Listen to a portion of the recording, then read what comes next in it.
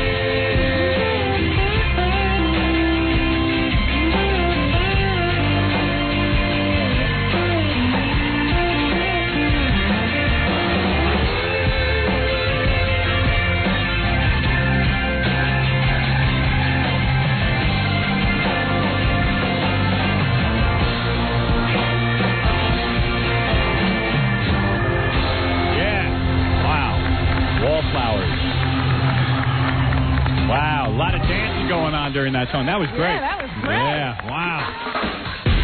Hello, I'm Sting, the rock star. I'm a supporter and fan of Howard Stern and have been so for quite some time. But I must admit, him becoming a major film star has shocked the piss out of me. I love him. I think he's talented. But who knew he could pull off starring in his own film, based on his book, Private Parts? Well, he talked about it for so long, and then the bastard went and did it. Hey, come to think of it, he's been talking about getting it in my wife Trudy's panties for a long time, too. I better go and check on it. So without further babble, here's the greatest show on earth, The Howard Stern Show. Who's that, my boy Sting? They're Stingle? They're Sting Master General? Hey, where is everybody? I mean, I know we have vacation, but... We on yet? Oh, there's Robin. Robin's here. I said, we had 3 people missing in action. Baba Booey, Jackie Really? Jerkman, and you were missing. Oh, no, I was just in my little room Baba waiting for Booey. you to say hello. Yeah, so Robin is here, but... Where are these other people? Gorilla comes in. Oh, there's Jackie. Gorilla says to me, Gary Gold, he's going to be running about an hour late. An hour? Yeah, I go, well, where is he? Because the thing that pisses me off when Gary's late is there's no contingency plan. He has all my bits, he has all my papers, he has everything. So I go, well, where is he? Well, he said it's not Verrare, but, what is it, a state secret? Yeah, it's a state secret. Yeah, he's on a special mission for the government. Yeah, it's not Verrare, but since he didn't set his glogs for a week, No. he turned off the alarms, and he forgot to put the alarms on, but it's not Verrare. Oh, that's a secret? It's a secret. Oh, my God. It's not Verrare. I don't think his neighbors know. Yeah, because the other stations will hear, and they'll be goofing on him. They get the jumper. They'll get the jump on us. He didn't set his clocks back? No, he set his clocks back. He didn't set his alarms for the week, so he got out of practice of setting his alarm for work. So he didn't even have his alarm on. I guess he didn't know he had to go to work the next day. He has to be retrained. Right. Yes. Now, if It he shows had you a his week stupidity. off- Joke. He has to be retrained after a week. That's right. I forgot that I have to have an alarm wake me. You know, he's like a computer. Somebody turned him off. And they forgot to turn him back on. I said, well, where is he? I figured, well, something happened, flat some tire. major family deal or something. Not for air, but after a week of not putting my alarm on, I forgot to put my alarm on. But it's very funny to me that he's an hour behind. Yeah, an hour. Mary, where's the driveway? After a week of not finding the driveway. Let's see. It Where was- is New York from Connecticut? What is my route to work? Do I turn left at New Hampshire? This is not for air. It's not for air. It's a state secret. I can't believe that was not for air. That was not for air. Everything, think of all the things we talked about on the air. That was not for air. Every personal issue in the world. Right, Yeah. but just that he didn't set his alarms is not for air. Yeah. Anyway, we're back live. We were gone for the week, obviously, if you are a regular listener to this show. And now we are back live. Plenty to talk about, but I got It always amazes me how few people know we're not there. Yeah. Yeah, that's why. I talked to people yesterday. They said, you guys were off all week? Yeah. By the end of the week, they're like suspicious. Right. Yeah, I think. Hey, when did you guys start having Seinfeld again? Well, that's why I stopped announcing that it was Best Of. Yeah. Because most people don't know then. It was very funny to me because somebody said those were reruns because Howard was talking about having a certain kind of sex with his wife. Yeah. I was You getting couldn't rerun that. I was getting letters and faxes from prisoners telling me how to ease into it. Oh. You know? I mean, it's just like they don't know the difference. All right, we're going to take a break, Rob, and we'll come back and we'll get everything started right after these words. You're listening to The Howard Stern Show. Stay right there. 97.1 The Eagle. You're listening to The Howard Stern Show. Amazing. You know, after 20 years of doing this, we're all trained not to say a word about our week off until the mics are on. Nobody even brought it up. It's really weird, isn't it? It's a Morgan here. Nobody's talking? I almost turned to Fred and said, did you go away? Then I just said, why would I bother talking to him off the air? Off the air. Right. There's no need for that. It wasn't the point. One syllable. No. It's gotten to that point. All discussions are on the air. I was just sitting reading the paper, and Jackie was mixing that slosh he drinks every morning. Fred was doing whatever he does. I don't want to know what he does. You know, there's a guy on the phone who says that our Philadelphia station, WYSP, was announcing all week that it was Best Of. And I just want to announce that I am disgusted with the radio business. What is that really true? Hello? Hello. Is that really true? That Yeah, I heard they announced all week that it was Best Of? All week long. They weren't doing it like Gary was saying it. They were just saying like somebody on the air was saying. I can't win with my affiliates. I don't know how to get through to them. I don't know how. You're not in control of your network. All they have to do is run the show as I program it. The program director always has to get involved. Who would ask them to run a thing saying Best Of? Don't They do probably it. think it's an oversight if it's not there. We've been doing it for so long. Yeah, I mean, but why would you concentrate on that? WYSP has its own problems. Why would they concentrate on that aspect? Why? Radio has always amazed me that these guys who become program directors, these kids who go into it, they focus on what works. They never focus on what's broken. Yeah, and then in what works, they get bogged down in minutia. Yeah, dude, you got to lower your radio. You're killing me. Hello? There you go. In other words, It has nothing to do with really adding to the programming of the show. no, I mean, there's 20. We run 4 hours a day. There's 20 hours of music and commercials and promotional announcements that these guys are responsible for, but they have to get involved with me. Mm-hmm. In other words, you would hear a local announcer come on and say, "This is the Best Of." Yeah. That's amazing to me. Why would they do something like that? Who is the idiot that is the program director at YSP? I don't even know anymore. What happened to Tom Sabian? Is he not Tim Sabian? What? No, everyone now is named Tom. No more Tim. Okay. What happened to Tom Sabian? Anyone who shows a lack of understanding in radio is named Tom. Tom, okay. That's the new thing on the show. Tim changed his home number. Is Tim still in Philadelphia? Yeah, Tim's still in Philadelphia. He's running the station? Yes. Oh, I thought he left. No, he's still there. Oh, this guy's gone. Oh, no kidding. Yeah. Tom Sabian doesn't know better? Haven't you had run-ins with him before? He's an idiot. I thought he was a bright guy. He had me fooled. I thought he was a bright guy. What did I know? Is that right? Is Tim really running the station over there still? At least he was on Friday. No, they couldn't have made a change that quick. No. To all my listeners, please report to me anything that sounds bizarre or unusual, will you? Because I can't keep tabs otherwise. I can't keep tabs. And get me Tom Sabian on the phone, please. Okay, I'm trying. Any way you can get it. He changed his home number. Yeah. So, Philly, please give us a call right now. Thanks. You can't call Philadelphia? You can't call Philly? You mean the radio station changed its number? No, I can call. Well, why don't you call? No, come here, stupid. Here, sit down. I can see a week off made you dumb too. Oh, they changed the hotline too, Howard. They changed all their numbers. So YSP changed their numbers and didn't give them to us? I've been calling the hotline, and no one's picking that up. And I know they changed their main number. All right, I hear what you're saying. I catch up quick. You don't have to over-explain. He's going to explain for 10 minutes. How many numbers have changed? Yeah. The producer who produces our show in Philadelphia, John, is going to call you now. They didn't change the number. He's not picking up the phone. Pick up the phone. Thank you. All right. God, John is overloaded when Gary's gone. He's like, would Philadelphia please call me? He's making announcements over the radio. Yeah. Beautiful. I got to listen, it's going to take a good 2 or 3 days before I get everything back to where we were. And get everybody up to speed. Yeah, because Gary, Baba Booey can't figure out to set his clock. You know what it is? This is what he told Gorilla. I didn't set my clock for an entire week. And now I forgot to set my clock. Yeah, I didn't have to have an alarm. For a whole week. So now, when Monday came around, I didn't set my clock. I forgot how I get up for work. Yeah, but this is not for air. But somehow, I don't understand how he's an hour behind.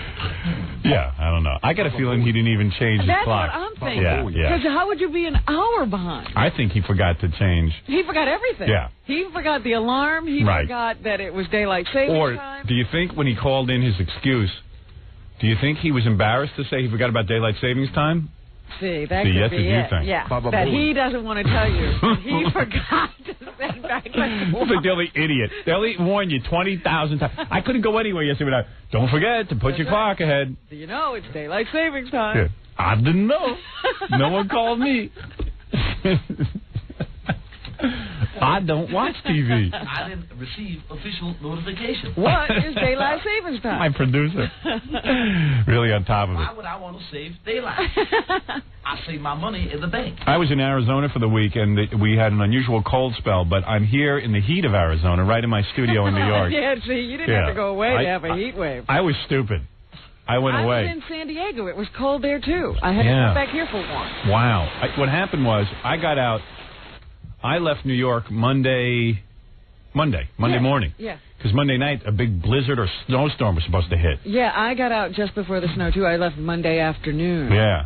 So I left and then went to Arizona, and it was warm for like 2 days, and then they had this nasty cold spell. It's supposed to be about 80 degrees this time of year. Mm-hmm. It was about 48. Well, we never got down that low, but they had funnel clouds, hail, ice, snow. Oh, yeah. It was amazing. I had a full day of rain. Yeah. Yeah, I was bummed. Did you go to Amsterdam? Yeah, it's unbelievable. What was he there for, a pot festival? Yeah. Well, no. There was a pot festival once I got there. Him and, in Amsterdam, this is Jackie's Mecca. Yeah. Amsterdam, they have legalized hash, pot. Right, they have these little shops you can go Anything to stronger? Just smoke. Legal? Is opium legal there? I don't know. But the pot is so strong. Right. So anyway, pot has gotten so strong even everywhere. Pot can now kill you with one whiff or something. It's unbelievable. And I always think it's chemicals, but it's not. They're learning how to grow it better. Yeah, the hydroponics. Yeah. Hydroponics. Hydroponics, yeah. Hey, hydroponics for $200, Alec. So go to a coffee shop and just sit there and get all buzzed just sitting there. You don't even have to buy anything. No, just smell. When you say coffee shop, the coffee shop doesn't have anything to do with coffee, right? No, they serve coffee. Some places serve coffee and booze and reefer. But a lot of them just have coffee and pot. But it's just like the strip joints here. There's certain regulations, like if you wear pasties, you can serve food. Right. Some of the bars don't like to serve pot because people smoke a little pot and they just sit there. Yeah. So give me a latte and some Maui Wowie. We didn't even smoke that much pot because it was so strong and so crazy. You didn't need to. The first night. When he says, first of all, wait a second. When he says he didn't smoke a lot of pot, you got to say, I was with this guy one night recently. Yeah. This guy, he could smoke all friggin' night and thinks he didn't smoke a lot. I never saw a guy. He's one of those people. I've never seen a guy with more stamina than Jackie the Joke Man. I can honestly say I smoked much more pot that night than I did the entire trip in Amsterdam. Okay, so anyway, you went to Amsterdam, and you want to go to Amsterdam because the pot's legal. I wanted to go to Amsterdam because I wanted to go away. Yeah, but of all the places in the world. I've always. Let's be honest. I've always fantasized about Okay, yeah. So it was like a big. How many times can you hear about walking to a place and they give you a menu for buying pot? And not go. And not want to go. Because a friend of mine and Jackie's had just gone to Amsterdam, and he was like talking about how you just walk into any place you want, and they got hash and pot, and it's a menu. They got a menu, yeah. And Jackie's like this. He got dreamy. Yeah, he goes, oh. And after that conversation, it was like, I'm going. Yeah. I had obstacles, I went anyway. So Jackie went with a friend. You don't want to give his name, do you? Why not? I don't know. Maybe he doesn't want people to know he smokes pot. He didn't smoke any pot. Oh, he didn't? Oh, okay. So Jackie went with a friend. This guy, Burf. Oh. Right, Burfowitz. Oh, wait a second. Tom Sabian's online, too. Let's take care of him. Tim, you still running that station down there? It's Fred Sabian. No. Listen, Fred knows about radio more than you. You're Tom Sabian. Why would you announce all week? We never did, Howard. Here's what happened. On your when you sign the when you sign I can't even talk. When you sign your show on, there was this thing, a bumper that said, "Hi, this is Sting, and you're listening to the best of Howard." Right, that's the bumper. We do that, right. That was the only Tom figured out that illegally you have to say it's best of. Of course you don't. Right. He turned it into a legally? Tom is a retard. Tom is a retard. Tom, if there's no problem, Tom will find the problem. As soon as I announce, I don't want to announce his best of, you can't do that. He goes to a lawyer. He goes to a lawyer to ask. He's a retard. I've got a retarded general manager. Just out of his mind. Let somebody sue me for damages that it's best of. You know what I'm saying? How could that affect anyone's life? Why would you even think to ask a question about that? Because he's a retard.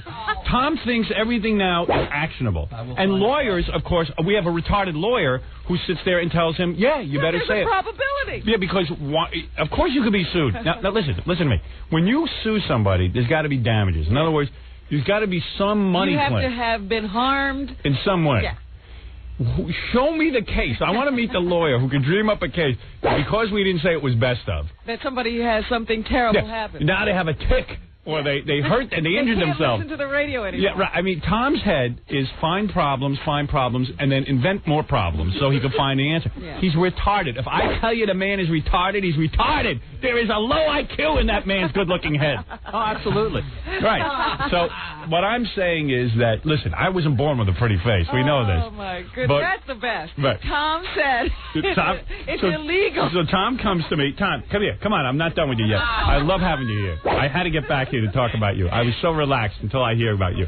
Why do you run even the one disclaimer saying it's best of? Tell Robin. Don't tell me because I'm disgusted with you. Why do you run that? Because it's old material, and the old material needs to be at some point. Mm-hmm. Who said? To be identified as such. Wait. Once. It needs to be identified once. Now, why? Why does it need to be identified as best of? I forget the exact. Because there is no reason. There's some. There's what? There's a code. A code. There is no code. The code of the idiots. Code. There's some code. There's a code. Tom, if a lawyer tells you, no, there are no rules and regulations. You have to say that one time. You do not have to say. There's a law that says one time. Can you imagine my material, fart jokes, one time? There is no law. Oh, please. There is absolutely no law. That is the funniest How much thing you want to ever. bet there's no law? How much you want to bet? I talked to the lawyer. Yeah, and how much you want to bet? We'll get the lawyer on the phone. The retarded lawyer. He's Why retarded. would you even call All lawyers a lawyer? are retarded. Why would you call a lawyer? So I say to Tom, as soon as Tom hears change, he gets nervous. I announce on the air. Wait a second. I announce on the air. Time out. How many times have we done it this way? Tons. No. Tons. We're going to change it. We're going to change it. Guess what? We're You going to change changed the format. Remember we used to be classic rock? Right. Remember we used to play classic rock? Remember how every day we played classic rock, remember? We did it tons. We did it tons, remember? And then we changed it. Why did we change it? Listen to me. Beware different music. Beware. Listen to me. When you play the same song over and over again every day, do you have to announce that? What, are you going to drive off the road? Tom, let me tell you something. Yeah. So about a year ago, it dawned on me when I was listening to Best Of. I said, why do we announce that it's Best Of? Yeah. 90% of the people have never heard this material before. They don't listen 4 hours a day. Why do you have to announce it? Tom went nuts, went berserk. You're come on. so full of okay. He gets on the phone to the lawyer. So right away, without asking me, he goes to the lawyer. Howard wants to run Best Of without saying it's Best Of. Is that legal? Warning. Is that legal? Legal? How could it be illegal? Let's say it is illegal. Let's go nuts. How could that be illegal? With who? What lawyer is going to tell you that's legal? The lawyer, if he had any brains, would have said, Tom, come here. How much does it cost to call me to ask me this question? Do you know how much you're costing your boss right now? It costs $400 an hour to have this conversation. But like that. No, the lawyer is smart. I have to make this. I have to justify that I'm going to charge him. So now Tom and the lawyer are on the phone. I don't want to hear what she's saying. All right. Tom, pot is illegal. Not playing a tape on radio is There's a code. Yeah, right. Yeah. What is this code? There's a code. There's a code. Can you imagine there's a code? Could you bring in the code? There's no code. There is no code. What else is on the code? Stop banging your head against the microphone. Oh, that's a good question. What else is Tom, your job today, show me the code. Show me the code. Yeah. I want to see the code that says I got to announce his best stuff. Because how could there possibly even have ever been a code like that? Of course, there was a code in 1954. Marconi, after he invented radio, they thought about it. If somebody would repeat... Fibber, McGee, and Molly. The Fibber, McGee, and Molly code. So, anyway, Tom, after I announced on the air, we're no longer... feeling bad. It was, you had bad weather on your vacation. Listen to this.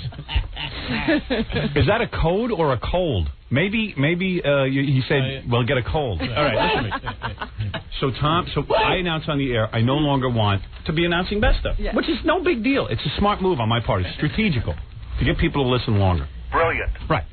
So, thank you, Tom. So, that's Tom Sabian.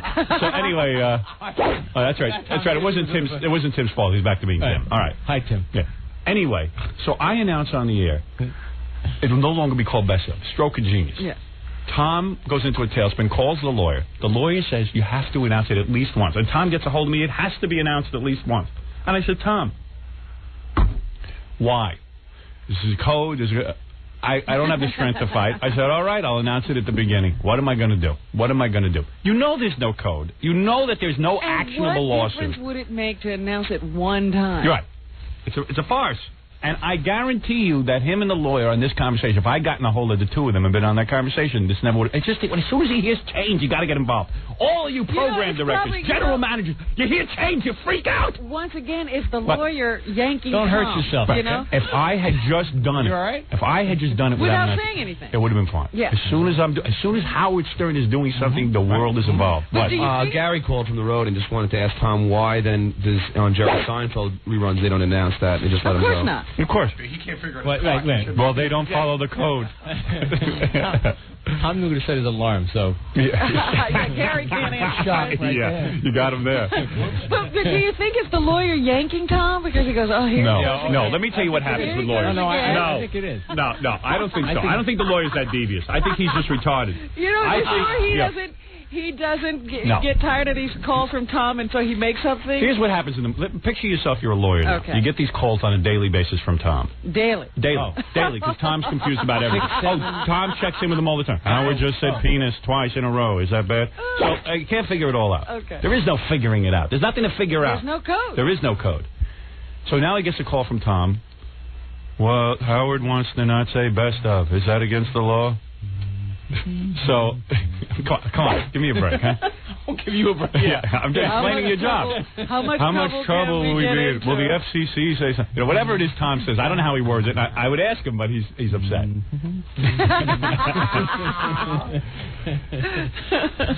By the way, they just cleaned the carpet here. You think I have to legally announce that on the radio? Maybe. Yeah, that's Tom's mind. Yeah, well, we better be legal. So if you're a lawyer, you say to yourself, wait a second. If I tell him, don't announce best stuff, when Tom presents it, it sounds like, well, maybe there's a problem. They start looking. So, Tom, announce it once at the beginning of the show. Tom comes back, it's in the code, because I start confronting him on it. It's a code, and as soon as you say code, everyone's like, oh, a code. No, there's no code. Where's this code? There is no code. This code at some point in our history? There is no code. There's never been a question put forth like this. If Howard Stern decides to do best stuff, doesn't want to say his best stuff, where's the code? There's no such thing as a code. There is no code. Where is the code? Who puts out this code? Who put out the code? The rerun code. He won't answer. He's embarrassed. All right, we'll drop it. All right, I see you're embarrassed. I'm going to turn off your microphone. You want to say something intelligent, go ahead. If you're going to hum, I can't listen. If you want to say, is there a code, in fact? Do you want to stand by that, or you want to backtrack? I remember the conversation with the lawyer. I remember we decided that was the way we should do it. But what about the code? Yeah. What about the code? What about the code? He's in trouble. No, I'm not in trouble. Is there a code, or did you make that up? The specific. You want to stay by that? You want to stand by that statement that there's a code? I just want to know. I want to go on record. Is there a code? There was a legal reason. All right. And what is that reason? That there is a law. There's a law. What is this law? It's a code. A law. A law. There's a law? They got a rerun? Yeah. Imagine that trial. It has to do with presenting. Let's go crazy. People's Court. Let's stop saying best of, and let us be taken to court. Yeah. What? No, let's eliminate it completely, even from the beginning. And let's see if they put us in prison. I'm willing to take that risk. Are you? I will double check with the lawyer. All right, another phone call. Okay. Listen to me. I'm going to save you the expense of the call to the lawyer. Thank you so much. From now on, I don't know who is in charge of best of. Gary? Baba Booey's listening in his car because he don't remember how to set his clock. I got Tom and Gary today. Listen to me. No more, period, announcing of best of. None. Zero. I'm willing to go to jail over this. All right? Howard, you should make it clear to all the affiliates because it seems like every affiliate was playing that. Well, no, we play that from New York because Tom had to go up to code. Okay. I'm saying we're going to be outlaws. I'm a rebel. Come and get us. I want them to come and arrest me for not following the code. Are you with me, Tim? Shut up, Tim. Yes. Yes. We're going to the mattresses on this one. Yeah, we're going all the way, baby. Woo! Tim, are you ready to go to prison? Rerun prison? Yeah. What do you think you get for reruns? What? What do you think you get? I think you get a suspended sentence. Personally, I never think we'll do a day of time. This is death penalty, I'm sure. What is it, John? No, I was just telling you, every affiliate's calling. Yeah, well, yes, of course. Well, if we're running it from here, they will. We're all going to prison. Right. Tim. Here I come. Now, Tim, I apologize. I believe that the caller was saying that you had been running this all morning. Howard, you're a movie star. Doesn't matter. Thank you. Doesn't matter. The movie was absolutely phenomenal. Thank you. Phenomenal. Thank you. And that's the truth. From the bottom of my heart. Boy, Tim. I'm saluting you. Thank you, Tim. Thank you. You're welcome. That's nice of you to say. Have a nice day. Tim, nice talking to you. Right. Your name was almost changed to Tom, but you're back to being Tim. You got a reprise. You're no longer in Tom prison. Right. You're not Tom Sabian, you're Tim Sabian. Thank you. All right, Tom. My hell, let me. Tom, listen. I'm taking this one out of your There's hands. only room for one in this hell. Right. You don't have to go to prison. I legally am taking full responsibility. I'm disobeying Tom's code. Judge Wapner. I am willing to go all the way on this. I say no more announcing this is best of, period. And let the law be changed. There's a law. Thank you. Oh, my pleasure. Thank you, Tom. My pleasure. All right. Happy to fill the segment. Thank you. Thank you so much. You're welcome back. Listen, you're just doing your job. Understood. Thank you. Have a good vacation? Yes. Good. Wonderful. Wonderful. It was wonderful to be away from you. Thank you. No, I love you. Go ahead. Tom is like one of those school crossing guards. Right. Remember how they used to stand there? No, stay behind that line. Right. And stand in single file, because if you don't, you'll get into trouble. When Tom hears from a lawyer, lawyers will always give you an answer. But he calls the lawyer. Yeah, he should never call. From now on, and don't call a lawyer about this discussion, Tom. Please. Forget it. File it away. You got a lot of other problems to worry about. What discussion? Right. Exactly. Thank you. It's not like the lawyer calling him saying, Tom, what are you doing? Right. You didn't say that was best of. Right. That's right. Go worry about reruns and continue to ignore the lack of air conditioning. How's that? Okay. All right. Thank you, Tom. Tom Chisholm. I must take a break. We have commercial sponsors that we must honor. And because there's a law. There's a law. That's right. That's a law. Now That is a law. That's a law for all of us. There's a code. That's right. There's a code. Right now, we are up to code. When we run the next best of, we will not be up to code. All right. But I am saying we're breaking all the rules. The law be damned. You are Let's go for it. Let's go for it. I'm willing to go to court over this. That's right. Thank you. Right. I'll be back right after these words. We'll return to the Howard Stern Show after these messages. 97.1 The Eagle. Actor musician Kevin Bacon, and you're listening to a man who has conquered radio, TV, books, and now Hollywood. Should I be nervous? This is the human juggernaut, Howard Stern. That's Kevin Bacon, right? Did he announce that it was Kevin Bacon? Oh, he did. Okay. Actor and musician. Right. Everybody's got dual. Everybody's got a slash now. Yeah, except me. No, you got them all. You're radio personality, author, movie star. And janitor. Pretty amazing. Hey, first of all, I've got big news. Freddie, give me whatever it is you do over there. Here we go. Big news music. I'd like to welcome Fort Myers. Where's that? I don't know. Isn't that in Mexico? Mexico? I don't think so. I don't know. Fort Myers, Florida, I think. I don't know. Or Carolina. Texas or Florida or something. Fort Myers, Texas. I don't know. Wherever you are, we want to welcome you. WRXK. Remember we're are we WXRK? Yes. Yeah, this is WRXK. Wonderful. I don't know what kind of format they are. We'll be learning. They are our new affiliate. And Fort Myers, we welcome you to Munchkin Land. Hey. Yeah. We'll put lightning back in your veins. I never dreamed of being in Fort Myers. Yeah.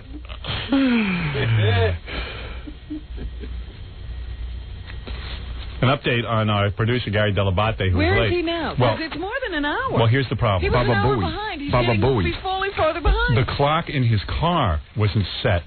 Stop it. So he thinks he's on time. So he's driving slow. That's the problem. I am on time. He thinks he's caught up with time. Yeah, he goes, wait a second. I'm ahead of time. I can take my time. I got to the driveway, and I'm right on schedule. Yeah, everything is fine. Coffee, please. I'll stop off and get a sandwich. All right, anyway, so let me just... I got to take a couple of phone calls for obvious reasons. I am not sure the phones are working properly. The levels are low. We went away for a week. How did the phones go? John says while he was here, they were working on the phones. Again, they were working on the phone. I finally had them working, but they were working on the phones. What is that other noise I'm hearing? The new noise? Yeah. Wait. There's a whirring. Wait, watch. I can get rid of it. Tell me if it's gone. No. No? Wait, watch. Now it's gone. Yeah. Well, I cut off all the noise in our room. I can get rid of that noise if I turn if I stay off the microphone. No. If we all work around your microphone. For some reason, your room is quiet. And this is the sound of listen. Now that's how it should sound. Right. And this is how it really sounds. Yeah, we should be shielded. All this equipment should be shielded. What? I mean, aren't you afraid? Do you see all this equipment right here, Robin? Yes. All of this equipment that sits by me in this new big studio did not need to be near me. I never touch it. I never use it. Uh-huh. Why is it there? So that the noise can feed onto the microphone. So that you'll know that we're breathing. It'll be on the air. Yeah, in case I run out of stuff to say, you'll at least hear something. Makes you sound busy. You know how that one station used to have the chime? Yeah. We have this noise so you know when you're listening to WXRK. Yeah. WYSP used to have chimes. Wind chimes. You got wind chimes? They used to have wind chimes. I remember that when I was like a kid in college. I'd go to Philadelphia or something, and they'd have wind chimes. That was a Lee Abrams invention. Oh. All the Abrams stations had wind chimes when you spoke. Uh-huh. Like, it was like, in the back you'd hear... That was so annoying. I think there's something wrong with your car. Yeah, it was like... Yeah, I got a ping in my engine. Like, everybody was like real mellow. Because he figured then, people would know they were on the station when they heard the wind chimes. But meanwhile, he didn't take into account that it was annoying. Tom's invention is this noise. Yeah. This electrical noise. Yeah, here's Tom's invention. You hear it? Yeah. And what is all of that equipment? It's just like different, like there's a DBX thing and like this thing. I don't even know what it is. I don't even know what these things are. I don't know what they are. I never use them. All this equipment doesn't need to be near me. Well, this is where it's coming from. Some of this equipment.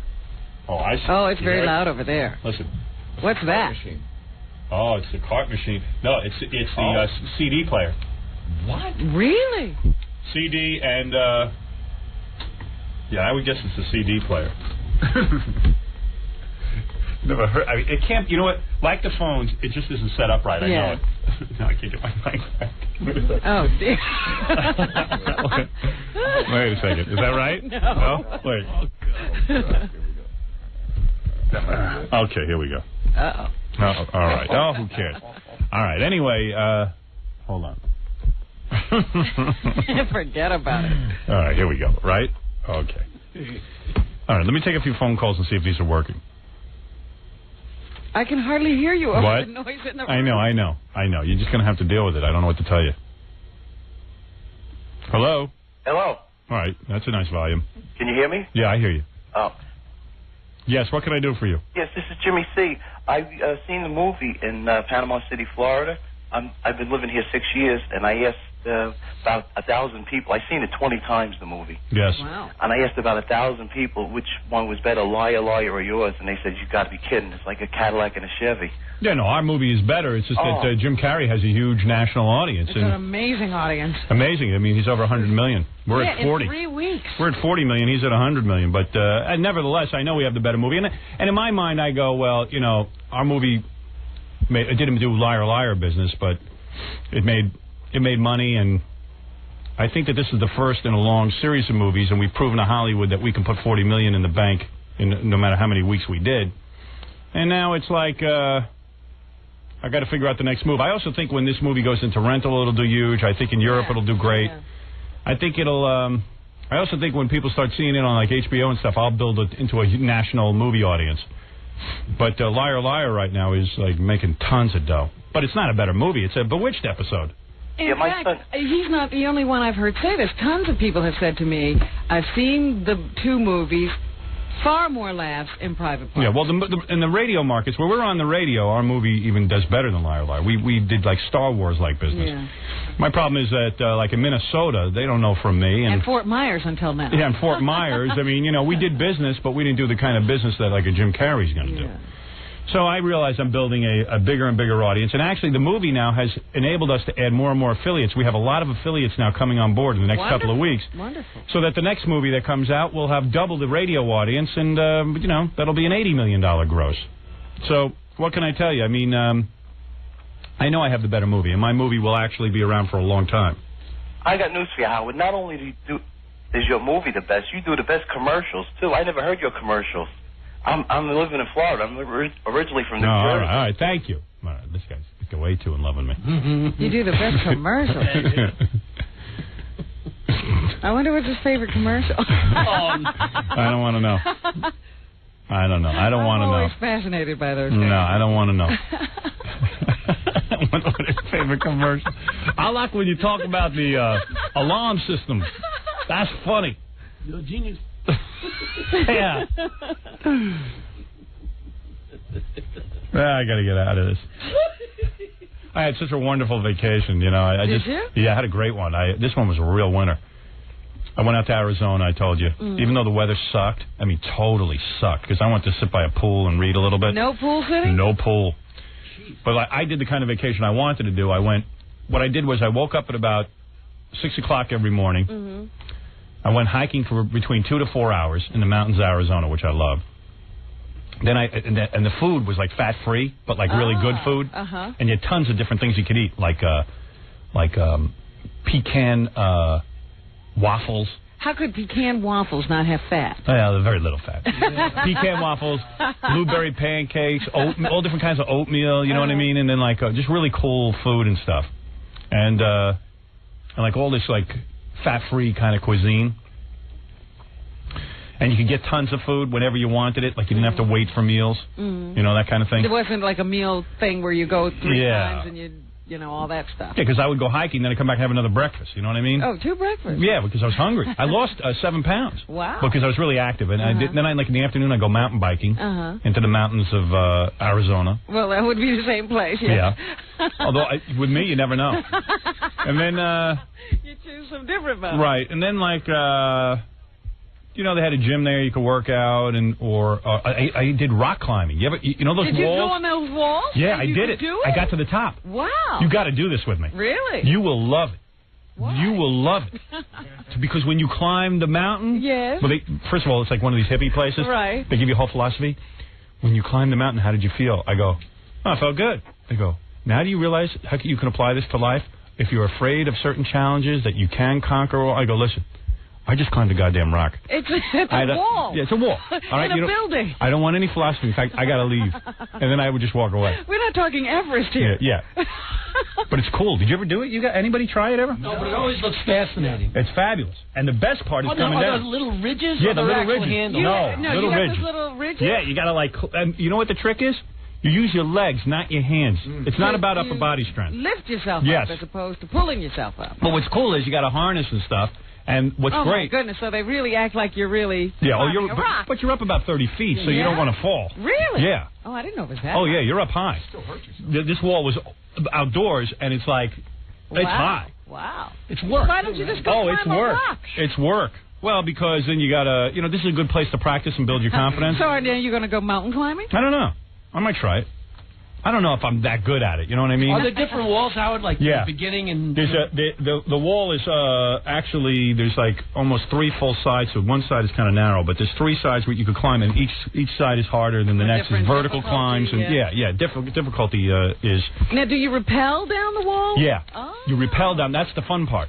Like they put you in this harness, and then you have to put your legs straight out, and then you just come down. And it's cool. It's really cool. Well, now, this is the person who, when you got into that harness to be Fart Man, you almost lost your mind. Yeah. This was different, though. I did it with 3 girls. I didn't know who they were. They were just the 3 girls. And they were all better at it than me. Because everyone said, because we had this whole, psychological discussion beforehand, and they said, well, you shouldn't be nervous because, you're a guy and you'll have upper body strength. I said, listen.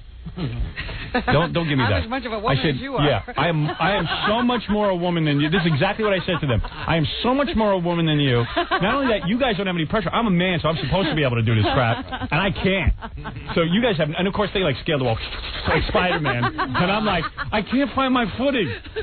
They're like, come on, Howard, you can do it. Special equipment, shoes, and all that. Had the shoes. They give you shoes. Of course, my feet are so huge that my toes are bent in, but I didn't care. I was going up this goddamn mountain. I wasn't going to let anything stop me. I couldn't even lace my shoes.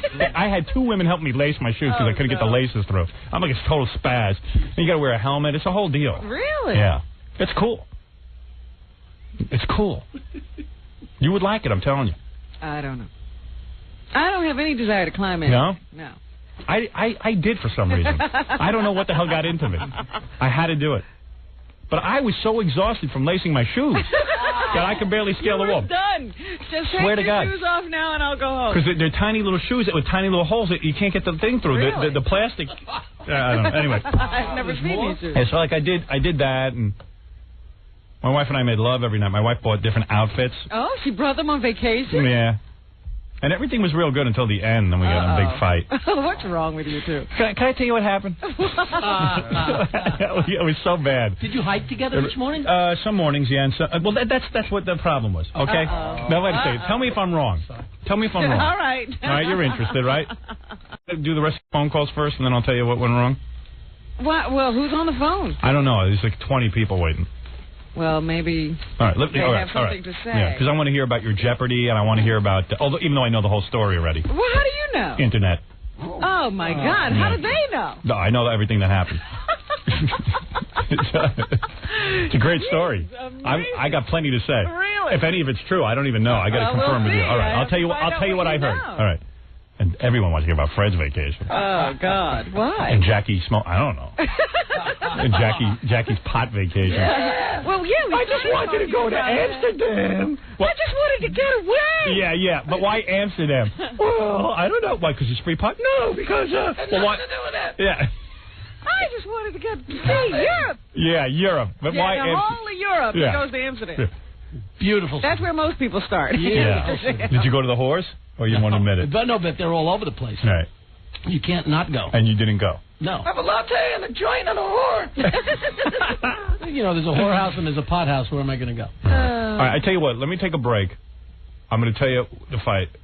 And then... Wait a minute. I thought we were going to clear the phone. All right. But I got to take the break first, and then I'll go right to the phones. All right. And then I'll tell you what went wrong. And then we'll talk about vacation. And then by then, Baba Booey will be here. And we can goof on him for like an hour. He's 2 hours behind if he's a day. We'll be back right after these words. More to come when the Howard Stern Show returns in a moment. 97.1 The Eagle. The Howard Stern Show. From the 5 Apart soundtrack, LL Cool J, Red Hot Chili Peppers.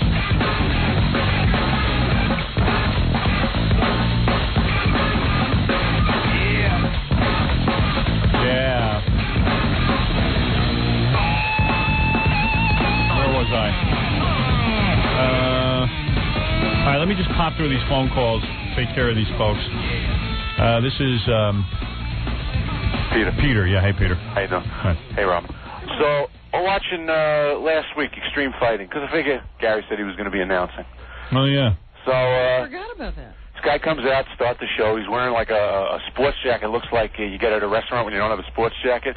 And he's not Gary, and he's not even an announcer. An hour and a half into the show, the final match is about to come on. They announce, because of lateness and missing connections, he's been delayed, but here's Gary DeLabate, star of The Private Part and producer of Stern Show. And he comes out, he's wearing a tuxedo, and he goes, "Welcome to Extreme Fighting," as if it just started. It's over. Well, he had Everyone has been there for all the fights. Yeah, he had a speech planned, and he wasn't going to break that speech. He didn't know where to go in this. Welcome to Extreme Fighting. I'm late. I think he probably said his clock's back a week ago. Does anybody have that? Do you have that on tape, Gary? No, I actually don't. Didn't I tell you to tape it so that I could have it here on? Yeah, I don't get it. So you don't get what? I don't get Extreme Fighting. Didn't you tell them? Didn't I tell you to ask them to have a tape ready so that I could air it today on the show? No, I don't remember. I talked about this last Of course. week. Strike two. Wait, we're talking about this. You don't even before know we left. Yeah, Before we left. doing this. Yes, I did. I said if you're going to do the announcing, I want to play the announce on the air. I want to play it on the air. You and I had this conversation last week. Yes, absolutely. When did we have? Because somebody called in about Extreme Fighting, and you said you were doing it. But you said this on the air, or you and I had a discussion off the air? No, off the air. We had a discussion. I swear I don't remember, Wolf. I swear. Howard, there wasn't much to play. There's 5 seconds. He's out. I announced 2 fights. You did? Yeah. Yeah. I want to hear you announce. Okay, yeah. Can you give me a tape of it? I'll have it for you by tomorrow. Were you supposed to announce all of them? Yeah. Something wrong with your eye? No. One of your eyes is almost shut. No, it's not. Take a look at his face. Is there something wrong with him? Does it look like he's a bee I can stinger? hardly see him. Baba Booey. One of his eyes looks smaller today. Yeah, right. What's going on with that? Wow. Hey, Fred, Jackie, look at him. There's something. I don't know. Maybe he's just he's me, like man. retarded. Is he still sleeping? No, it's probably from tension. I'm ready to defend waking up late, and then I got this guy on the phone, and then but who's going to expect that you're going to make fun of my eye? His left eye is shut. Yeah. He looks like Popeye. No, seriously, do you know that your left eye is almost completely shut? No, and I don't even. It doesn't feel funny or anything. Oh, all right. But hey, I'll go look. And it's odd to look at because it's like. I might just go this way. Yeah. Wow. It's like he's half winking. You okay? I'm fine. Star of The Private Part. I feel fine. Star of the private part. Oh, boy. Wow, look at his eye. Yeah, at least close the other one a little so they're even. Yeah, no, the other one. The right eye, yeah. There you go. Now you look normal. So what happened this morning, Wolf? First of all, Robin. Hey, Gary, I want to tape of you Extreme Fighting. I want a tape of that. Okay. Somebody here at work has. Take care of that. All right. I want to hear you announce.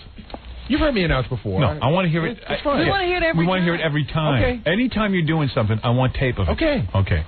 He doesn't know that. Oh, yes, he does. I really didn't think you cared.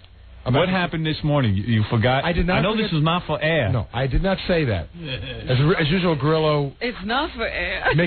As usual, Grillo mixes it up. I said I don't want to deal with this on the air.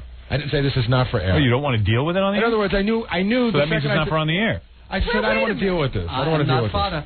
How could we not deal with it on the air? Of You're course, not I knew. here. I was groggy. I woke up. I was just trying. Gorilla, when he says he didn't want it I on don't the want to air. deal with this on the air. I said, Steve, I don't want to deal with this on the air. Please. No, you said this is not for air. I swear you were groggy, but that's exactly what you I'm said. not fodder. I did not use that word. I'm not fodder. I absolutely knew to set the clocks. Okay. Yeah. I just listen. I have no excuse. This is forgot to set your alarm. Stupid things. I turn my alarms on. It's just that they're set for 8 o'clock this morning because that's what time I got up every day last week. So yeah. In other words, after a week of not setting my clock, I forgot to set my clock. I know there's something I'm supposed to do tonight, but it's better than that. He said he had a special time to wake up during vacation. He didn't know vacation was over. Of course I knew it was over. Because he's still waking up at vacation time. I woke up at 8 thinking it was still vacation. So actually, I'm early. Robin's giving me crap. The woman who once stuck her credit card in the bank machine and it ate it. She can't figure out what to do. But listen, it was very dumb. This is a dumb thing I did. You're going to compare sticking a bank card in the card and it ate it, comparing that to not setting your alarm? I don't ever remember sticking a credit card into a bank. No, you wouldn't. It's vacation. It hurts the story. It's vacation savings time. It's just amazing. Like I'll set my alarm. every day for 5 days, I'll set my alarms for 8 o'clock. Now, you're going back to work. So I just forgot to set them back. Okay. No, it's, all right. It's totally. Well, you forgot to set something back. Hey, Mary, what's different about tomorrow? Do I need to do something different? I have to go to work tomorrow. Let me just push this little button that wake me up at 8 o'clock. And by the way, there's no way Jackie went to Amsterdam and didn't have a whore. There's no way. There's no way. I was sitting in my car. I went ready to slam on the brakes. Well, then you would have been later. Why did you say you were an hour behind? I didn't say I was an hour behind. You were an hour behind. You're an hour late. No, I'm more than an hour late. No, you're an hour late. I get it at 5 o'clock. Well, 2 hours 6 o'clock would have been okay, appropriate if you. No, but it's not what's appropriate. It's how late I am. So you're an hour late? No, What'd you say? It's 7 o'clock. I get in at 5:30 on the dot every day, so about an hour, about 95 minutes late. Okay. I know you would love for me to be an hour late because then you are an hour late, as far as I'm concerned. You should have been. I needed to see you at 6 o'clock, and now it's 7 o'clock, so you're an hour late to me. What can I tell you? Did he still get the full fee for extreme fighting, or did they? Why were you late for extreme fighting? Forgot to set my clock. No. I was on 8 o'clock. Do you want the long, boring story? Very simple. Okay. We got on a plane. The plane never took off. We left LaGuardia 11:30. We're supposed to get into Des Moines, Iowa at 4 o'clock in the afternoon. Right. The first plane never took off because there was mechanical difficulty. That was missing our first connection. Right. We got on the next plane. The next plane circled over Des Moines, or circled over St. Louis, but there were thunderstorms, so we had to land in Indianapolis. Right. That was missing the second connecting flight. And, I mean, Howard, how many planes go to Des Moines out of St. Louis a day? So the next flight we got us in at 9:15. I was, changing into my tuxedo in the cab on the way over. Wow. And, I got busy man. Everybody else made it on time. Yeah, that's good. Well, thank you, Peter. Okay. Welcome to Extreme Fighting. The people from Extreme Fighting were not upset. Welcome to Extreme Fighting. The thing is almost over. And he says, welcome. Why would you welcome people? They've been watching all night. I don't remember. And is that all you said? Welcome to Extreme Fighting? Reenact it. Go ahead. What did you say? I'll give you some echo. Welcome to Extreme Fighting. Ladies and gentlemen, this is our super heavyweight championship bout. And then you introduce the first fighter, walks in, and you say, he is the karate champion. He is a 1992 Olympic gold medalist. I see. They give you stuff. 192 pounds, 5 feet 7 inches, and then so far a name usually. Welcome to Extreme Fighting. He should have said, welcome me to Extreme Fighting. Yeah, I am extremely late.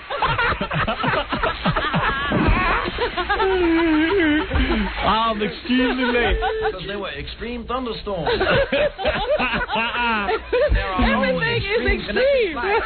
So where was this, in Des Moines? Des Moines, yeah. So is that the only place left on earth that the lit guys beat the piss out of each other without any boxing gloves? Yeah, that and Tulsa, Oklahoma. Pretty much it. That's it, huh? Yep. Smart. I was saying to Jackie, it's so smart of Amsterdam to make marijuana legal there.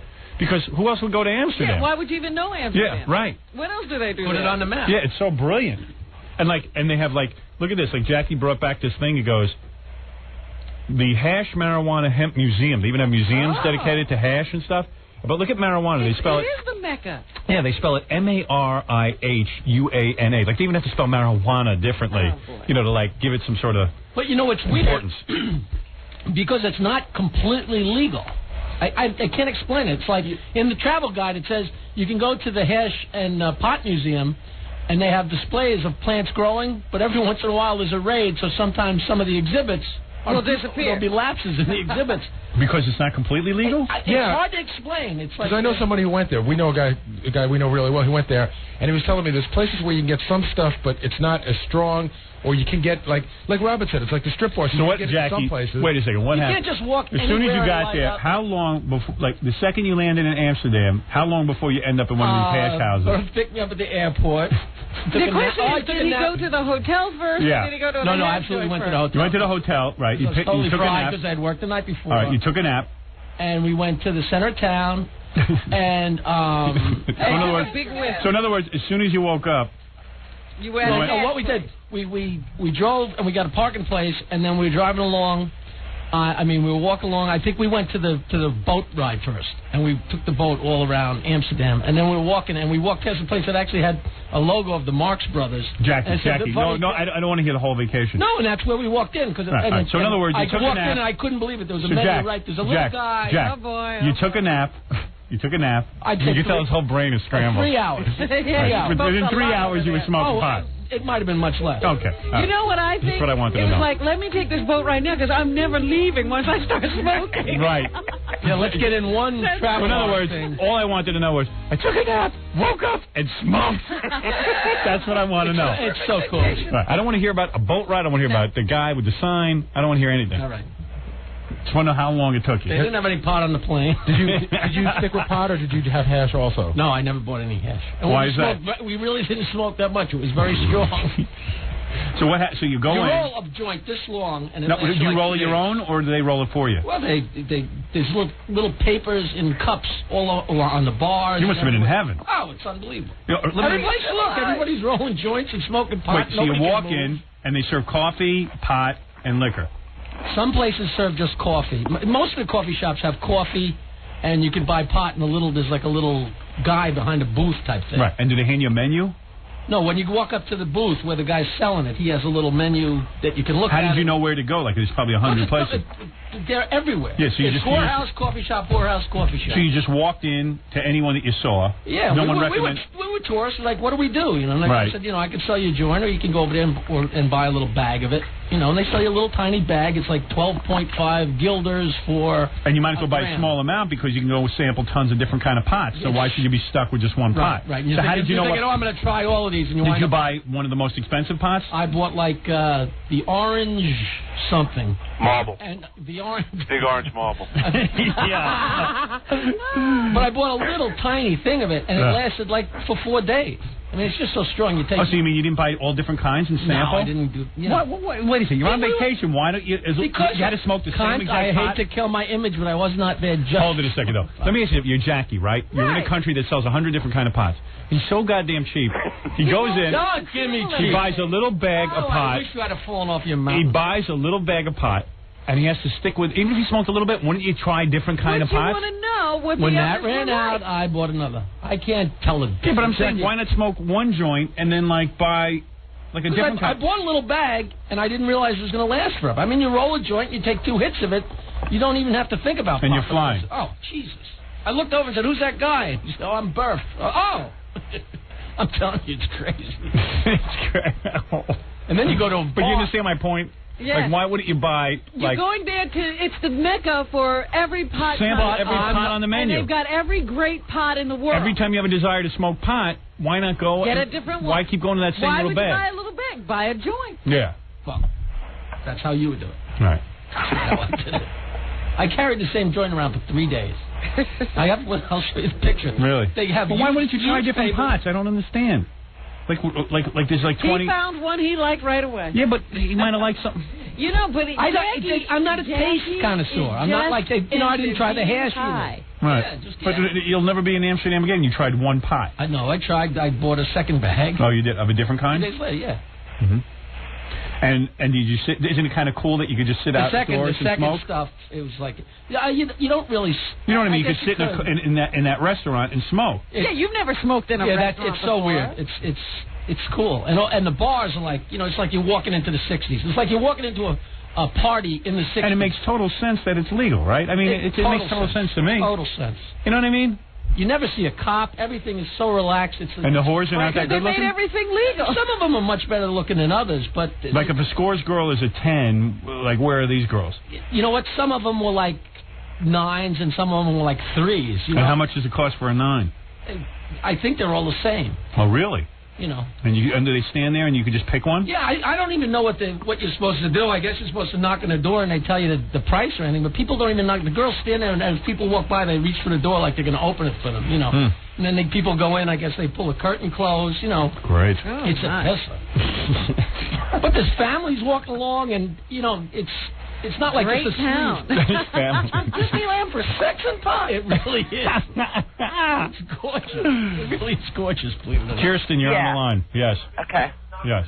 Turn off the radio. Okay. Yes. Hello? Yes. Hi. How many times are we going to go through this? Oh, I don't know. No. I just want to set you straight, Howard. It's Yeah. really, really simple. It's that it's tolerated because in certain amounts you're allowed to smoke it. So they have raids when, you know, the coffee houses or whatever, if they have too much in-house. Oh, God, that's so stupid. Well, that's what it is. Yeah. All right, thanks. No problem. Understood. It almost makes it more fun that it's a little illegal. You know, it's like you can get away with it. Yeah, it's more fun. Yeah, I can't. It's fun. It's a little illegal. Like challenge. Little against. It's always. That's what makes it fun. It's like a Have a good 4-year-old. time, Fred, because you're next. I was just wondering, I mean, who is in these places? People that look like they've been there for about 30 years. They never left. This is fun, isn't it? Did you talk to anybody in the house, or did you just Yeah, like kind of the keep bartenders are great, you know. Hey, it must be a great job. Get to be around pot. Everybody smokes English. Oh, Jesus. Wow, it's a great job. Everybody speaks English. It was great. Everybody smokes English. English Jet lag, stuff. man. I just got back. When did you get back? Saturday at about, I guess, 11 o'clock in the morning. Uh-huh. So you flew all night. Right. It was weird. We left Amsterdam at 8. And your wife didn't go. That had to be fun. It was great. Right. Perfect. Lucky you. I was trying to explain to my wife that it's okay to go away by yourself. Because I said, you know, Jackie's going without his wife. And she was like... She had gigs booked. We Right, thank God. started on vacation Thank God a for week those gigs. before. Because I was saying to my wife, what would be the big... She goes, you couldn't come here alone. I go, oh, yes, I could. So we had, like, the best vacation, I was telling you, right? Uh-huh. You know, we're out there mountain biking, I'm doing the whole thing. The last day we get into a huge fight, which always happens to us, and it ruined the whole vacation. Do you think it's a thing that And I you thought have I was- to fight on the last day? I don't know. I thought I was doing the right thing. I swear to God. What did you All right, do? here's the deal. How long were you there? You didn't say that. A week. You know, we left like Monday, and we came back Saturday around 11 or midnight or so, you know? And, who is this? Hello. Yes. That's the guy Howard. who called in about Gary and the Ultimate No, Fighter? this is some other guy. Oh. Yeah, what can I do for you? Yeah, Howard. Yeah. I was your old paper boy. You were my old paperboy where? When you were down in Washington. Washington, D.C.? Yes, you were. You're on DC 101. Yeah, where did I live? Westlake. Where? Westlake, right across from Montgomery Mall. Did I live there? I don't think so. You What's didn't live Westlake? across from a mall? No. Yeah, you lived. Yes, you did, Howard. I didn't live across from a mall, did I, Robin? You lived across from so. Montgomery Mall. What was my address? I don't remember the address, but you were on Montgomery. You were right across Montgomery Mall. Was I, Fred?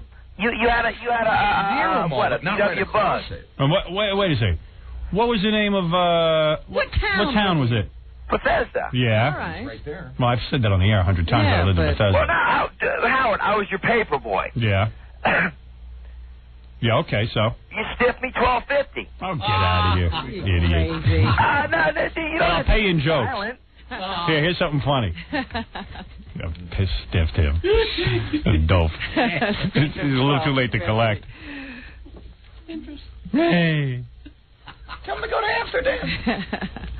Yeah, you probably owe him like $3,000 now for the Yeah. Compound. I don't even think I had a paper boy, quite frankly. I was going to say, did you? Maybe I did. I don't even remember.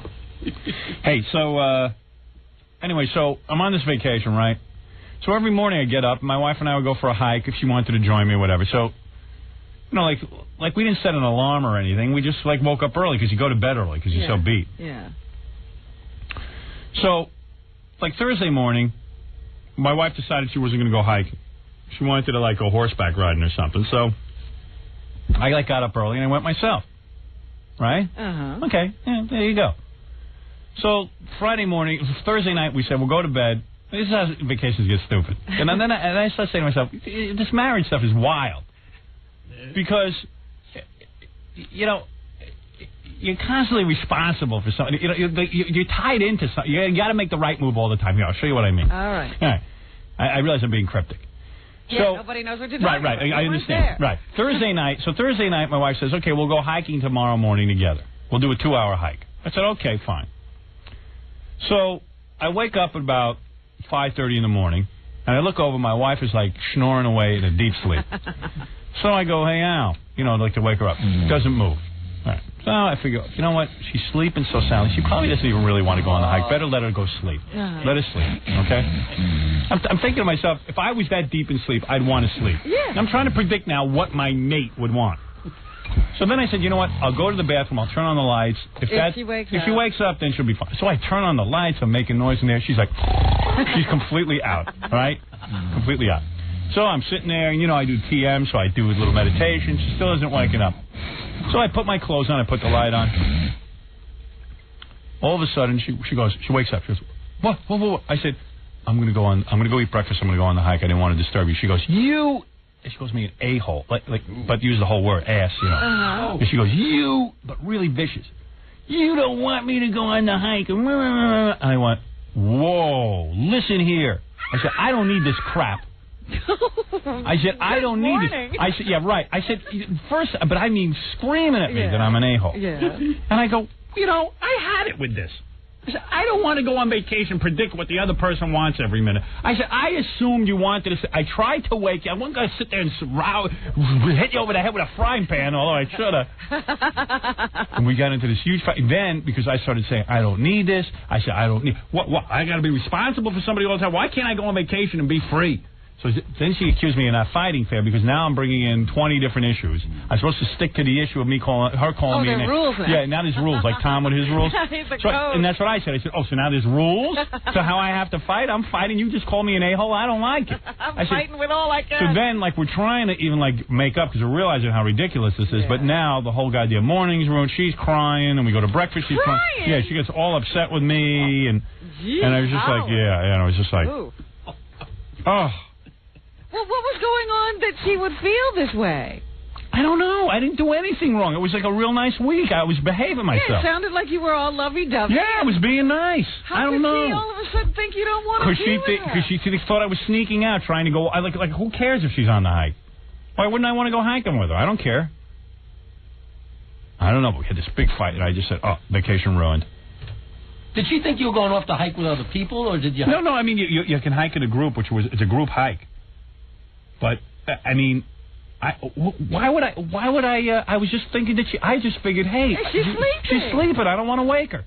She goes, I woke you every morning. Who do you think woke you? I go, I don't know. I don't think you woke me. I kind of woke up on my own. Plus, you knew I really wanted to do it. I said, I can't take this. I had no agenda. There seems to be some other issues here. Yeah, I said I had no motive.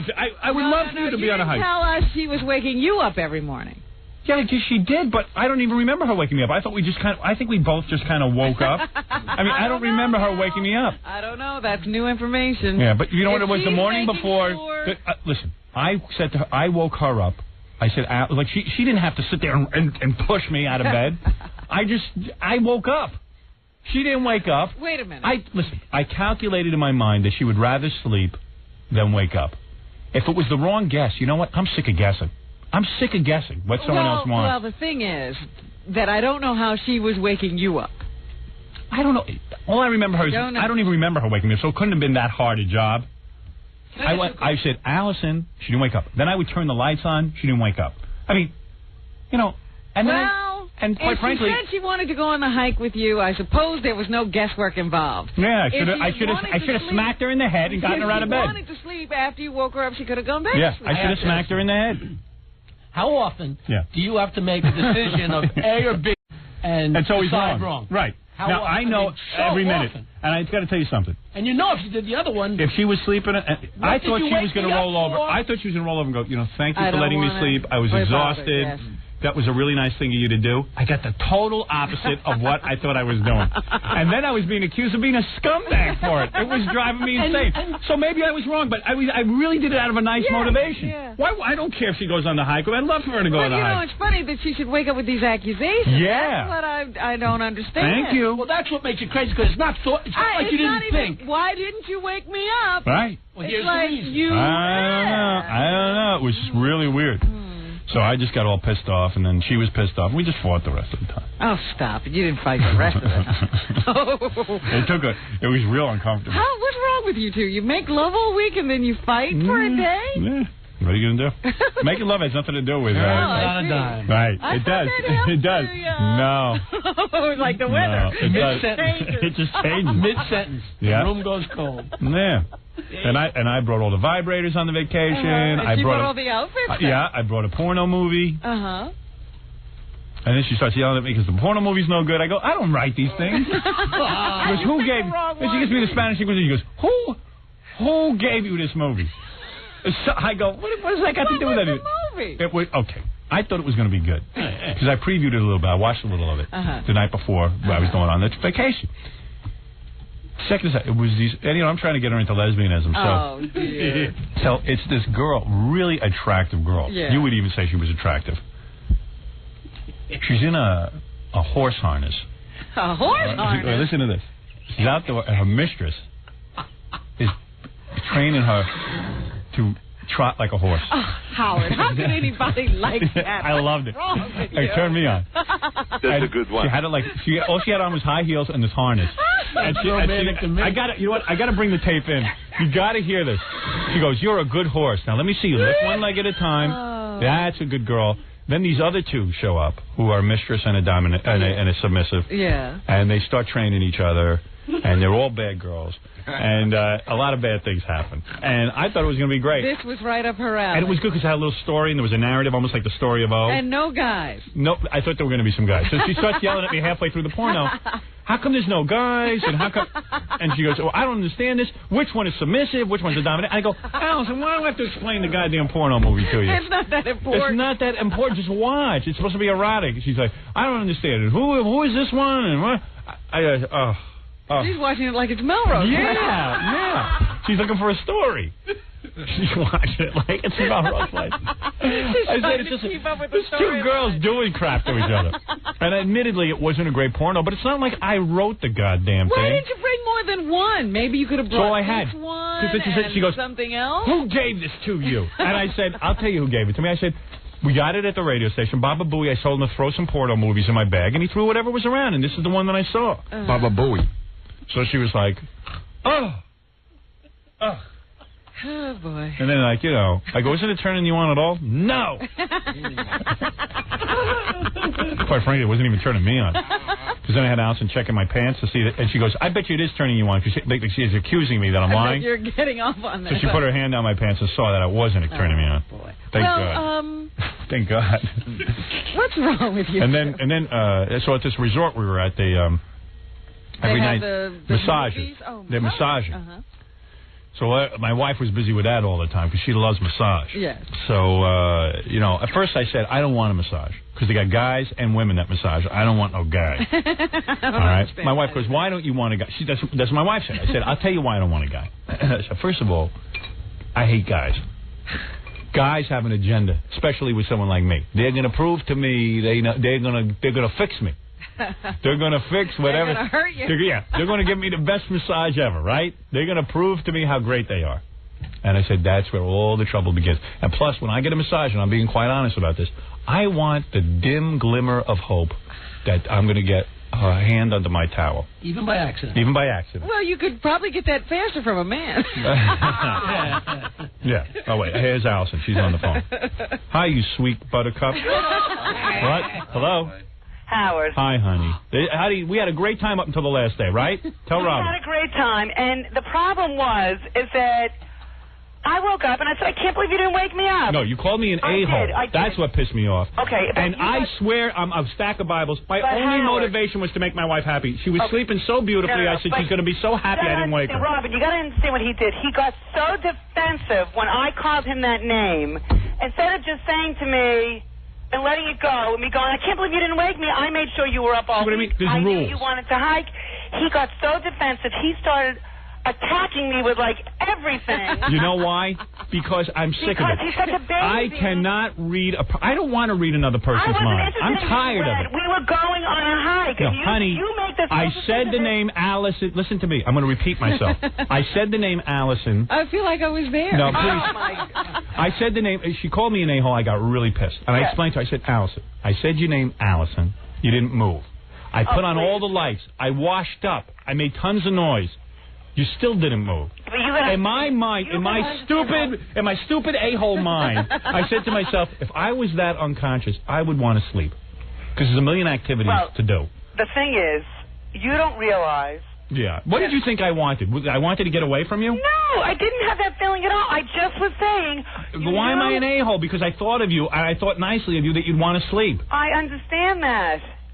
And that was very nice. I wanted to go hiking. I wanted to be woken up. That was the plan all week. But what if I had it woken up? We would both want to woken up. Can I ask a question? Yeah. Was there any discussion the night before? Yes. The night before, she said to me, I want to hike with you. Yeah. Now, understand what happened. I said, Allison. It wasn't like I want to hike with you, Howard. I want to hike. I understand all that. Now, listen to me. No, listen to me. We're going hiking. Right. And I said So to myself. he's deciding. Okay, so it was the wrong decision. Why am I an a-hole? Because all I cared about was I saw you were dead tired. I didn't know what time you went to bed because I went to bed before you. Because after I orgasmed, I fell asleep, and you said you were going to stay up for a while. So I assumed you were so out of it after I said the name Allison, and I washed up. Assumptions. Well, you want to know something? The next time, I'm going to smack you in the head with a frying pan and wake you up. Fine. Then you're going to be up to hike.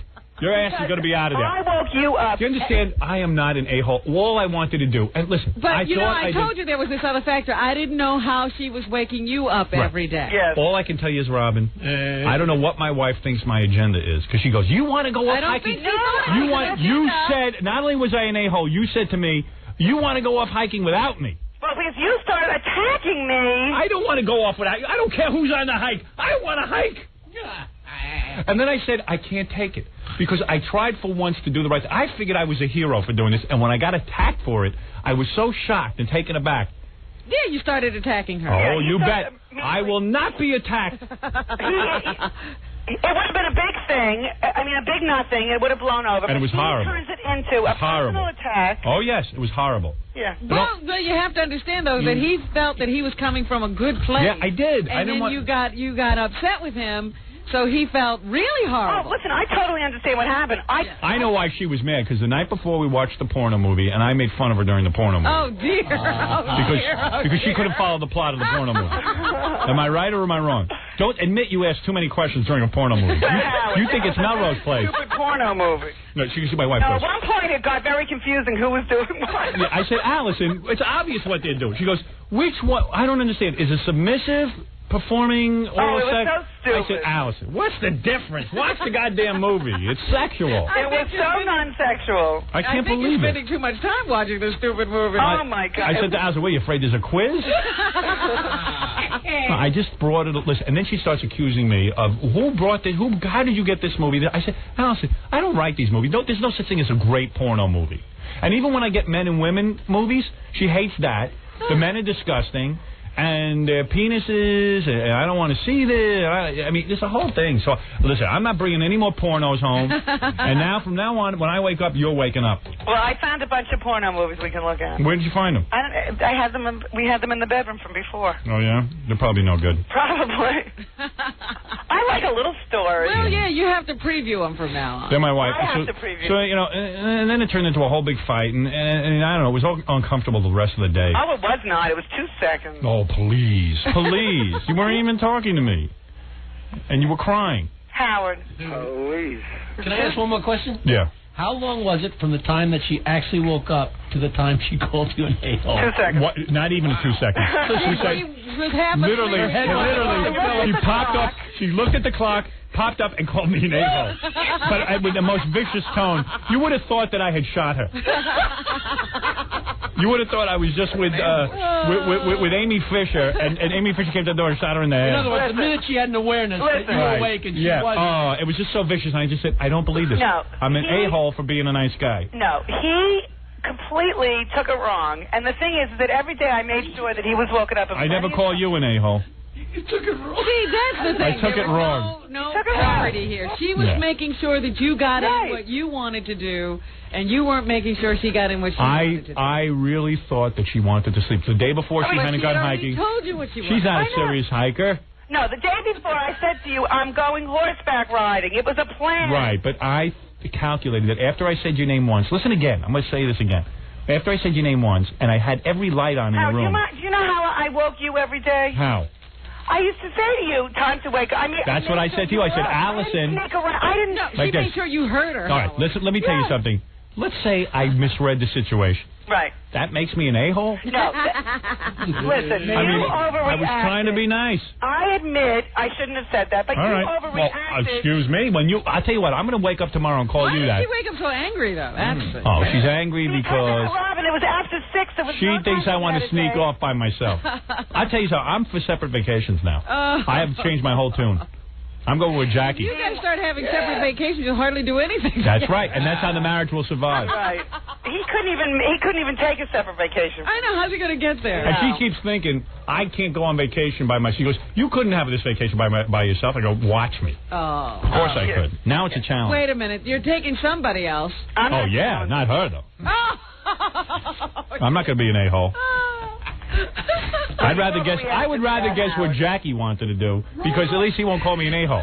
He'll be looser about it. Oh, hey, Jackie, I went on the hike. Okay. Oh, I wish I could have gone. Go back. Look, Jackie's not going to get up and take a hike with you. I wish you would have welcomed me. He wants to go on the hike. You overreacted. You nothing just goes easy with you. You overreact to everything. Mm-hmm. All right. Sure.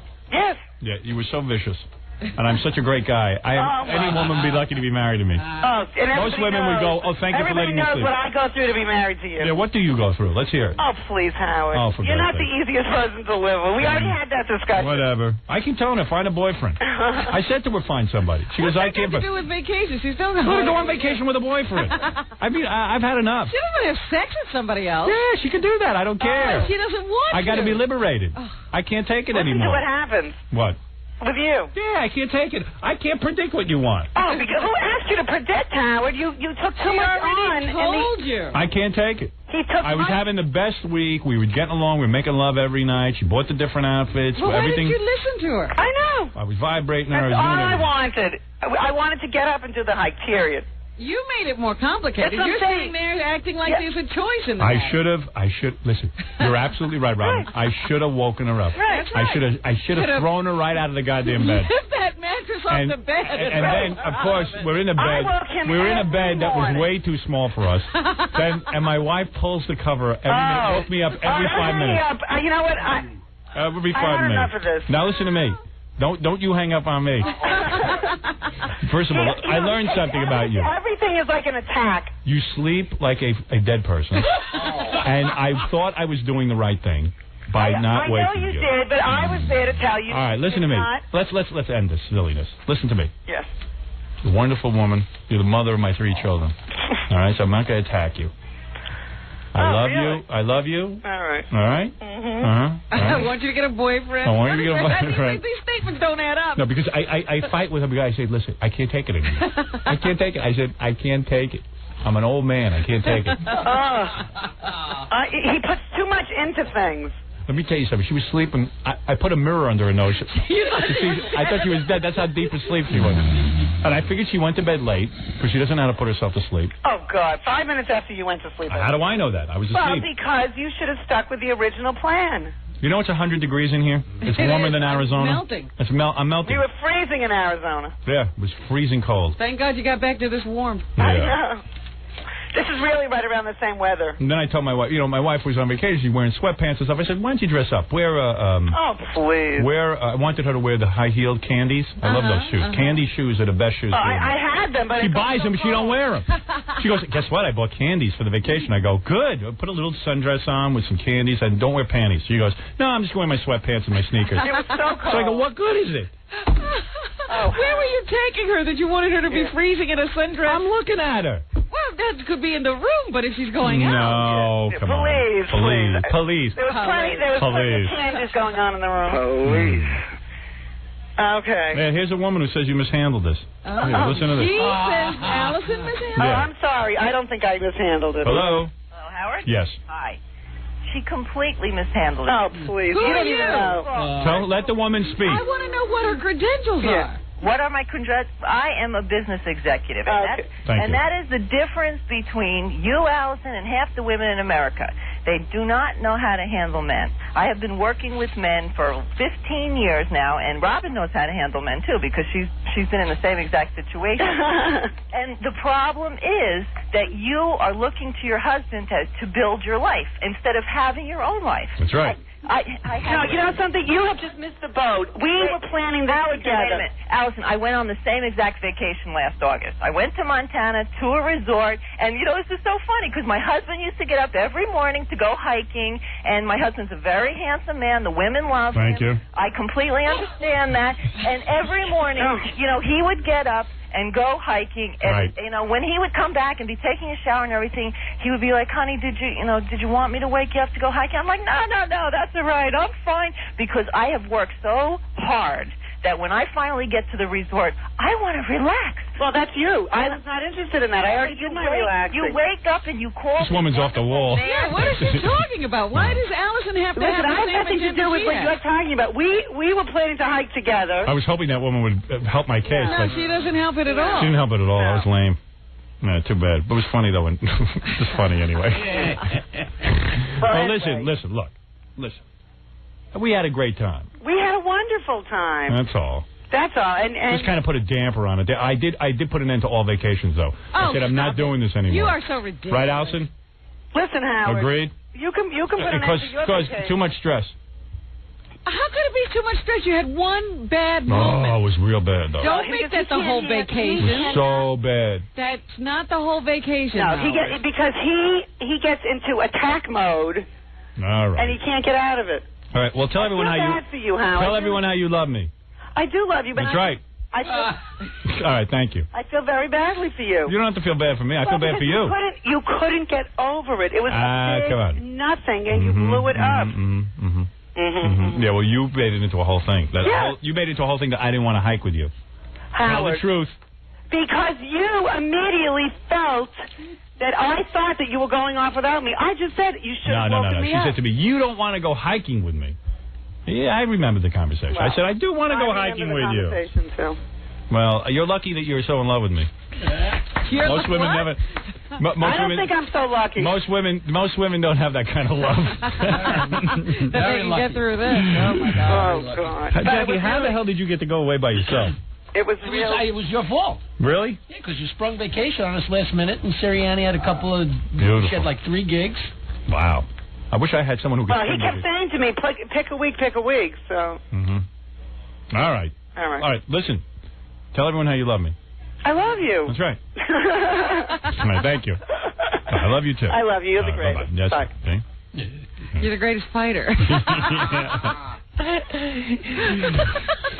I tell you, I was so woozy from this fight and the crying and the screaming. How could you be crying? What did you say to make her cry? Oh, I'm not even telling you the stuff I said. Oh, it sucks when the fight is in the beginning of the day. And then the whole, and then the fight hike, at night, you can. and then even like she wasn't hardly talking to me. I wonder, why would you fight? Because let me tell you something. You've been away for a week. You're relaxed. Please. Why? Not to fight. You're fighting with every bite, with Right. every step. Well, you think because that's why I said you're going away. I said, what is the point of going on vacation with the same person you live with for 20 years? There's no vacation. You're looking to get away from everybody. Oh dear. Like I know guys whose wives let them go away for a week to sort of. Whose wives let them go away? Yeah. They understand that the guy needs a break. But what is this let? Yeah, exactly. Let. See, that's what I never understand about That's why what you're not married. up to. If you It's and you're telling me you're thinking about getting, you would get married one day. I said if I found the right person, Right. but there would never be any let. Right. Better be dead. You would just leave. I'd go wherever I want to go. Right. Yeah, that'll work. That'll work. Imagine I went home and go, I'm leaving for Amsterdam for the week. Oh, yeah? Why? No, what about me? You don't say it like that. What do you say? You say, I got a week off. I'm thinking of going to Amsterdam. Yeah. You? And then what if you're... You and I wouldn't want to be you. And I'm going myself. I want to get away. I need some time. Right. Wow. Yeah. You think that would work, huh? I don't know, but that's what I do. Never happened for me. That sounds good on paper. Yeah. Look, I simply don't understand. Again, I hear what you're saying very clearly when you say, I don't know what this person wants. See, I'm 43. I've never been on a vacation myself. I know. I would like to do that. That's a pitiful thing. Anyway. But yeah, that was my vacation. Whole idea that you don't know whether to wake her up or not wake her up and what's the right thing to do. And then I always do the wrong You should just thing. be able to go. I agree with you. I'm with you. And that person's responsibility to get up is their own Yeah, well, whatever. situation. Sounds good on paper again, but... No. The point is, that's the absolute truth. You guys have bought into some kind of crazy thing. Yeah. I agree with her. I'm with you. You bought into a crazy thing. I'm with you. Preaching to the converted over here. Thank you. Somebody else's mind. Right. Thank you. That's what I've been saying. I didn't know what I bought into. Sharing a brain. All right? I didn't know. Because I got exhausted from it. I went... But why wouldn't you at some point say, this is a stupid thing we bought into? Yeah. I can't read your mind. Right. If you want to get up and hike, get up and hike. Anyway, that was my Don't talk to vacation. me. I would have been out the door as she was saying a-hole. Right. Yeah, that would have been cool. See, I should have just walked out. That would have been the way to handle it. Yeah. Oh, man. So that was my vacation. And that was my vacation. That's a funny one. Yeah. No one's got me beat. So, let me take a break from everything. And maybe I'll be back, maybe I won't. I'll take a break. and then... You'll try to do it again. I'll try and do it again, right after this. You're listening to The Howard Stern Show. More after this. Listen to The Howard Stern Show.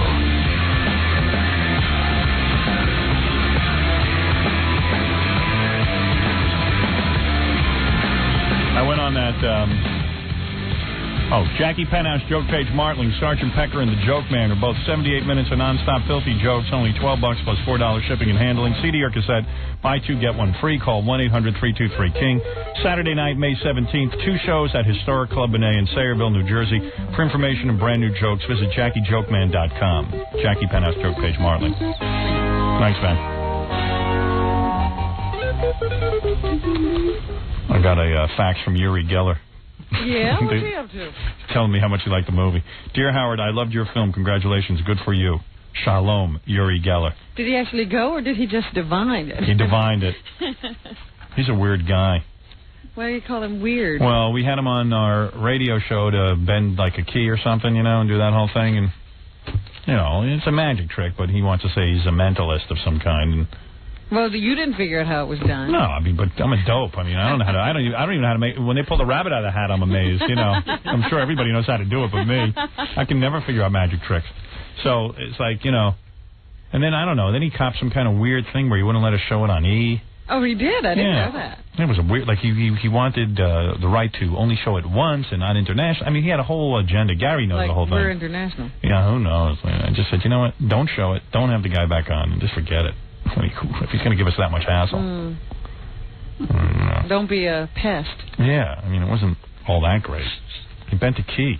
And he's been doing that for the last 50 years. Yeah, who cares? Get a new trick. Yeah, exactly. I went on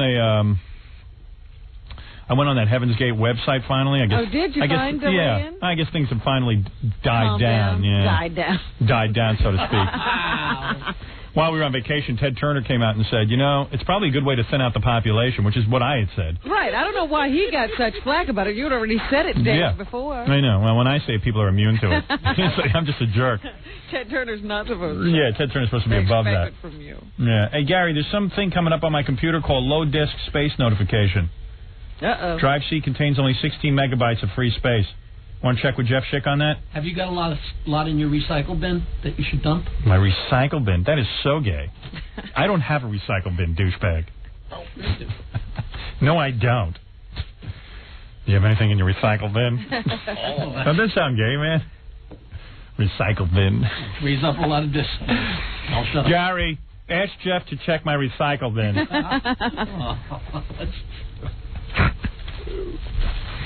Working on it. Thank you, bro. Take your time. Don't want to overload you. Baba Booey. So I went on that Heaven's Gate page. Mm-hmm. Boy, for a bunch of computer geeks who were supposed to be so good at it, what a crummy-looking web page. Really? Yeah, they had one kind of cool graphic that said Heaven's Gate, the one that you see on TV all the time, Heaven's Gate. But other than that, it was real boring and dull. Yeah, I'm reading all this stuff about how, cheaply they worked. You know, they were talking about how, like, they charge like a third of what most people who do that kind of stuff charge. Yeah, well, look at it. You get what you pay for. I'm just telling you what they said. I never saw it. Yeah. I'm into this whole push technology. Have you gotten into that? What's that? That's, now, they feed you stuff right off the internet. Like, when my screensaver goes on, I just get, like, headlines and stuff like that. It just pushes itself. Yeah? Yeah, it's pretty cool. You can just download it off the internet. Push technology. It's the new big thing. Some people are disturbed by it because they go, well, then... They can invade you. They can invade you. And I'm like, I got nothing to invade anyway. I got a bunch of dopey jokes. They won't have much, huh? Yeah. They get what you got. Invade whatever you want. I'm not I'm not... Take me over. Yeah, I'm not the president of the United States. You take what you want. You can screw with me. Low disk space notification, recycle bin. So, you're talking about... You know what? We were talking about the fact that those guys had castrated themselves. Yeah. And although they said on the news that the castration job was pretty good because otherwise they would have like bled to death and stuff. They said like whoever did it like was a professional. Yeah, they probably they got some other kook who could do castrations. Now, I want to meet the guy. Don't you think it was like a doctor who castrated them? Yeah, but he had to be a kooky doctor, don't you think? Who would do that? Who'd want to be involved in that? You know, people going up and saying, "Yes, please castrate me." All right. So I said candies were the sexiest shoes. I've always thought so. There's an ad. I think this is really a sexy ad. It's Jenny McCarthy sitting on a toilet bowl. That's the one that a lot of people wouldn't take. With her panties down, and she's wearing a pair of candies. Those are sexy goddamn shoes. Look at that. Like women on toilet bowls, though. Yeah, but when they look like that, I do. You don't care where they are. I just find it unbelievably compelling that I can't stop looking at it. Because I said to Baba Booey, he goes, "What do you think of that ad?" I go, "I think it's the sexiest thing I've ever seen." And he goes, Baba Booey. "Well, I don't. But strangely enough, I find myself staring at it, so maybe it is."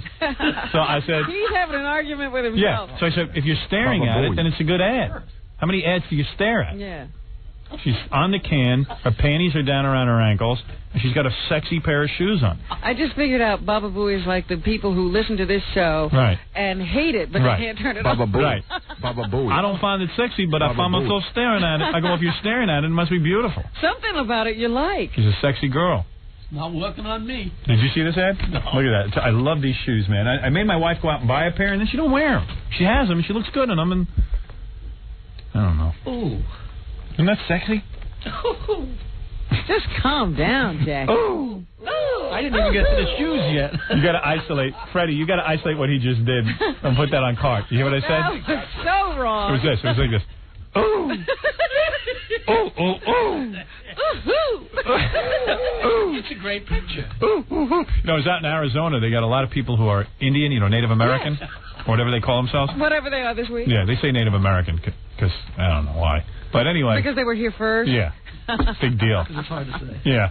So anyway, they make a weird sound when they're excited. They go, yeah? Woo-hoo. Really? Yeah, they do. Woo-hoo. Yeah. Yeah, I noticed that. I never noticed that. Woo-woo. They go. They have a thing they do. I don't know. Just put Jackie kind of sounds like a Native American. Woo! Woo! Woo! Woo! Woo! Woo! Want to hear a tape of Gary at Extreme Fighting? Yes. And then I want to talk about... I'll tell you what I heard about your Jeopardy thing. Okay.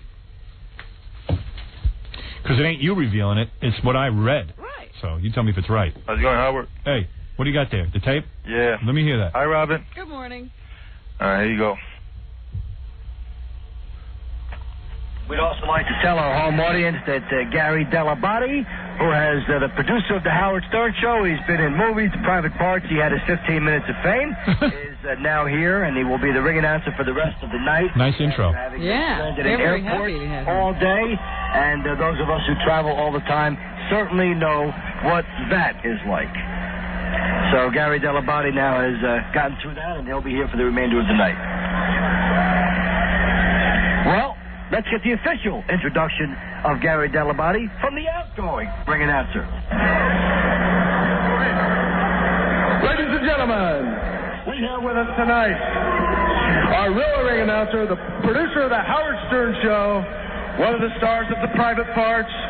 He was stuck in a plane on the way here to Des Moines, Iowa from New York. We have with us Gary Dell'Abate.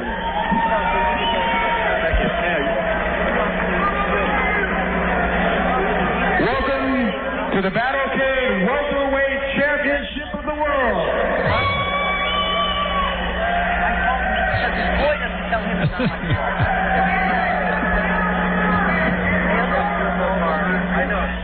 You look confused. Yeah. And this is the welterweight matchup, Kenny Monday and That was John it? Lewis. That was all Gary said. That's it? And John Lewis. That's all he said, I think. What do you get paid for that? I guess, what he got paid for is to, of course, mention it on the air, that is. He mentioned the second fight, the last fight, too. Yeah. That was it? No, that's more. He said he's making another speech later on. Welcome to Extreme Fighting. That's not what happened, and you know that. What do you mean? Welcome to the welcome to the welterweight bout of the night. And that's what you said? Well, just to introduce that bout, and then I came back and I introduced the fighters. So all you have to say is that one sentence? No. What did I just say? I introduced that sentence, and then I introduced the fighters. Well, how come I don't hear that? I don't know why they got. I fast forward in that part. It sounded like somebody else was talking. Somebody else sounded like... You fast-forwarded through Gary? Why would you... Well, I got the beginning. when he came out. Oh, please. Goodbye. Howard, that was the beginning. That was the first thing I said. And then they wait a couple of minutes. Then the fighters came in. I heard the announcer talk. Okay, I'm going to that part. I got a videotape here. All right. They had me come out and say that. Welcome to the welterweight fight. No, and then the fighters come out and introduce them. You know, one of your eyes is closed. And he keeps saying there's nothing wrong with it. Well, it doesn't feel like there's anything wrong with it. Go to a doctor. Nothing wrong with it. You're on my left. Making me twitch. Twitch? You say the word twitch? Twitch. Sounded funny. Okay, here we go. Go ahead. I got him here. Okay, here we go. Let's get the introductions now. Ladies and gentlemen, this is our Battlecade Welterweight Championship fight. From Las Vegas, Nevada, the founder of Jimmy Steck Jiu-Jitsu and undefeated in no-holds-barred competition with a record of 7 wins, 0 losses, and 3 ties. He is 29 years old, standing 5 feet, 11 inches tall, weighing in tonight at So what, are you reading this off a card? Yeah. 79 pounds, John Lewis. And maybe he'll be like, let's get ready to rumble. Maybe That's what he's going for. I think he's kind of trying to do that. Yeah. Hey, I spoke to his brother, by the way. Yeah. They've successfully sued 3 people for using Let's Get Ready to Rumble. Really? Yep, and they'll go after anybody who uses it. He was telling me about it. He was telling me a couple of lawsuits because he wanted us to know. Really? But some movie companies used it in their ads. Yeah. And some other stuff. He has that. He owns those words. He owns it. Wow. That's pretty boring listening to you do the now. Yeah, I mean, it's okay. It's better listening to stories about how you were late. Yeah, and if any of them were true, it would have been a lot funnier. You were late, though. No, I was late. Right. But I didn't say, welcome to Extreme Fighting. I said, welcome to this welterweight battle. We used to have to do dumb stuff like that, but now Gary gets to do it. Yeah. It's a good thing about having, like, a producer. Well, they must have paid you a lot for that. They did. Yeah, because you announced it on the radio. It was free ads for them. Right. No, they paid me a lot. Remember I showed you, I asked you about it, and you said, how much are they going to pay you? And I showed you the figure, and you said I had to do it. Yeah. I should go. I'll go do it if you don't. It's a lot of money. You should have had the guy in the plane let you do the announcements on the plane, let you warm up. Why couldn't he phone it in? Yeah. We're over St. Louis. So anyway, so here's what I heard about your Jeopardy appearance. Yes. Okay. I heard that your opponents were that guy Rob Schneider from Rob Schneider. Rob Schneider. Schneider from Saturday Night Live. And what's his new show? Men Behaving Badly. Right. And Mark McEwen, the CBS weatherman. Yes. Who used to be a disc jockey at the same station I worked at in Detroit. Right. I didn't know that. He told me that. Yeah.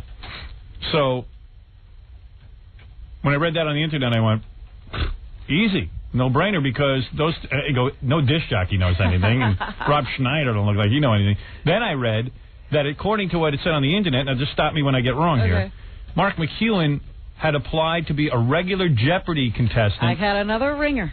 And, He applied to be a regular Jeopardy contestant, on regular Jeopardy, and passed the test. And passed the test. Right. So the guy's obviously very, very good. He is a Jeopardy fanatic. Oh, vey. Yeah. See, now I predicted you would have celebrities like Rob Schneider. I was supposed to be on with Rob Schneider and a girl from Baywatch, right? And what happened to the girl from Baywatch? Oh, no, that's who I'm planning on. Yeah. And then I get there and Mark McEwen, Mr. Jeopardy Yeah, is I mean, come on. First of all, to put a guy who has passed the regular Jeopardy test right. on Celebrity Jeopardy, of course he's going to win. So he won, I heard. Of course. And he won, like... the score wasn't too embarrassing, though. Like, Rob Schneider had 0, I heard. Did he have 0? Well, he was having trouble. He couldn't answer, like, one question. Trouble with the buzzer or trouble with the question? No, I had trouble with the buzzer. That buzzer is more trouble than we might know. I've always heard that like, you... What you have to do is, first of all, you have to wait... Until the question is read. Until the test question is read completely by Alec. But it's not when Alex, when he stops speaking is not the time to buzz in. Then they put these lights on either side of the board. And until you see those lights, you cannot buzz in. And if you do buzz in before that, there's a half-second lockout. Oh. And then... That's bull. And then you have to keep doing this, or you may not get, it's a real... Because I always see people on Jeopardy, like, smashing into that little button. Yeah. That's why you have to keep doing that, because they have this staggered so that everybody starts buzzing in at the same time, and then you're trying to Can I say something? get in between somebody else's beat. You should be allowed to buzz in as soon as you want to buzz in. I'll tell you why. It used to be like that. It should always be like that. At least it should be when the guy finishes talking, not some lights or something. Yeah, because you're busy studying the question. Yeah. So anyway, a lot of times you were pressing the button and you got locked out? Yeah. Where are you? I dropped a bunch of stuff. You'd start... You know the answer. I mean, the first thing is you got to get the answer in your head. Right. Then I got to press this buzzer, and then you realize the lights haven't come on yet. Now the lights are on. Then you got to start trying to buzz in after you've already been locked out for a while, and the other guys get in. So Rob Schneider really sucked. I read that he had his score was 0. Well, he had something to play in Final Jeopardy.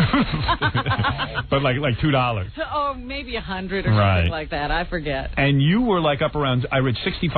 That was what I had for your Final Jeopardy. And Mark McEwen had about 11,000. Yeah, but you could have won statistically if you bet it all.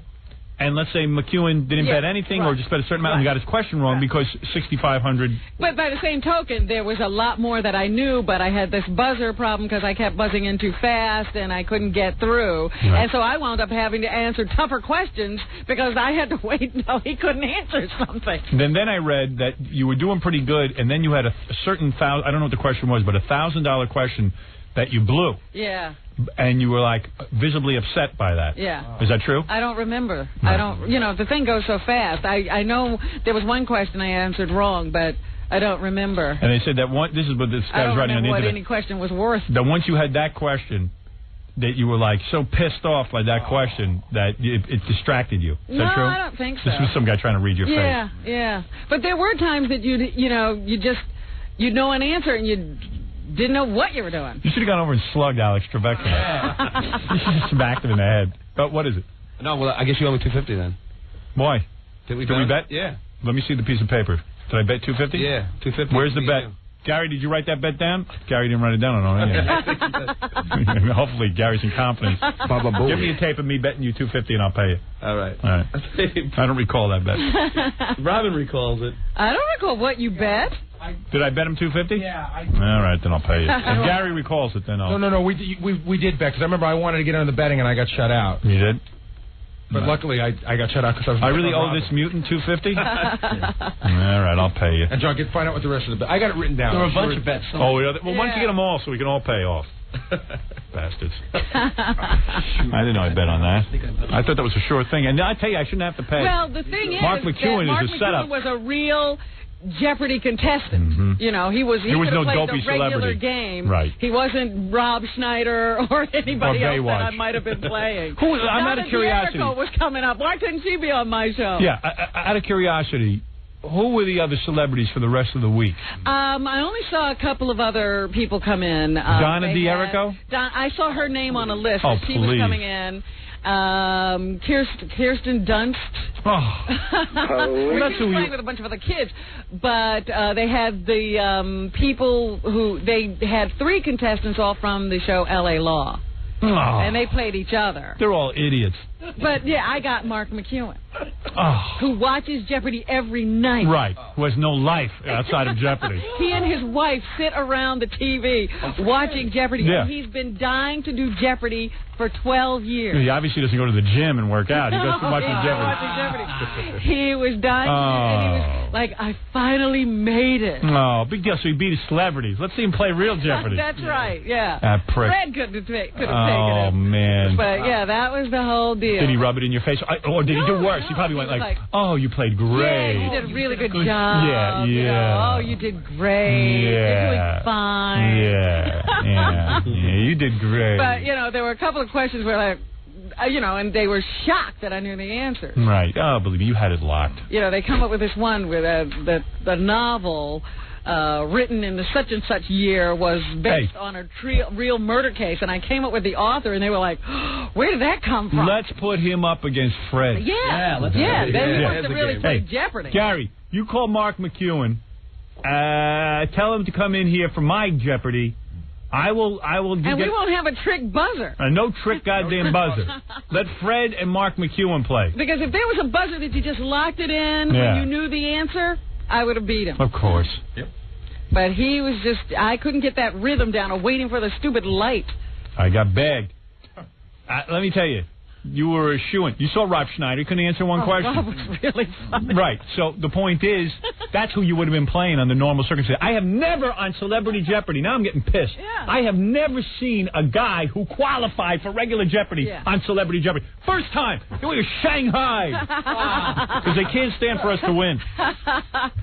I knew you shouldn't have gone on that dopey show. Alex Trebek. And did you ever meet a guy with less personality? What a moron. Alex is actually, he's very sweet. No, he's a smart, he's a smart guy. I know he's like a Mensa guy. Yeah. He's a smart guy.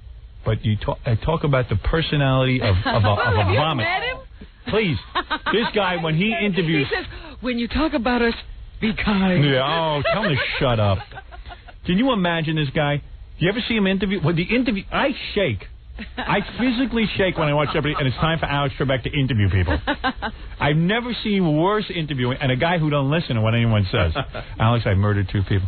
Oh! Very nice. Very now, nice. Let's go back to the game. It's time to get our players are anxious to get to Double Jeopardy. That goddamn game. I've talked to rocks in Arizona with more personality than Alex Trebek. I'd rather be interviewed by a stone. Well, he's a very nice stone. Is he? Nice guy. Well, yeah, what's not to be nice? He hosts that dopey show, he makes millions of dollars. 2 days a week. Yeah, and he's got a wife who's like a beauty contestant. Yes, and somebody told me once that he complains about his commute. Oh. Because he has to come to work 2 days. Oh, that's awful. Can't they helicopter him in like Geraldo? That bitch. What a little bitch complaining. He has to commute. So move closer, you dummy. Mr. Mensa. Bastards put on Mark McEwen. Gary, issue a challenge. Mark McEwen and Fred. One-on-one, mano a mano. Or you want to even put Robin, too. Put Robin in there. I'll bet she could beat him with a real buzzer. With a different buzzer. Right. You don't want to play him again, do you? Sure, I'd play him again. I swear to God. How close was it, There was not a problem with the knowledge. I'll tell you how close it was. She had 6,500. He had 11,000. Yeah. So in Final Jeopardy, if he had gotten it wrong and she had gotten it right, she would have won. And I totally blew Final Jeopardy because I didn't understand the answer at all. What was the category? It was mountains. Mountains? You got 2 beautiful mountains on your chest. There was nothing about them. What was the question? It was something like the place where Danny Kaye, Alan King... Don't blurt it out. And... The Catskill Mountains. Yeah, but it didn't make any sense. I got it. What do I knew about Danny Kaye? God damn it! Where was I? How much did Mark bet at the end? He bet, whatever, $1 less than all he had. Right. Yeah. Wow. Well, you obviously bet all, right? At the end. Yeah. You didn't whip out and do like $1, No, hoping he would do. no. Yeah, right. So you had 0 at the end? Yeah. So what was his score? Well, of course she had 0. She had to bet it all, you dummy. I know she did. I'm just... Oh, for Christ's sake. How much do I owe you? You owe John $200. Oh, 200. Oh, look at the little weasel. You owe Jackie. I thought it was $250. I owe Jackie $250? And Fred owes Jackie $250. What? And Fred owes Jackie $250. Ooh. So Jackie made $500. Wow. It's about time you Well, came back. congratulations, Jackie. Hey. I hate paying Thank you, Jackie. Robin. Congratulations. Hey, I've been handing you money for a the month Child now. Abuse Prevention Program and to Jackie. Oh, did you end up giving them money? Well, yeah, they still get $10,000. That's why I did. I hope Rob Schneider got the real money to keep for himself because he embarrassed himself. He was so upset. He said, this is going to be such a humiliation. My mother's a school teacher. Oh, please. Here's your 200, you hairy freak. There you go. And what do I owe Martling? $250. Oh, shut up. Bastards.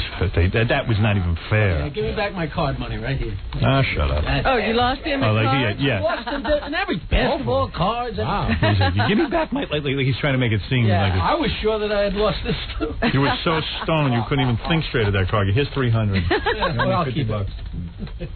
You might as well give it back to me because you'll lose it in the next thing we do. Actually, Mark McEwen's publicist called last week before they played and said that Mark is going to try to call in this morning. No. And then, but he can't. He can't come here between 7 and 9. Oh, no, pussy. Well, so come in here at 9. Yeah, he'll come in at 9:30. Tell him to come in. I don't care if he come in at noon. I'll stay here. I'll tape it and I'll play it the next morning, just like Here's Jeopardy. a bet we should have, Howard. What? What is it? Mark against Fred. Let me think. Fred will wipe him out. Did you say my He's part? not. He didn't know. It wasn't like he was that brilliant. Yeah. Yeah, right. You also got locked out of a lot of things. But the questions weren't that tough. Danny Kaye, Alan King, Alan King, and I forget who the third one was. But none of it made any sense to me. What did they have in common? Catskill Mountains. All comedians. The Catskills. But Robin don't know from the Catskills. Danny Kaye? All I know is from his stupid movies. Danny Kaye.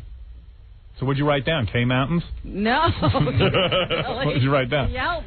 Because I did some stupid movie where he was wearing lederhosen. Lederhosen, right. Yeah, well, how do you figure Alan King? I don't know. Unfortunately, for the rest of the country, without our explanation, it's going to look bad. Right. Yeah.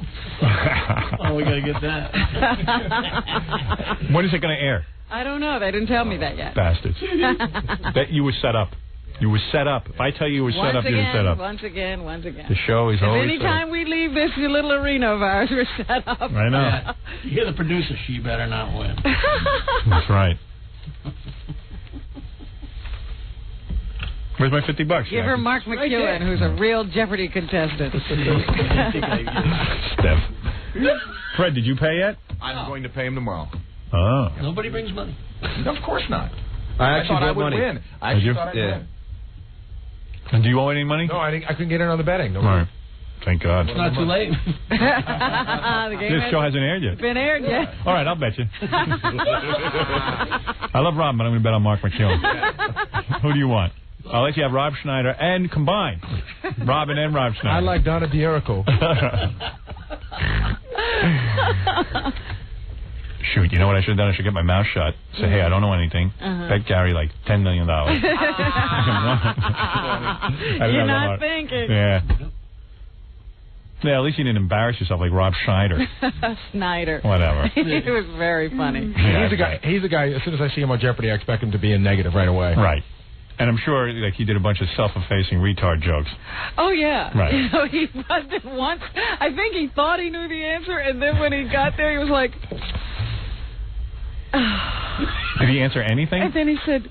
and Alex, had read the question. He goes, my friend Todd Schwartz?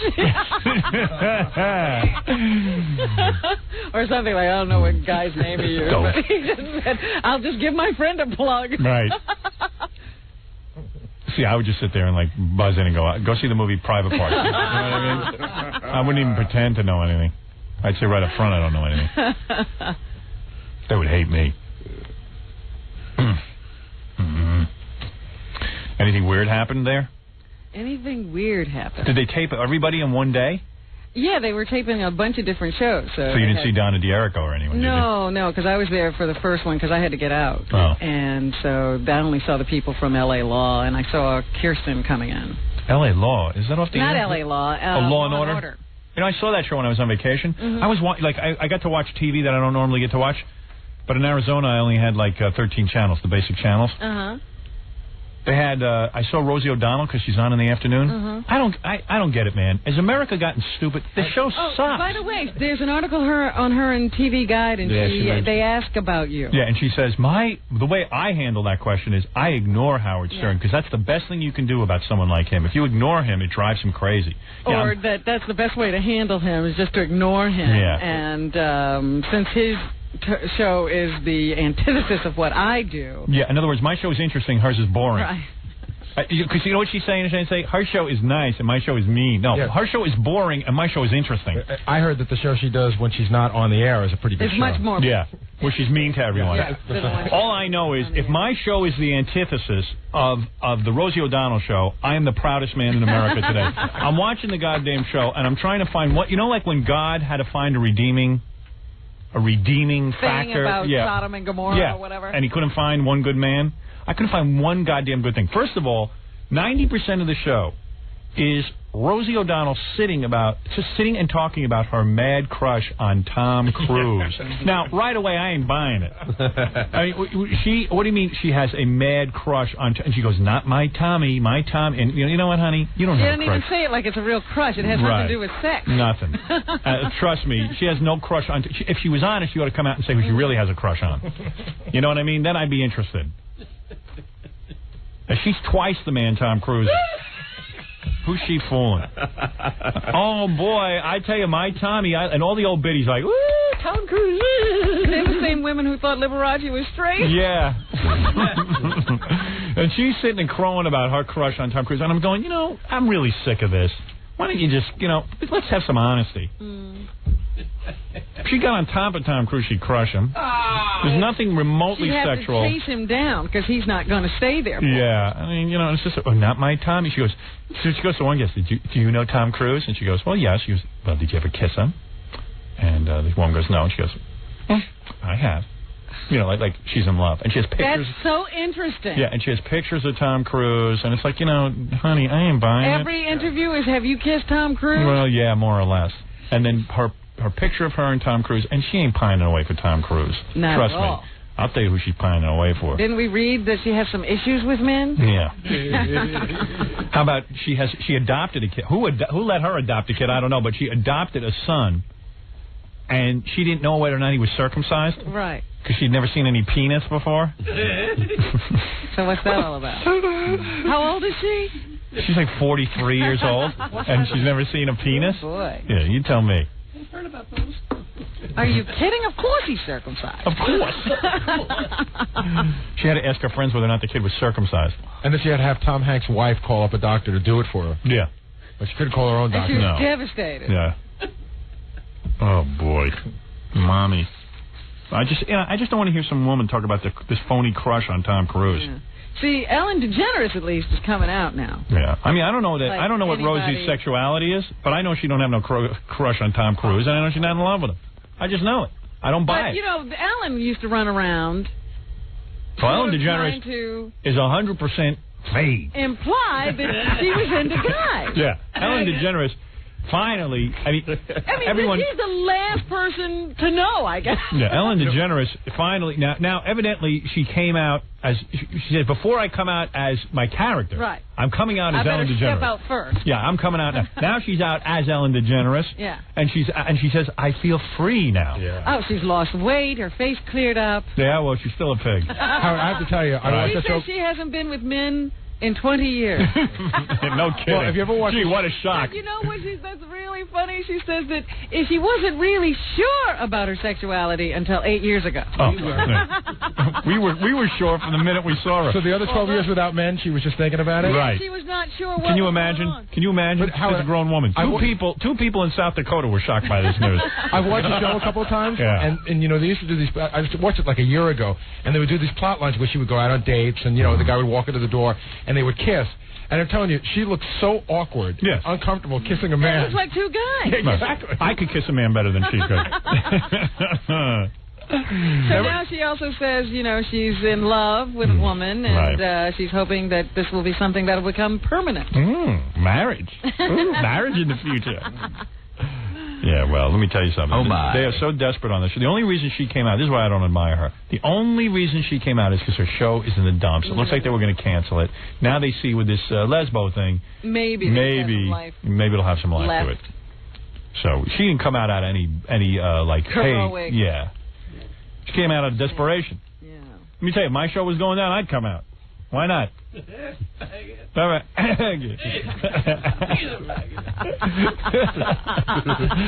So you're coming out now. Dude, I'm going to come out. I don't need to come out. I got ratings. Tune in, he's queer. Yeah, that's the way the ad should read on the show. Tune in, she's gay as a $3 bill. She's a bulldog. Bulldog. She'll be on top this week. And you know, people are tuning in thinking they're going to see something great. Yeah. It's going to be the same crap show, except instead of dating a guy, she'll date a girl. But there won't be any kissing. Yeah, they can't kiss. No. They'll never touch each other. No. Yeah, like if she could They'll hug. But even if she would make out with another girl, I'm not sure that I'd want to watch it on a regular basis. I would. I might tune in. Yeah, I might tune in. Because she'd probably get some hot girls. I tune in. What if it were her and Katie Lang making out? Would you want to watch that? No, but if it was her and, like, Jennifer Aniston, I'd watch that. But, yeah. Well, she's going to have Laura Dern as her love interest. No, who cares? Oh, yeah. How dare you? Laura Dern don't do it for me. Oh, she's cute. She's all right. Jeff Goldblum fouled her. Oh, you don't like Jeff Goldblum? He's all right. I just don't want to think about him on top of somebody. Oh, God, I'd like to. Really? You think he's hot? Oh. That's it. I'm getting a nose job. Well. Oh, my goodness. I hear like they're going to have an episode where Ellen's on the toilet bowl. Ellen DeGeneres. She's like she's going to the bathroom, and Jenny McCarthy sucks her feet. Yeah. Oh, when is that on? I'm going to tune in for that. Yeah, would you watch that? And she's wearing candy. Yeah, wearing candy. I'm seeing that now. Yeah. Cool. Now I don't know what's going to be. Also, that was your vacation. You went out to California. Yeah, and on the way back on the plane, I was on, one of those Los Angeles celebrity flights. Yeah, who was on? Tyra, who was on the cover of Sports Illustrated. Tyra Banks. Tyra Banks was on the plane. She's cute.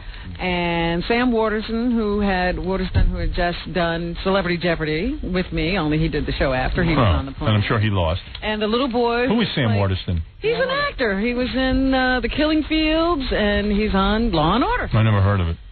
You heard of Killing Fields? Never saw it. Oh, you did? Who was in that? That's that Hang S. Norton. Oh, I saw that.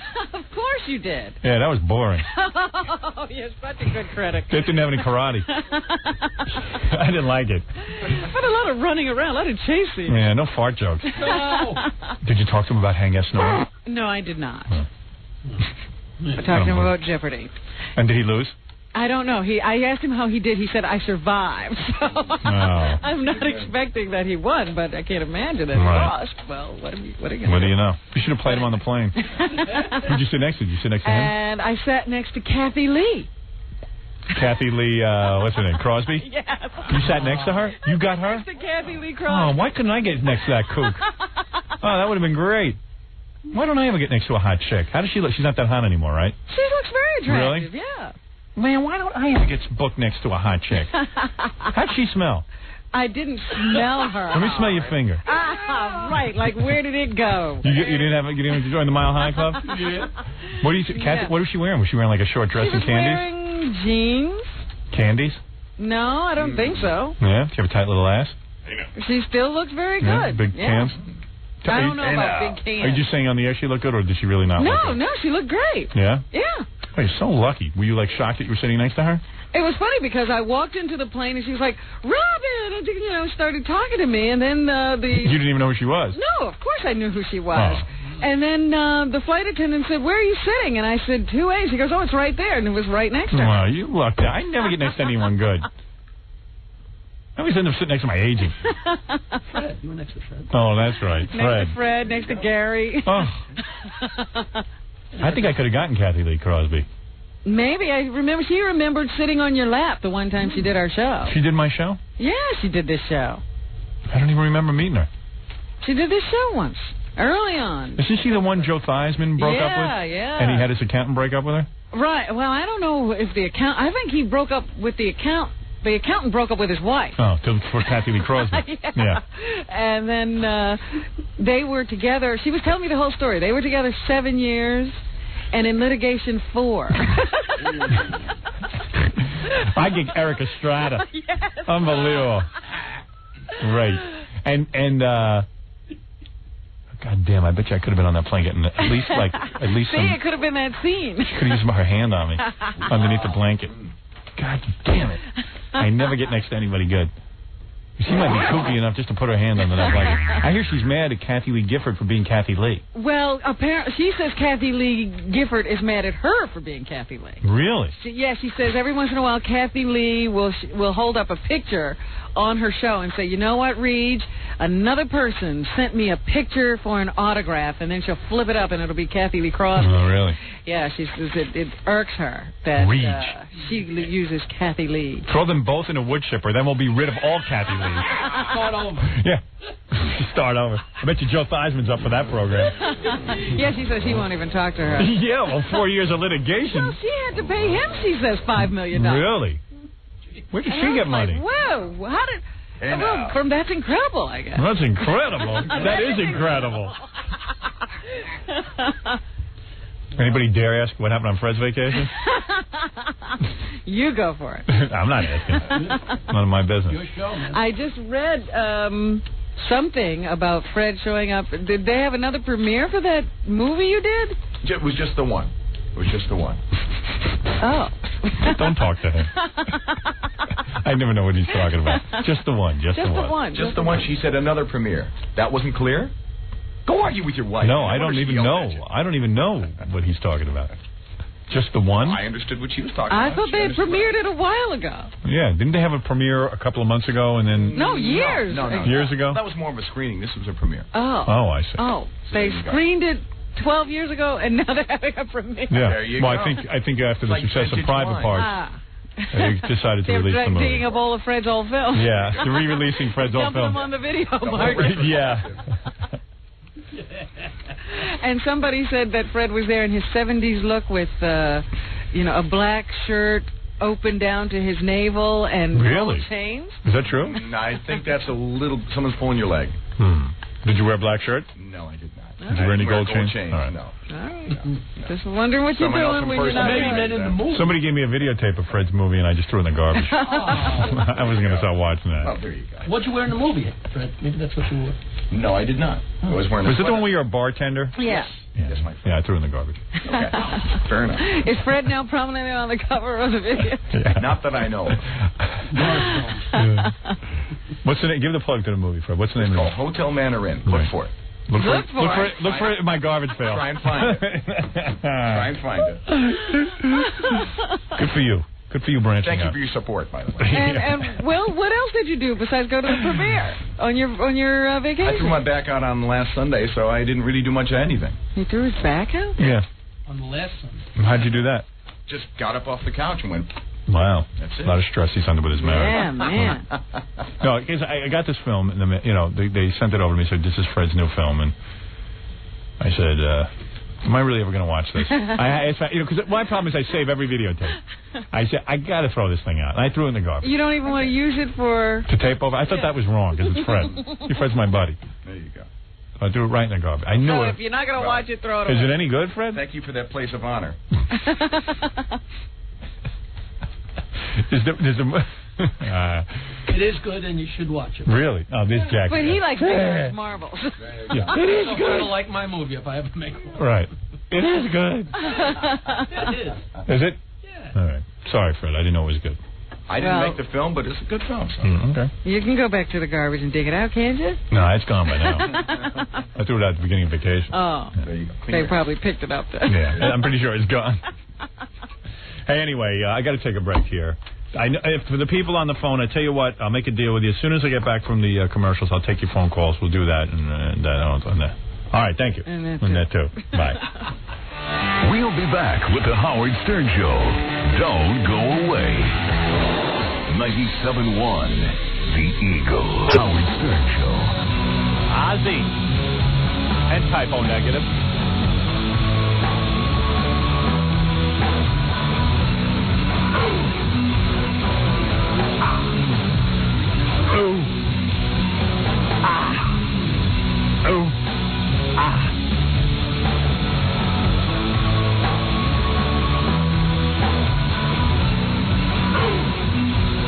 When I was on vacation, I I met this aerobics instructor, and she was playing me this aerobics music that they take like regular songs and they make disco versions of them. It's pretty funny. Speed them up. Like, you know that song, What If God Was One of Us? Uh-huh. But some guy made it so that like they could teach aerobics classes through. So it's like, and just like, and she started like dancing for me. I said, hey, let me see you dance. And she was like, she was really good. I said, I bet you were a cheerleader. What? I was in my gym the other day and I was doing that to the new Sheryl Crow song. Every day is a winding road. Yeah, they had that. It's got a disco beat. Yeah. I was kind of getting into it. Really? Well, That's because that girl was dancing. Yeah. Yeah. I mean, yeah. Because every time I tell them to take that off when I'm in the gym. Really? I hate that. It's different when the chick dances for you. Oh, I see. She was really cute. And, hey, this guy's one of the masseuses. He says he's one of the massage guys. At this place I went to, they had like 30 massages. So like, my wife would be booked up in massages all day. Mm-hmm. Hey, you're one of the masseuses at the place I just was? See, he was. Chigoo. Fa-fa-fooey? Fooey. I knew it was too good to be true because he told Gary he was a masseuse there, and Allison was complaining about being married to me. Oh dear. Because I thought the only thing was she did have a massage for some guy. Oh, did she? Yeah. They asked me. They said they were going to give me a guy to massage me. I went, you couldn't no ask way. for a woman? Yeah, I did. I said, I'm not going with no guy. When I got there, they said, you got to do the massages. You got to do the massages. And I just went, I don't want to do a massage. I want to check it out first, make sure I can get a girl. I don't want any guy touching me, period. I don't want to be massaged by a guy. And it's not for the reason you think. I mean, yeah, some of it's like homophobia. Like, I just don't want to, like, what if I'm laying there and I get an arousal, you know? Yes, sir. No, but you know what I mean? I don't want to be touched by a guy. And also, I think guys are jerks, and they always have an agenda with me. They're always going to teach me a lesson or show me. This is prejudicial thought. Yes. Because you don't know that every guy will do this. Never been massaged by a guy, but I just know guys. And I'm telling you know, Robin, like when we go and like we just go somewhere and there are guys, like even at a bar or something, they're always going to teach me some lesson. Even if they're like fans, they're going to show me they're the best at their job. Yeah. I don't want to be worked over. So I said to my wife, no goddamn guy is going to massage me.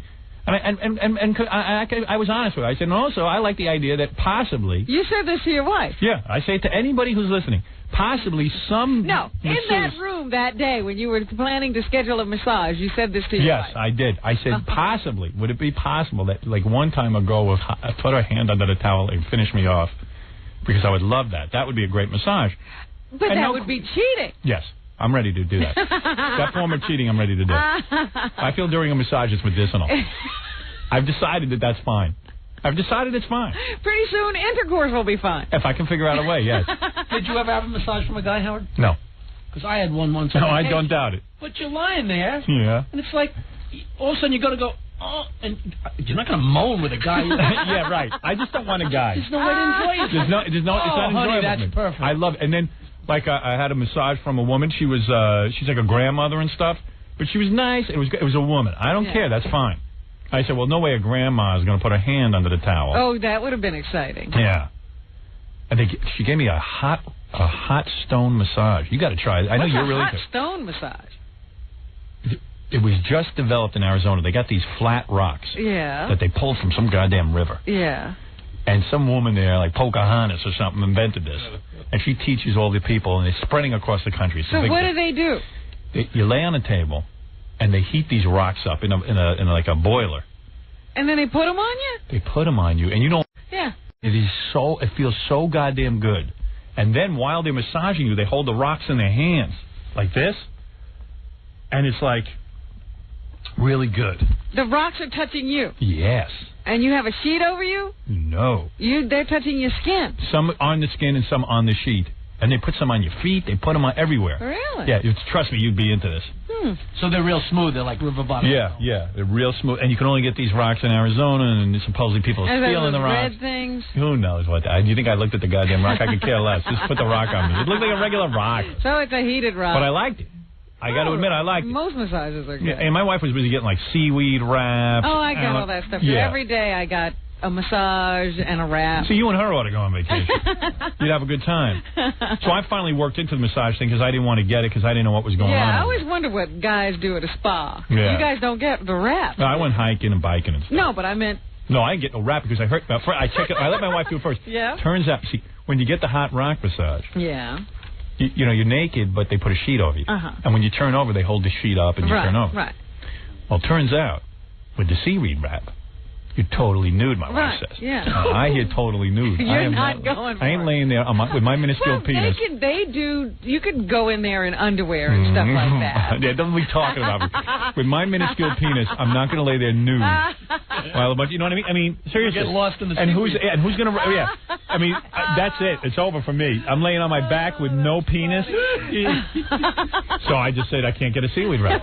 I would have tried it if I didn't have to be nude. Oh, you're or I could be wrapped around my penis area by myself.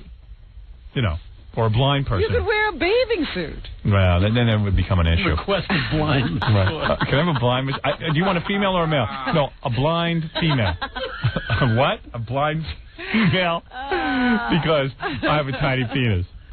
So, even through the sheet, I think they can see I got a tiny penis. So anyway, because there's no lump. That doesn't bother you when you're getting the massage? Well, it does, but what am I going to do? And sometimes I think I'm going to get aroused because, you know, and then my second massage, I had a young girl, you know, who, like, you know, was kind of wild. Like, she's got a boyfriend who's got a wild... Well, you do a lot of talking? Yeah, I talk through the whole thing because I feel bad for the masseuses that they have to rub me down. Well, then keep your mouth shut. No, I talk to them so, like... And, you know, I do a lot of self-effacing humor so that they get comfortable. You don't ever relax. No, never relax for the massage. Well, then you don't even need the massage. No, I come out more stressed after the massage because I'm afraid if someone's noticed my penis, am I naked, and my thighs look big. Them? Yeah, did I entertain them? What are they going to think? You know, it's a whole thing. Yeah, it's not relaxing. You're supposed to be quiet. No, I can't do it. So, this one was like a sports massage, which is like a deep massage, you know. Yeah, invigorating massage, which was good because I never realized before. You know how people say like when your muscles hurt from hiking and stuff and working out, and they say that they can massage that soreness out. Yeah, I never believed that, but they did. Yeah. It worked. They were good. And this girl was kind of young and cute, and I was thinking, well, maybe she'll put her hand under the towel because she started telling me a story about some guy who came in and asked for some sex because she was a fan of the show and stuff, and I went, oh, that's terrible. But I said, of course. I mean, if you wanted to give someone that, it should be of your own, like you should instigate it. No one should have to ask. And she said, that's right. She said, that's right. And, of course, she never touched me. Yeah. So how did you answer his question? So,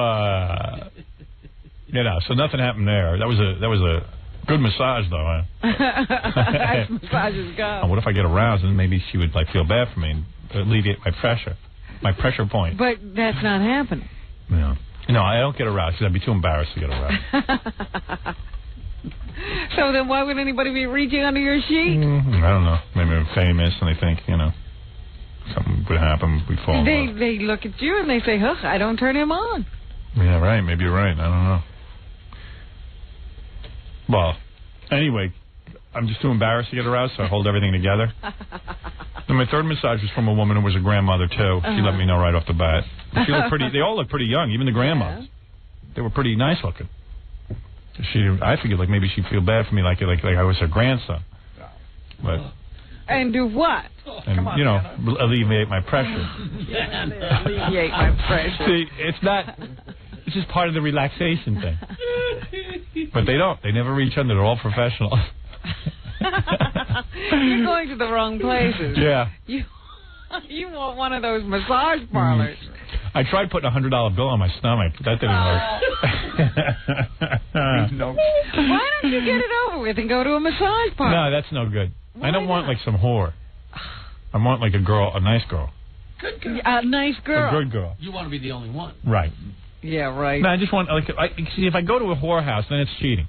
But if I'm laying there and I'm at a real masseuse and it's still cheating. No. Yes, it is. Please. I've worked out something where I can have sex. No, you haven't. Allison didn't say you could do this. I learned from you. Don't ask. You were just lying there and the girl couldn't help herself. Right. And then she did it. And what happened to you? What, were your hands tied? I just said, what's a big deal? It's a massage. I was too embarrassed to let her know I knew what she was doing. Yeah, and plus I was half asleep. I thought it was you, honey. Yeah, whatever. Did you hear they canceled the Arsenio Hall show? Already? Yeah. It was what? One airing? Yeah. 2 airings? 2 airings. It was so bad. That's wild. I missed it. Now I would have watched Well, it. I read, TV Guide reviewed it this week. I guess that's what did it in. You know what it is? They figure black people watch any show because all those bad shows black people watch on the WB. I mean, they're really bad shows. I try to watch them. I don't see the WB. I try to even watch the black shows so I'll be hip. But they're so pathetic. I mean, Amos and Andy was highbrow compared to this stuff. So they figure, well, they'll put Arsenio on, the black people have to watch it. Well, he was on a network. Yeah. But the black people, they don't like that. Well, Arsenio he doesn't want to hear the woof, woof, woof anymore. He's sick of that. Well, we're sick of him. And so he doesn't even, he doesn't want to acknowledge that. And the other thing I read in the review was that he didn't smile. He was overly serious, and this was supposed to be a comedy show. But he was so trying to not be the Arsenio everybody knew from late-night television that, he just lost everything, anything appealing about him that he did have. Really? Well. And I really think it's funny that he's upset with the woof, woof, woof. He doesn't want to hear that anymore. But one that's thing going to be the rest of his life. Yeah, now whenever you see him just woof, woof, bark in his face. Oh, goodness. Okay. This is Leroy. Hi, Leroy. I hate Arsenio Hall. You hate Arsenio Hall? Yeah. Are you a black guy? Stereotypical black man. Yeah, right. See, the WB has guys like the Wayans brothers. Yeah. I don't watch any of that crap, man. Really? What do you watch? What do you watch? I watch the white shows. I'm just playing. You watch Star Trek? Nah, man. Kung Fu. What do you watch? Sure, man. What do you watch? I got arrested because of the E show. You got arrested because of the E show? I got arrested because of the E show, man. Why is that? Well, I was trying to rig some cable, man, because my sister was like, she wanted to get the vibe on your show because she wants to send you some. Oh, you tried to steal cable? This is a white guy pretending to be black. No way. You trying to be Tone Loc? Nah. I'm Dog Medina. I'm not going to listen to that bad affect. I want to hear that. I'll watch the WB. Jackie is blacker than that guy. Do you black guy? What's up with that? Go ahead. Let me hear that again. What's up with that? Yeah, there you go. He does a terrific black with accent. that guy? No, brother. Hey, what's with Gorilla? Is he retarded? What did he do now? So, Gorilla's only job is to get me a sandwich, right? We've been through that. They took every job away from him with that. We decided before vacation that Gorilla's problem is he always forgets to get my sandwich. What? Say that on microphone so Robin can hear how stupid you are. I got you using What? What happened now? What? What happened? So all you have to do every day is get me a sandwich. I got you a sandwich. Yeah. What do you get? What kind of sandwich do you get? Fresh turkey, toasted whole wheat, lettuce, tomato. It was got mayonnaise all over it. I didn't ask for mayonnaise. I said nothing on it. Oh, really? I got mayonnaise smeared all over it. I didn't say that, and there's no way I can. I can't watch him make the sandwich. I thought that's why I sent you to watch him make the sandwich. He's doing other things. I didn't see him put mayonnaise on it, and I'm not going to finger your sandwich when I get it to open it up and looking to see. I can go get you another one. I'm sorry. That's all right. Don't get all upset. I get upset. It's my job. It just doesn't go right for some reason with you. Dude, the guy on vacation, I had nightmares that I'm running to get your sandwich, and you're don't have a sandwich. I got the sandwich. It's just covered in mayonnaise, and I'm trying to diet. I understand that, and I told the guy no mayonnaise, and he's got I'm gonna bit into it and had mayonnaise in it. A huge line of people, and now I guess I'm he infected. messed up. Yeah, all right, forget it. I'll get you another one. No, I don't want another one. Can I get you some soup, man? What? Split pig? Hey, what do you call me man for? I'm trying to be familiar with you. Oh, you're saying soup man. Soup man. Oh, yes. Yeah, it's all right. I'm sorry. It's all right. I'm just a little hungry, that's all. So then let me get you another one. Forget it. Why? It's a hassle. It's not a hassle. That's what I'm Do here me a favor. for. Just give me a piece of bread, okay? Now, is he getting things on time at least? Yeah, he's got They that. won't be right, but they'll be here on Right. time. That's half the battle. The problem is, I still have nothing to eat. See, that's my problem. I know, Yeah. Well, there's something working. Yeah, at least the food I can't eat is coming on time. There's something working. I'm just looking for progress. Did you tell him specifically no mayo? Yes. Tell me what you say to the guy. He omitted it. Is this the same guy every day? No. It's a different guy every day. All right, tell me what you said to him. Hi, could I have a fresh turkey on toasted whole wheat, lettuce, tomato? See? No wonder. Well, no wonder. No wonder you It doesn't come out like that. Do me a favor. Go just get me a regular dry piece of toast. Same thing as you got, just dry toast, no mayo. Whole wheat. Whole wheat. Yes. And I'll take this remaining turkey that isn't doused in mayonnaise, and I'll stick it on the whole Only wheat. needs is the toast. Right. No got problem. That? 2 minutes. Yeah. Give me your tomato and a piece of lettuce, too. Okay. All right, thanks. But if that throws you, just get the toast. I couldn't believe it. That kid never... I mean, is he a loser or what? He can't even get a He sandwich. doesn't take this job too seriously. No, he doesn't. At this point, wouldn't you say, and no matter, just make sure you don't put mayonnaise on it? You know, when you come to you'd be adamant about it. Look, it's got to be you have turkey. to understand that it's just got to be this. Especially if you're dealing with a different person every day. Why would you trust that the person would know what you're saying? I get this every day. It's from my boss. It's very important. Don't screw me up. See, what did I do yesterday? Put whatever you want What is on it, Gary? Kathy said she goes to, Kathy, her assistant, said she goes to the same place every morning, right. and she gets like a roll or something, but she doesn't want butter on it. Right. And she says she looks through the glass, she squints down and looks through the glass, and as soon as she sees him reaching for the butter, she yells out, "No butter!" Right. But she watches him make it. Right. That's what I was hoping Gorilla could do, but he can't. I try to watch, but you can't watch. He's doing a lot of things. I don't know what he's doing. They don't want to finger your sandwich. But he said the guy is doing a lot of things. What's he I doing? don't think he understands what the guy's doing. Go grab him before he goes down. I want to know what this guy's doing. What could he be doing? Howard, the fastest deli guy in the world only makes one sandwich. Yeah, I mean, yeah. It's not like he's making... Gorilla, let me ask you something. You say the guy's doing a lot of dings. A lot of How come things. Kathy can look through the glass and see that the guy isn't putting butter on her sandwich? Can you look through the glass? You know how the deli guy has glass and you can watch everything? Because dude. But tell me, seriously. I seriously, what? Can you watch him make the sandwich? I watch him every day. Every day I don't get So what mayonnaise. happened? How did you get mayonnaise on there? Maybe he, in his midst of being crazy, he threw mayonnaise on it without thinking. Mitts. In his midst. In his what? In the midst, and whatever. How do you spell that? Can I go get you toast now? How do you spell that? Let's have a commercial Spell break. that word for me. I can't. Please. Miss, M-I-S-T. Oh, wow. Okay. Really? That's how you spell it? Yeah. Spell the word. M-I-S-T, miss. Oh, boy. I knew he was saying it wrong. I know. It's in the midst. I can't say it, and I can't spell it. I know what it means. What you missed is English class. Yeah. This guy's a college student. What I really miss is my hair. That's why I don't bend over to look at this sandwich. You'll see I'm You bald. stayed at Dominic's place in Puerto Rico for the week? Yeah. I'm looking at the top of his head because he's losing Bright his hair. red. It's bright red. His whole top of his head burned. Yeah. I look like an engine. I got like dandruff flakes coming out. No, that's we don't need to see that. Do it in a sandwich. Why don't you finger my sandwich? Let me ask you something. How come Kathy can see when the guy brings butter? I watch. Steve, in all seriousness, do me a favor because really, I don't know what to do here. I got to get some You food. really are watching? If you're saying you're watching, but you're not. What I need you to do, and I'm not picking on you. I watch the guy take the turkey. I watch the guy take the lettuce. All he had to do was put the toast on, and I watched all day. And I guess when I glanced away for a second, Why are he you threw glancing mayonnaise. away though? Why during that That is 5 not crucial minutes watching. do you glance? I only have you getting a sandwich. Why would you glance away? He has no attention span. Your job is to watch him like a hawk.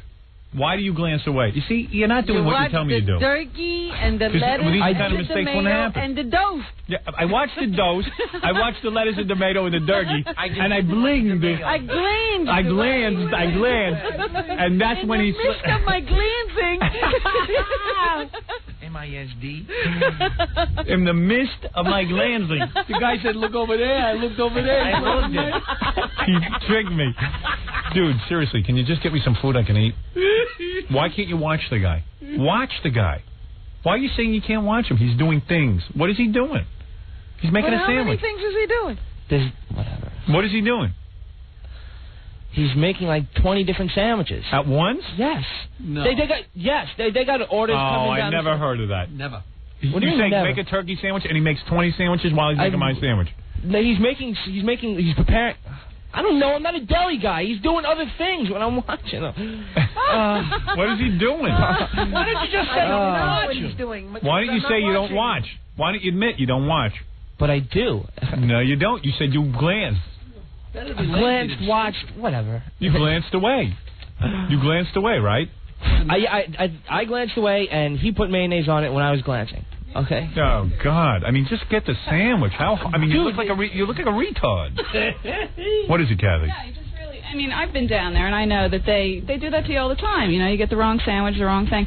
But I'm so paranoid about the butter being on there. Yeah, and like, you don't want to end up going back downstairs. Yeah, they do it to me all the time. So I mean, I look like an idiot. I'm standing there, I'm bent down underneath the counter, like looking through the glass, and the guys get mad at me because they're like, "We got it, we got it," and like, "No, you don't got it. You don't got it till I tell you." Right. How many times have you got mayonnaise in your sandwich? Once. When? Today. Right. Okay. So what's your every point? day they make a sandwich and they don't put mayonnaise on right. it. And so what's your point? Listen, last week the problem was you never remembered to go get sandwiches. One day. Okay. All right. Today was mayonnaise. I just want to eat. What's tomorrow? I know that. In other words, you say it's just one time. But every day there's another thing that goes wrong. As you sit here and drill me for half an hour, right. you get even more hungry and you get angrier. The only reward I have is drilling you. I'm hungry.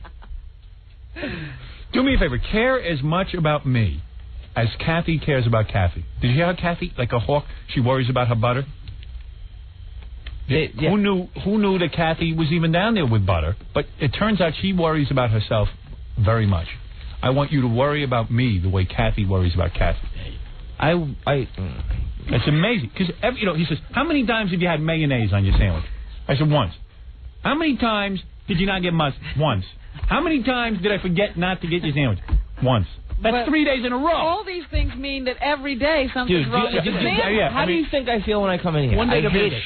When I'm in here and you're doing this to me, I'm not a happy guy. Right. It's like someone punched me in the stomach when I'm in here. Go ahead. Yeah. So I don't particularly like doing this. I screwed up and I hate it. And right. I'll go through the rest of the day hating it. Right. And then tomorrow, and I have dreams in the middle of the night. I wake up going. Like, I had a dream 3 times last week that I didn't get your sandwich, and I'm running down 57th Street. It's called pressure. And you realize your pressure in life is that you can't get a sandwich. It's the worst pressure in the world. That's unbelievable. That you're in over your head. You know what? You're in over your head. One screw up, and this is what I got to go through. No, but you're in over your head. One screw up every day, there's a screw up. No, one thing to do. Right. So there was if I couldn't do this to you on the air, then you'd be fine. The only redeeming thing you had to get somebody to help him do this? I know.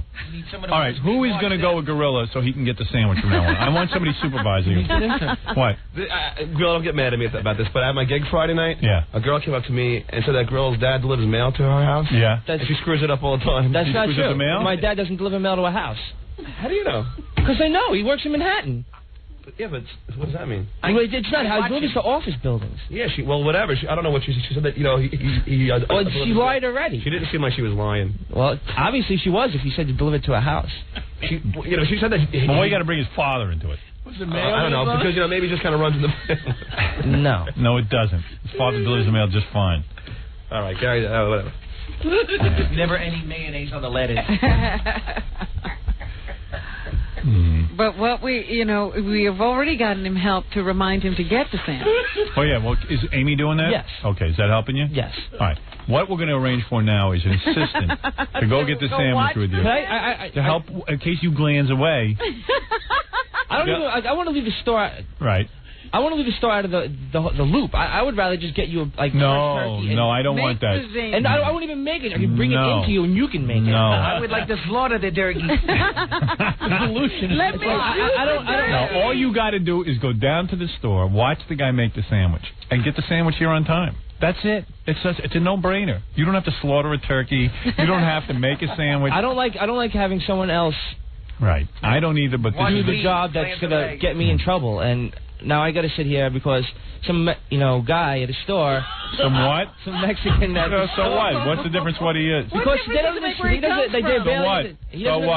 speak English. Well, obviously you don't either. Maybe he's in the midst of going to a school in America, you missed English too. Howard, if a guy works in a deli in New York City, no matter what, nobody in New York he knows City what mayonnaise means. Yeah, I know that, and I didn't. Hi, you're on the air. Hello. I said hi. You're on the air. Yeah, how you doing? Yes. First of all, I just want to say he is a moron.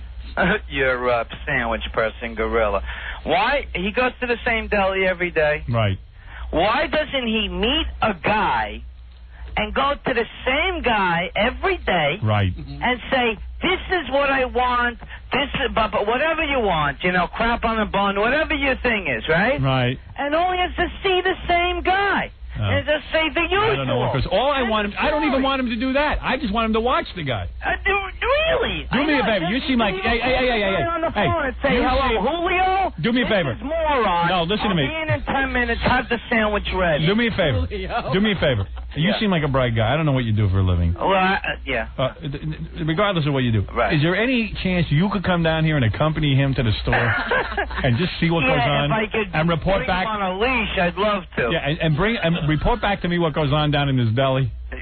Yeah, I mean, Thank you. it's retarded. All right, hold on. I'm going to get your number. I'm going to arrange for you tomorrow to go down to the store with him. That sounds like a good bet. Thank you. Hold on. This guy is going to be my ambassador. I mean, I used to be a sound engineer for a bit. I know Leslie. I know Dee. I mean, we used to run whole stage shows. This guy can't even get a sound. Right. Oh, this guy calls all the time. Well, what's wrong with him? He's got a point. He's going to go with you and report back to me. Thank you. All right. He's a bright guy. He's a systems We guy. also both comes in the North Shore. All right. He's a systems guy. I love a systems guy. He's a systems guy. Now go get my toast. Quickly and efficiently. Could you go to break first so I know, like, as I'm walking out the door, you don't talk about? Oh, no. Leave. It's not fair. I can't concentrate. Hey, Fred, were you at Phantom of the Opera Friday night? No. No. Absolutely not. Hey. Hello? Yeah, I want to play Stump the Joke, man. Some guy. A lot of jokers on the phone today. All right, listen, Gorilla, please, I beg of you. I'm so hungry. Gorilla, listen to me. Come here. He's so beaten. Come here. I want to talk to you nicely. Come here. I see you a little beat. I'm not mad at you. I don't care if you're mad. You shouldn't be. I should be mad at you. What? I should be mad at you. I know that. Right. Listen to me. I'm just telling you. Madder than Mexican. Wait a second. Listen. It's my fault. It's no one else's fault. Right. Yeah, like Kathy says, she looks over at the sandwich, sees what the guy's doing. I need you to be my eagle eye. You know what an eagle eye is? Yeah. All right, I need you to be my hawk. I'm as bald as an eagle. You're as bald as an eagle? All right, listen to me. I need you to be my special scout.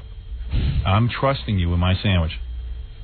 But you're failing me every day now, on a consistent basis. Every day you fail me. 2 days, 3 days in a row. Now go ahead. Please, I'm begging you. You're my special scout. What was that, Jack? Are we going to bet on this? He could get toast. You can get toast, right? If I bet on you? Is he going to remember the lettuce and tomato? You're going to remember the lettuce and tomato. How do you cook those? I'm going to watch the guy cook the toast. Right. I'm sorry. Probably Yes. bring you back toast with butter on it. Yeah, I know. I'm going to end up with butter. No butter. Excuse me, I have to glance away for 5 minutes. Why is there butter on there? Jose! Yes, you're on the air. He's got to have a preoccupation going on in his mind. I know. I mean, you would think at this point he'd get it right. Christ, the Look at turkey this. sandwich. This thing is swimming in mayo. Look at this, Robin. Look. Oh, dear. What a douchebag, man. Christ almighty. I don't mean to pick on the kid. It's just, it seems impossible to me that a guy could screw up a sandwich every day. But, Howard, that's it, man? That's all you ask for is a sandwich? That's it. I'm not looking for anything complicated. Not a special sandwich. No, it's a turkey with toast, lettuce, and tomato. That's it. Oh. People work in office buildings go out and get sandwiches for 20 people and get everything. I know. God damn, man. All right, hey, thanks. All right. All right, listen, let's put that aside, Robin. Let's do the news. There's been a lot that has lapsed in the week. In the midst of our... Yes, we're in the midst of glancing. In the midst of our glancing away from the week, things have happened. MIST. You ever hear anything like that? It happens. You know, it's funny. It's one thing when he makes the mistake. Yeah. But when you ask him about it and he has time to think about it. It gets worse. It gets worse. He was almost saying the word right. But Yeah. when you made him think about it, it became missed. Yeah. He went the wrong way. It was mitts before. In the midst of... midst. M-I-T-S. Midst. In the midst of all this, I lost my drag. My mitt. I just saw an ad for a church in the newspaper. Robin gave me this. It's a fax. Someone faxed it to us. This is from a legitimate newspaper. What Jesus would say to Howard Stern. And then there's this horrible cartoon drawing of me with a big giant nose. Yeah. You know what I mean? What that's supposed to mean? You know what I'm saying? Yeah, here's another sodomite. Yeah. What would Jesus say to one of the most colorful and outrageous characters of our day? He might recycle some of the same unexpected advice he gave to the outrageous and even scandalous characters of his day. And then you can learn more about it at the Atlee Community Church. A church designed for those who have given up on church, or those who never went. Yeah, like it's going to be a fun church. I love that. You know, like join a fun church. Yes, and it's not goddamn church. We don't observe all the sins that the other churches do. Yeah, like this is like we have a young priest. Yeah, those are hardcore churches. And he's hip, and like he'll even say an off-color word every once in a while. You know, we even believe in extramarital sex. Yeah. A place where, a church where there's no pressure on you. A place where visitors can investigate Christianity without having to say anything, sign anything, or give anything. Meeting every Sunday at 10. And like it's hip, they even have a cartoon drawing of that ugly Howard Stern. Yeah. And, like we even know about Howard Stern. Yeah, the Antichrist. To say his name. With the big Jew nose. You know? Yes, but your hair with a big nose poking out. Yeah. What would Jesus say to a big, ugly Jew? Oh, Jesus. Who hasn't been baptized. Well, I'm half Jewish, by the way. For those of you listening on our new affiliate. Fort Myers. Yeah, WRXK. RXK. I'm mostly Christian. In fact, I've met God. You'll be hearing more about that tomorrow. He was in Arizona? Yeah, did I have a religious experience? Really? God visited me. Please. And Satan. Oh, when do you visit the spaceship? No, I'm not kidding. I was out in the desert. I was sitting by myself in the hot rocks. And when do you wrap the plastic bag around you? No. And God incarnate came down and talked to me. Incarnate? Yeah, God incarnate. As Jesus was God incarnate. Yes, so God incarnate came to see you. Yeah. Wow. Want to know what happened? Yeah. You think I'm kidding, right? I do think you're kidding. Oh, okay. Well, let me tell you what happened to me. I'm sitting there, and this guy comes next to me. Now, the first thing you tell me when you get back from vacation is that you hiked. Right. Not that you met God. Because I knew you would goof on it. No. I knew you would goof on it. No. You tell me the most important thing first. I don't even know where to begin. Here's what happened. Right, how about the truth? How about the truth? Okay, I'm going to tell you what happened, and you tell me if you believe me. I don't believe you before you start. Well, I went out, and I'm off by myself, because you can go off by yourself. You sure? Yeah, I'm sitting there. Now, is in this the desert. one of your hikes? No. Okay. I just sat. The desert was calling to me. Like, you know how like you go, I should go to the desert and just be part of the desert? Oh, please. I'm sitting there in the desert. I don't know anything about that. Want me to tell the story? I was in the midst of doing nothing. What were you doing when the desert started? I'd woken up from a nap. And I just said, I feel like being a part of the desert. So I go to the desert, and I'm sitting there, and this guy comes up. The most normal-looking guy you ever saw. In fact, if you ask me... You're not around... How did you get to this part of the desert? Yeah, there's a trail. It's called Pete's Trail, and you just follow it down, and you can sit on any of these rocks or just be off by yourself. And it's just desert, nothing growing? No, there's cactus, there's various... It was kind of green because it had just rained. Oh, green desert. Yeah, it wasn't bad. Well, that's where Jesus or God incarnate would be. Well, listen what happened. See, you're going to goof on it. Forget it. I'm not going to share. No, I'm not going to share. Tell me now. I'm sitting on a rock, and the most average look, not an unattractive man or an attractive man. It was just what like was he plain. wearing? He was wearing a brown suit, which was weird because I'm sitting there looking at the suit, and I'm going, why is this guy wearing a suit in the desert like Nixon? Yeah. The suit was so smooth on him. I said, he looks like a regular guy, but yet his suit was as smooth as his skin. You know what I mean? He was just an average guy, but everything looked like one. He kind of looked like more plain than Tim Sabian, without the beard. Just like a regular. God looks like Tim Sabian? This was not God. Little did I know. Oh. Listen to what happened. You won't let me talk. I thought the guy was a fake. And then I'm standing there. I'm sitting on the rock, and I go, hi, how you doing? And he goes, hi. Where did he come from? Was he... I don't know. I thought he came off of Pete's Trail. But I don't know. He was just there. And I'm sitting on the rock, and he says to me, how you doing? Blah, blah, blah, blah, blah. And I start to talk to him, and I go, well, are you staying here at the resort? He goes, no, you know. Did he know who you were? Yes. And I go, I said, are you staying here at the resort? He goes, no. He goes, you know who I am. I said, no, I don't. He goes, of course you do.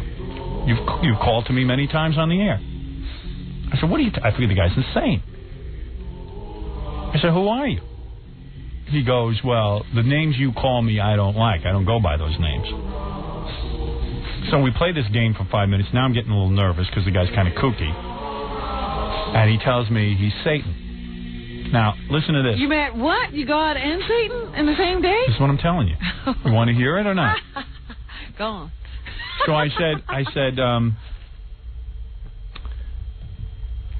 what do you want of me? Because I didn't even believe he's Satan. He goes, You didn't get up and run. No. Because I said if I run, this guy's going to beat the crap out of me. So, because I thought he was a guy. Satan looked like a powerful man. Yeah. Well, no, he didn't. That was weird. I said, gee, I never expected Satan to look so normal. He goes, well, he said, do you want his... He says, what did you expect me to look like? I said, the hooves and the... He goes, well, I can look like that too. He said, but this is what I really look like. Because man was created in God's image, and the angels were created in God's image, and I'm just as normal looking as... I look like a guy, because you're all created in our images. Yes, and what did Satan come to say?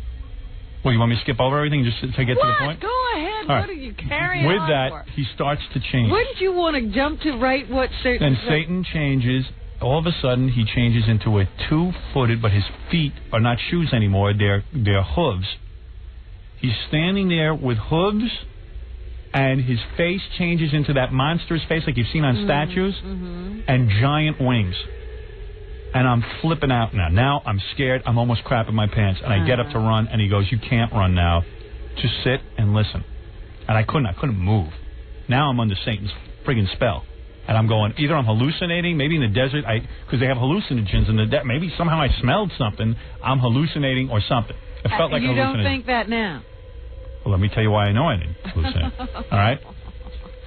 I know you don't believe a word of this, but I swear this happened. Anytime today. Listen to this. Listen to this. So, I'm all shook up at this point. Maybe I should save this for tomorrow. Look, all I know is if this really happened to you, you'd have called me from Arizona. No, I haven't told anybody. I didn't even tell my wife. Sure, I did not tell anyone. It's true. Satan. So anyway, he goes, my name isn't Satan. My name isn't Beelzebub. These are all names that you guys gave me. All right, what is his name? It was unpronounceable. He started to spell it. It was like Mr. McSixaplex. He's Polish. Yeah. And no, but it was just like, it was, so you're going to goof on. Forget it. Let me go to commercial. I'm never going to share this with you. What are you talking about? No, because you're going to goof on it. You're going to tell me. All right. So now he's Satan. I'm talking about he looks like Satan, and he goes, incubus, all these names are names. He says, I'm not a bad person. I'm not a bad angel. An archangel, he calls himself. He says, we're archangels. I'm an archangel. He says, that movie Michael, that's about an archangel, whatever the hell he is. He says, well, he says, the reason I'm here is I want you to sit by my side. I want you to be my lieutenant. I go, what? He goes, I want you to make this decision of your own choosing. And what do you get out of it? Yeah, what do I get out? What am I going to be in hell? He goes, first of all, you've never seen hell. I'll take you to see hell. If you want to see hell, I'll give you a glimpse into hell, but I'll show you heaven. And then you decide if you want to be on God's side or you want to be on my side. That's what he says to me. And you don't think this could be a trick?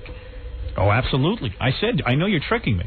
And once I agree to be your lieutenant, I'll just be like another one of these lost souls. To boil it down, so Satan now, I don't know how time is passing. It must have been an hour, what it seemed like to me. And nobody's looking for you. No. But it wasn't a real hour. It seemed like an hour, but it was only seconds. Ah. Satan describes to me. Forget it. I'm not telling you. You got to believe it. All right. Satan describes to me what hell is like. What is it like? He says, when you die, he says, you know how you always say on the air that you don't go anywhere? He says, you go somewhere. You hover between earth and heaven. You don't get to go to heaven. Nobody does. That's the cruel joke. You are in limbo the rest of your life between heaven and earth. Wait a minute. And you just sit there. Hold it. You're saying nobody goes to heaven? That's right. Nobody. Well, why is there a heaven? I could answer that. You want to get to that? You're going to ask me any questions. I'll skip ahead and tell you that. All right. There are souls in heaven that were there millions and millions and billions of years ago, but God never lets anybody new in because those are people. Those aren't archangels. Now, this gets even heavier. And we just sit there and languish in our own misery.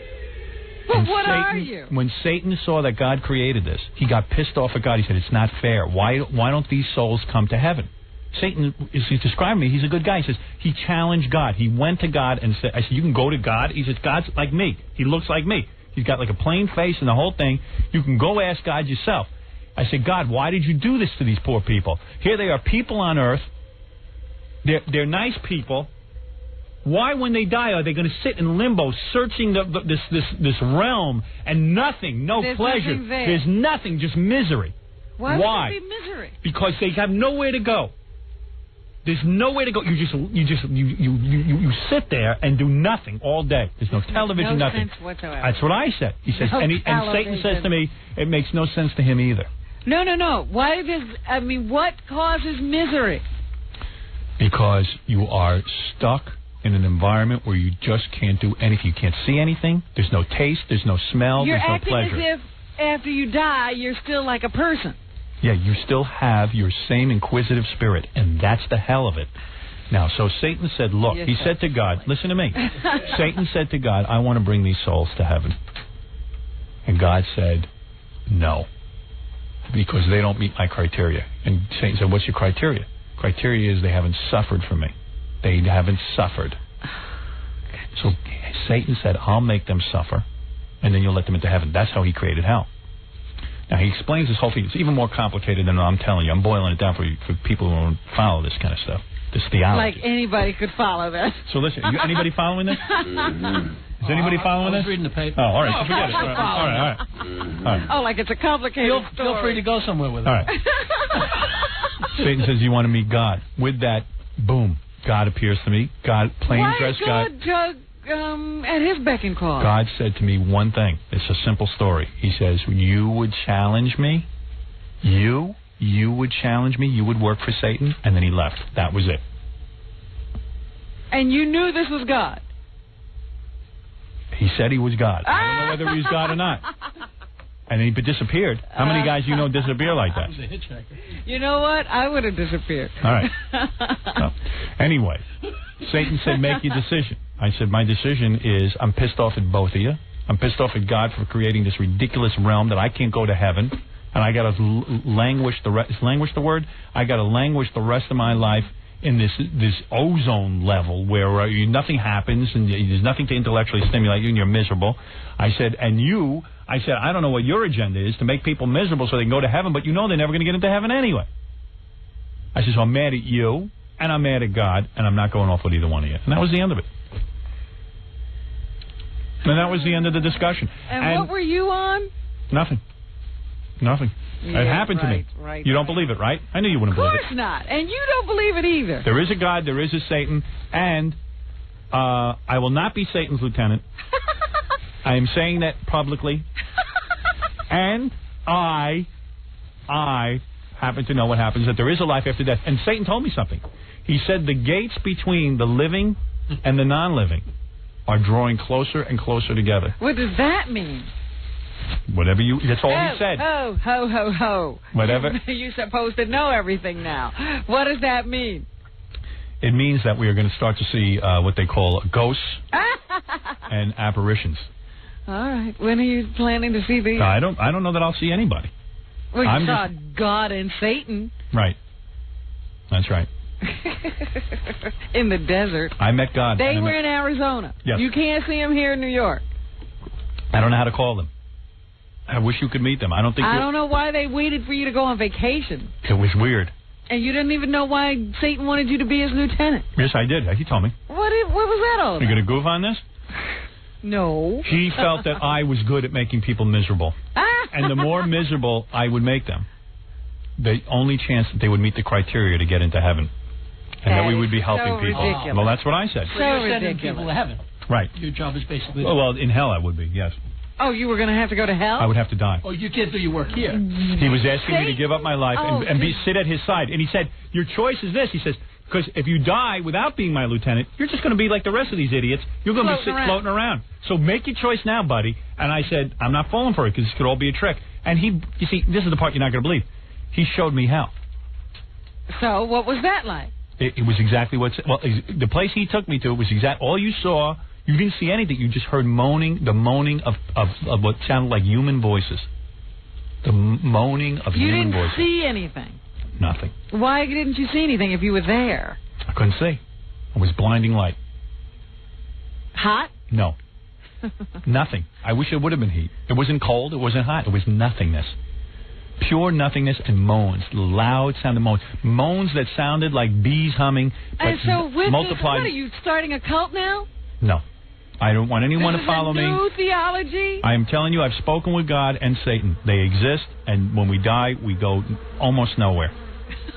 You almost go somewhere. Your consciousness survives, but it's horrible. And you are the same person. You would be Howard in this nothing. That's right, Howard. And Howard Jackie would be my name. Jackie in this nothing. Right.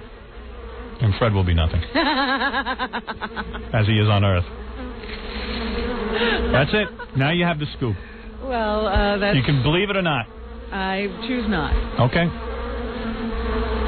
Just like you wouldn't be Satan's lieutenant, I choose not to believe. You go nowhere when you die. I can't believe you would have this monumental a thing happen to you and not tell anyone until almost the end of the show. Jackie's career has prepared him for going nowhere, so he'll be fine. He'll be happy. It's a whole involved thing, too. What do you mean a whole involved? Oh, my God. Satan explained to me that he was on Earth.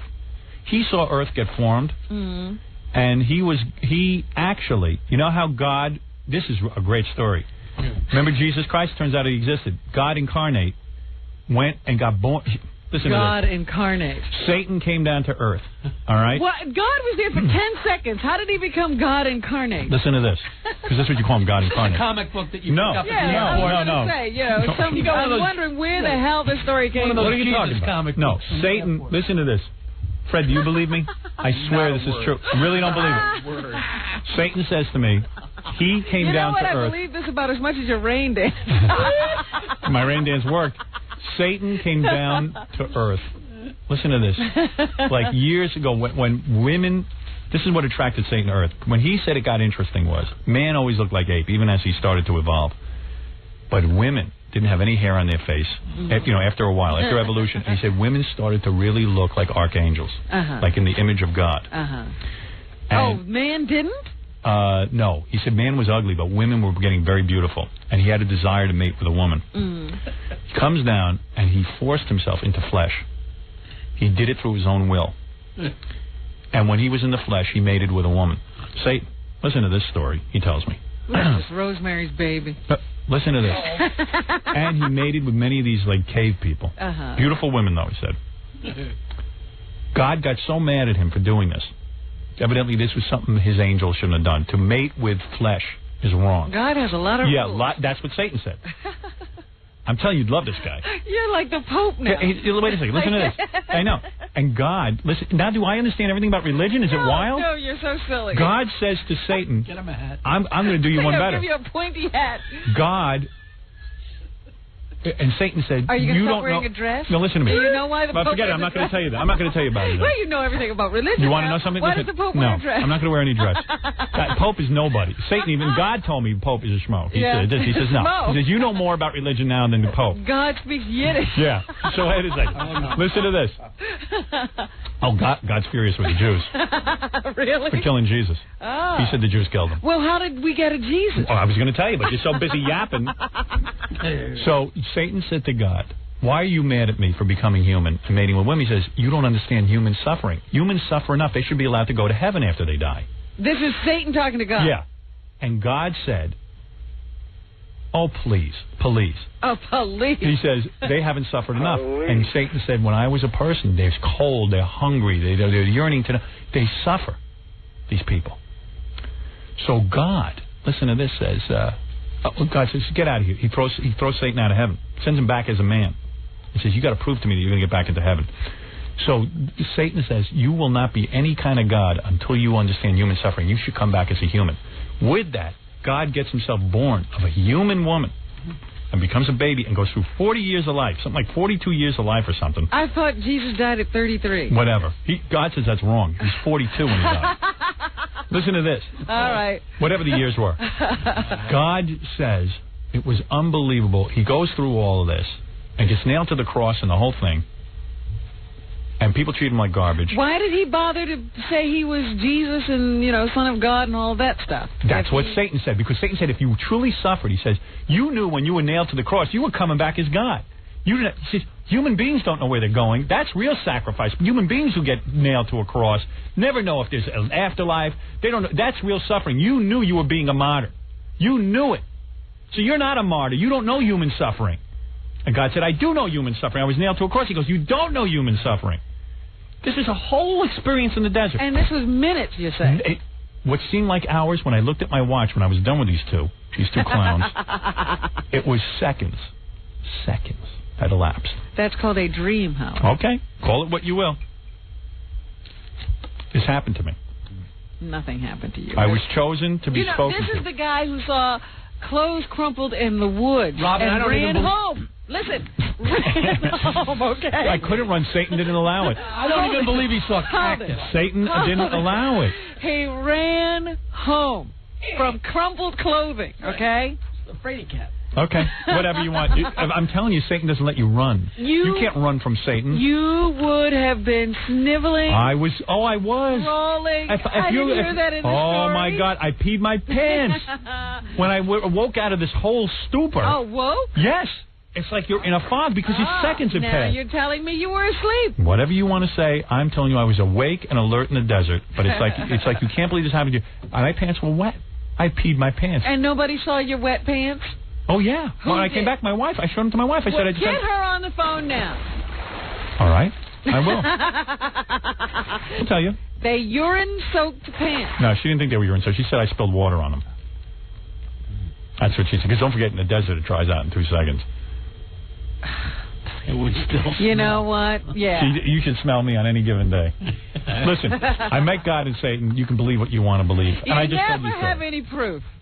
There is no proof. I just gave you a story I couldn't make up. What? I don't know anything about religion. So when you came to, I know about the beginning of man. I know about the beginning of man. Well, what was that? I saw the beginning of man. What was that all about? What about it? Tell me about the beginning of man. All right. Yeah, here we go. Another story. All right. I'll tell you a good story about it. When the earth was created, and there were even insects, the angels were so mad because the angels have wings. They were so mad that not only did these things have faces, they had faces with eyes just that looked like that had their shape, their form, but that God would give wings to these things drove them insane. It seems like an awful trivial kind of stuff. Why would God give them wings? Angels to be involved. Oh, they were pissed. And they didn't understand. And then when God made the woman and the man in their image, and the woman became beautiful, they said they couldn't believe it. They couldn't believe it. Why? Because they said, why would they create these lesser beings in because they didn't understand, they couldn't comprehend it. God said, listen, you just got to trust me that I'm doing the right thing. Why did God create human? That's what they said. Why? Why all of this? And only to have them die and not go anywhere seemed cruel. Why would God be cruel? But why would he do this? What was his purpose? He will not answer. He says, he says, you got to trust in God. If you really want... You just be quiet now because you're just getting... All right, okay. All right, that's it. Let's do the news next. I'm telling you this happened to me. Yeah, something happened to you, all right. Something did. All right. You read a book. You're all jealous that I met God. I'm dying. A book report. Yeah, I'm dying to see what he's going to hold up. I met God and I met Satan. Sure. And neither of them could win me over. I was mad at both of them. And they know I'm mad at them, and I'm not talking to them. That's right. They must be awfully upset. Well, they are. So when you came to Satan wants you to be his lieutenant. What makes you so special? I told you, Satan says I make people miserable. There's nobody else. Hitler, he doesn't ask. No, he doesn't like Hitler. Hitler is suffering. But that's not the point. The point is Hitler made a lot of people miserable. All right. Well, he asked me to be his lieutenant. I guess he felt I was a can-do guy. All this time. There's been nobody. Genghis Khan, all these weird, wacky he has people. other lieutenants. Trust me. See. Don't think I'd be the only one. Ah. Better to be Satan's lieutenant than to be in nothingness. That's what his point is. I don't know that. I don't What either. is hell? That's what I said. Nothing. How many people does he ask, Howard? You suffer in hell, he says. You suffer. You suffer. Because but all why of those doesn't souls... he take everybody there? Oh, he does. No, you said they're all floating around in nothing. No, he convinces them to go with him because he says, if I give you enough suffering, you will eventually go to heaven. But he's yet to get anyone into heaven. Yet to. Yet. But you said there's a bunch of things floating around with no place to go. That's right. So they're not in hell. Well, actually, that started years ago when Earth was first formed. That place of nowhere to go. Now he's got them all down in hell. Make up your mind. What is your story? There's a million stories. I mean, there's so much buzzing in my head from what he told me. I am telling you, Robin, it's wild what goes on after you die. Yeah, right. It's 10 times worse than so that. So I'm staying here. What do I get? Enjoy this. What do I get? Enjoy what you've got. Beautiful. Beautiful. My message to all of you is, enjoy your time on Earth. Are you going to change? Is that what you're telling me? Yes. You're not going to be making people suffer anymore? No, I am going to make people suffer, but only for 3 more years, and then I will leave.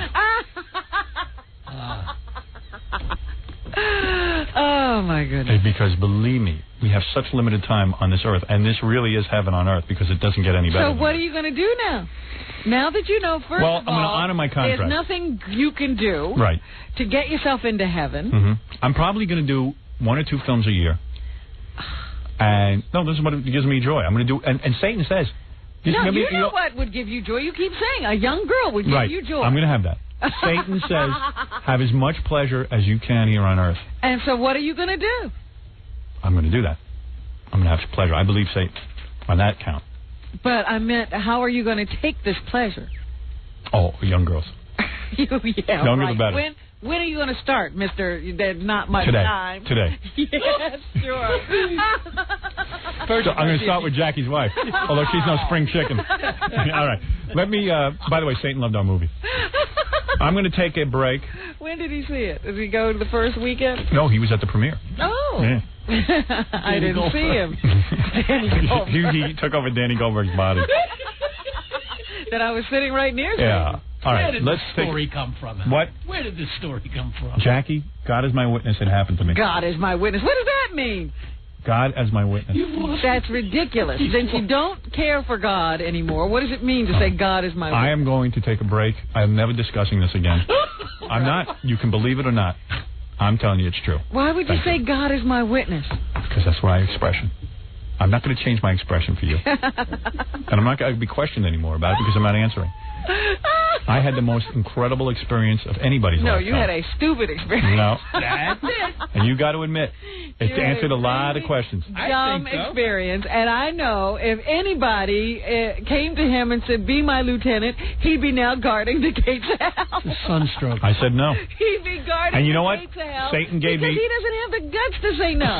Satan gave me 3 days to decide, and I decided right then and there. I told him right there I didn't want to be his lieutenant. Where did you get all this gumption? I guess I have a lot more gumption than you thought. I was not going to be tricked by Satan. Boop. All right, I'm going to take a break. And there's your story. Yeah, that's all it is, a story. That's all it is. I made it all up. Do with it what you will. Start a religion around it. Do what you want. Go to a spaceship. Go anywhere you want. Drink some Kool-Aid. Do whatever you want. Speaking of that, did you see the comet? No, I haven't seen the comet I saw yet. it. And? My wife found it in the sky, and I thought she was insane because I was like, that's not, and it stands still. It looks like it doesn't move. Oh, you can't see it moving. Yeah. I was like, what? It's not moving. That's not the comet. And sure enough, it was because I saw a picture of it, and it's the same thing we saw in the sky. It's like a little dot with a tail. Yeah. The tail's pretty thick. As thick as Satan's horns. Here we go. We'll take a break, and we'll be back right after these words. You're listening to The Howard Stern Show. Stay right there. The Eagle. You're listening to The Howard Stern Show. All right, I have some information here. Go ahead, Robin. You read Nimnock the Devil. Yeah, for, I figured it was a matter of time. I said, I want to know where this story came from. That was such a cool book. I haven't, you know what, I started reading it last year, and I've never gotten through it, so that's why I didn't know. That's what happened to me. Every vacation, the only thing, I never read books. Yeah. The only books I'll read are Anne Rice books. Yeah, I love her. I love her. So I read Memnock, and now I'm in the middle of The Witching Hour. Oh, really? Which is I've never read the witches' books. 50 times better. Really? The best thing I've ever read. And I'm only 125 pages into it, and I can't put it down. Huh. Witching Hour. Because I love these vampire chronicles. I'm going to get back to... Did you read The Mummy? Memnock. No. Memnock Queen of the Damned ruled. I'm only halfway through that one. Oh, I love that book. But Memnock the Devil, that's okay. Now, that's the one where the guy switches bodies? Yeah, well, no, that's not. That's the book after it. Oh, okay. But it also, it's a lot of, like, long pages of religious stuff, you know what I mean? It just goes on and on Have and I on. read Memnock then? I don't think so. You should read it, but read The Witching Hour first. I don't know, because I love the vampire series so much. So do I. Whenever I start the witches, another vampire book comes out, and I have to go to Just read The Witching Hour. Because I've got all the witches books. I've never read them. Read The Witching Hour. And it'll take the first 10 pages, you'll be like, hey, this is crazy, and then all of a sudden it's going to fly. Yeah? Yeah, you're going to dig it. All right. Yeah, it's really cool. I even got my daughters reading it. It's just so cool. Hey, you know who wants to come on the show? I'm not going to have her on because I don't think people care. Who? But Betsy Johnson. But my kids, I have a 13-year-old and a 10-year-old girl, and like they're totally into Betsy Johnson. So like if I had her on, she wants to do the show. I know she was inviting you to her show. Yeah, I think she's cool and everything because she, you know.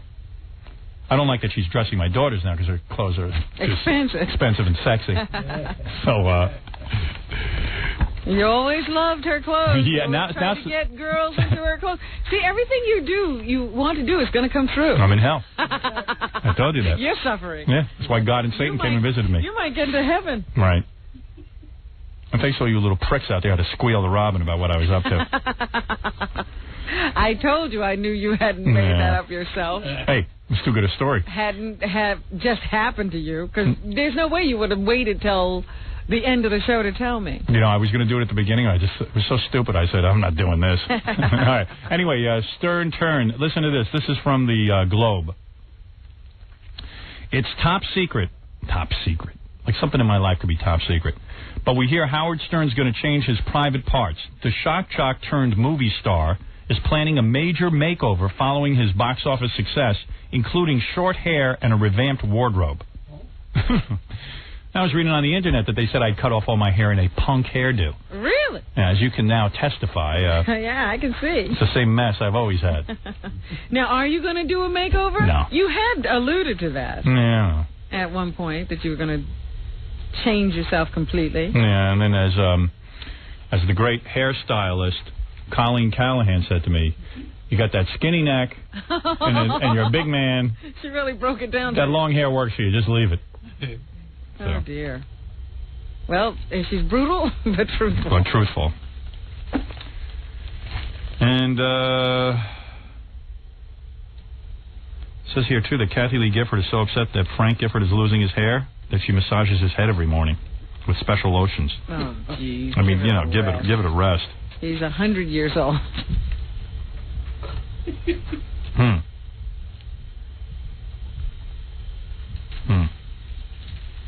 All right. We should get to the news. Well, you know, you've met God, as you say. Yeah. And so you have the answers to all questions now. Yes. And I was reading the San Diego Union Tribune. Thank you. On Saturday. Uh-huh. And they have one of these, you know, they have Ann Landers and Dear Abby, and they must have like an advice column for teenagers. And so some kids wrote in asking this girl for advice. Don't you think the truth is that Kathy Lee rolls over every morning not to check Frank for whether his head is bald, but to check to see if he's alive, and you know, and probably secretly prays he's dead? And when he catches her, she starts rubbing his head. Right. Oh, honey, I was just rubbing your head. Probably has a mirror under his nose. Now, here's the question. There's a girl named Sue. Cherry Bennett who writes an advice column. Cherry. Hey, now. Or it could be Cherie. Cherie. Hey, Cherie. What can you do about a teacher who has dog breath?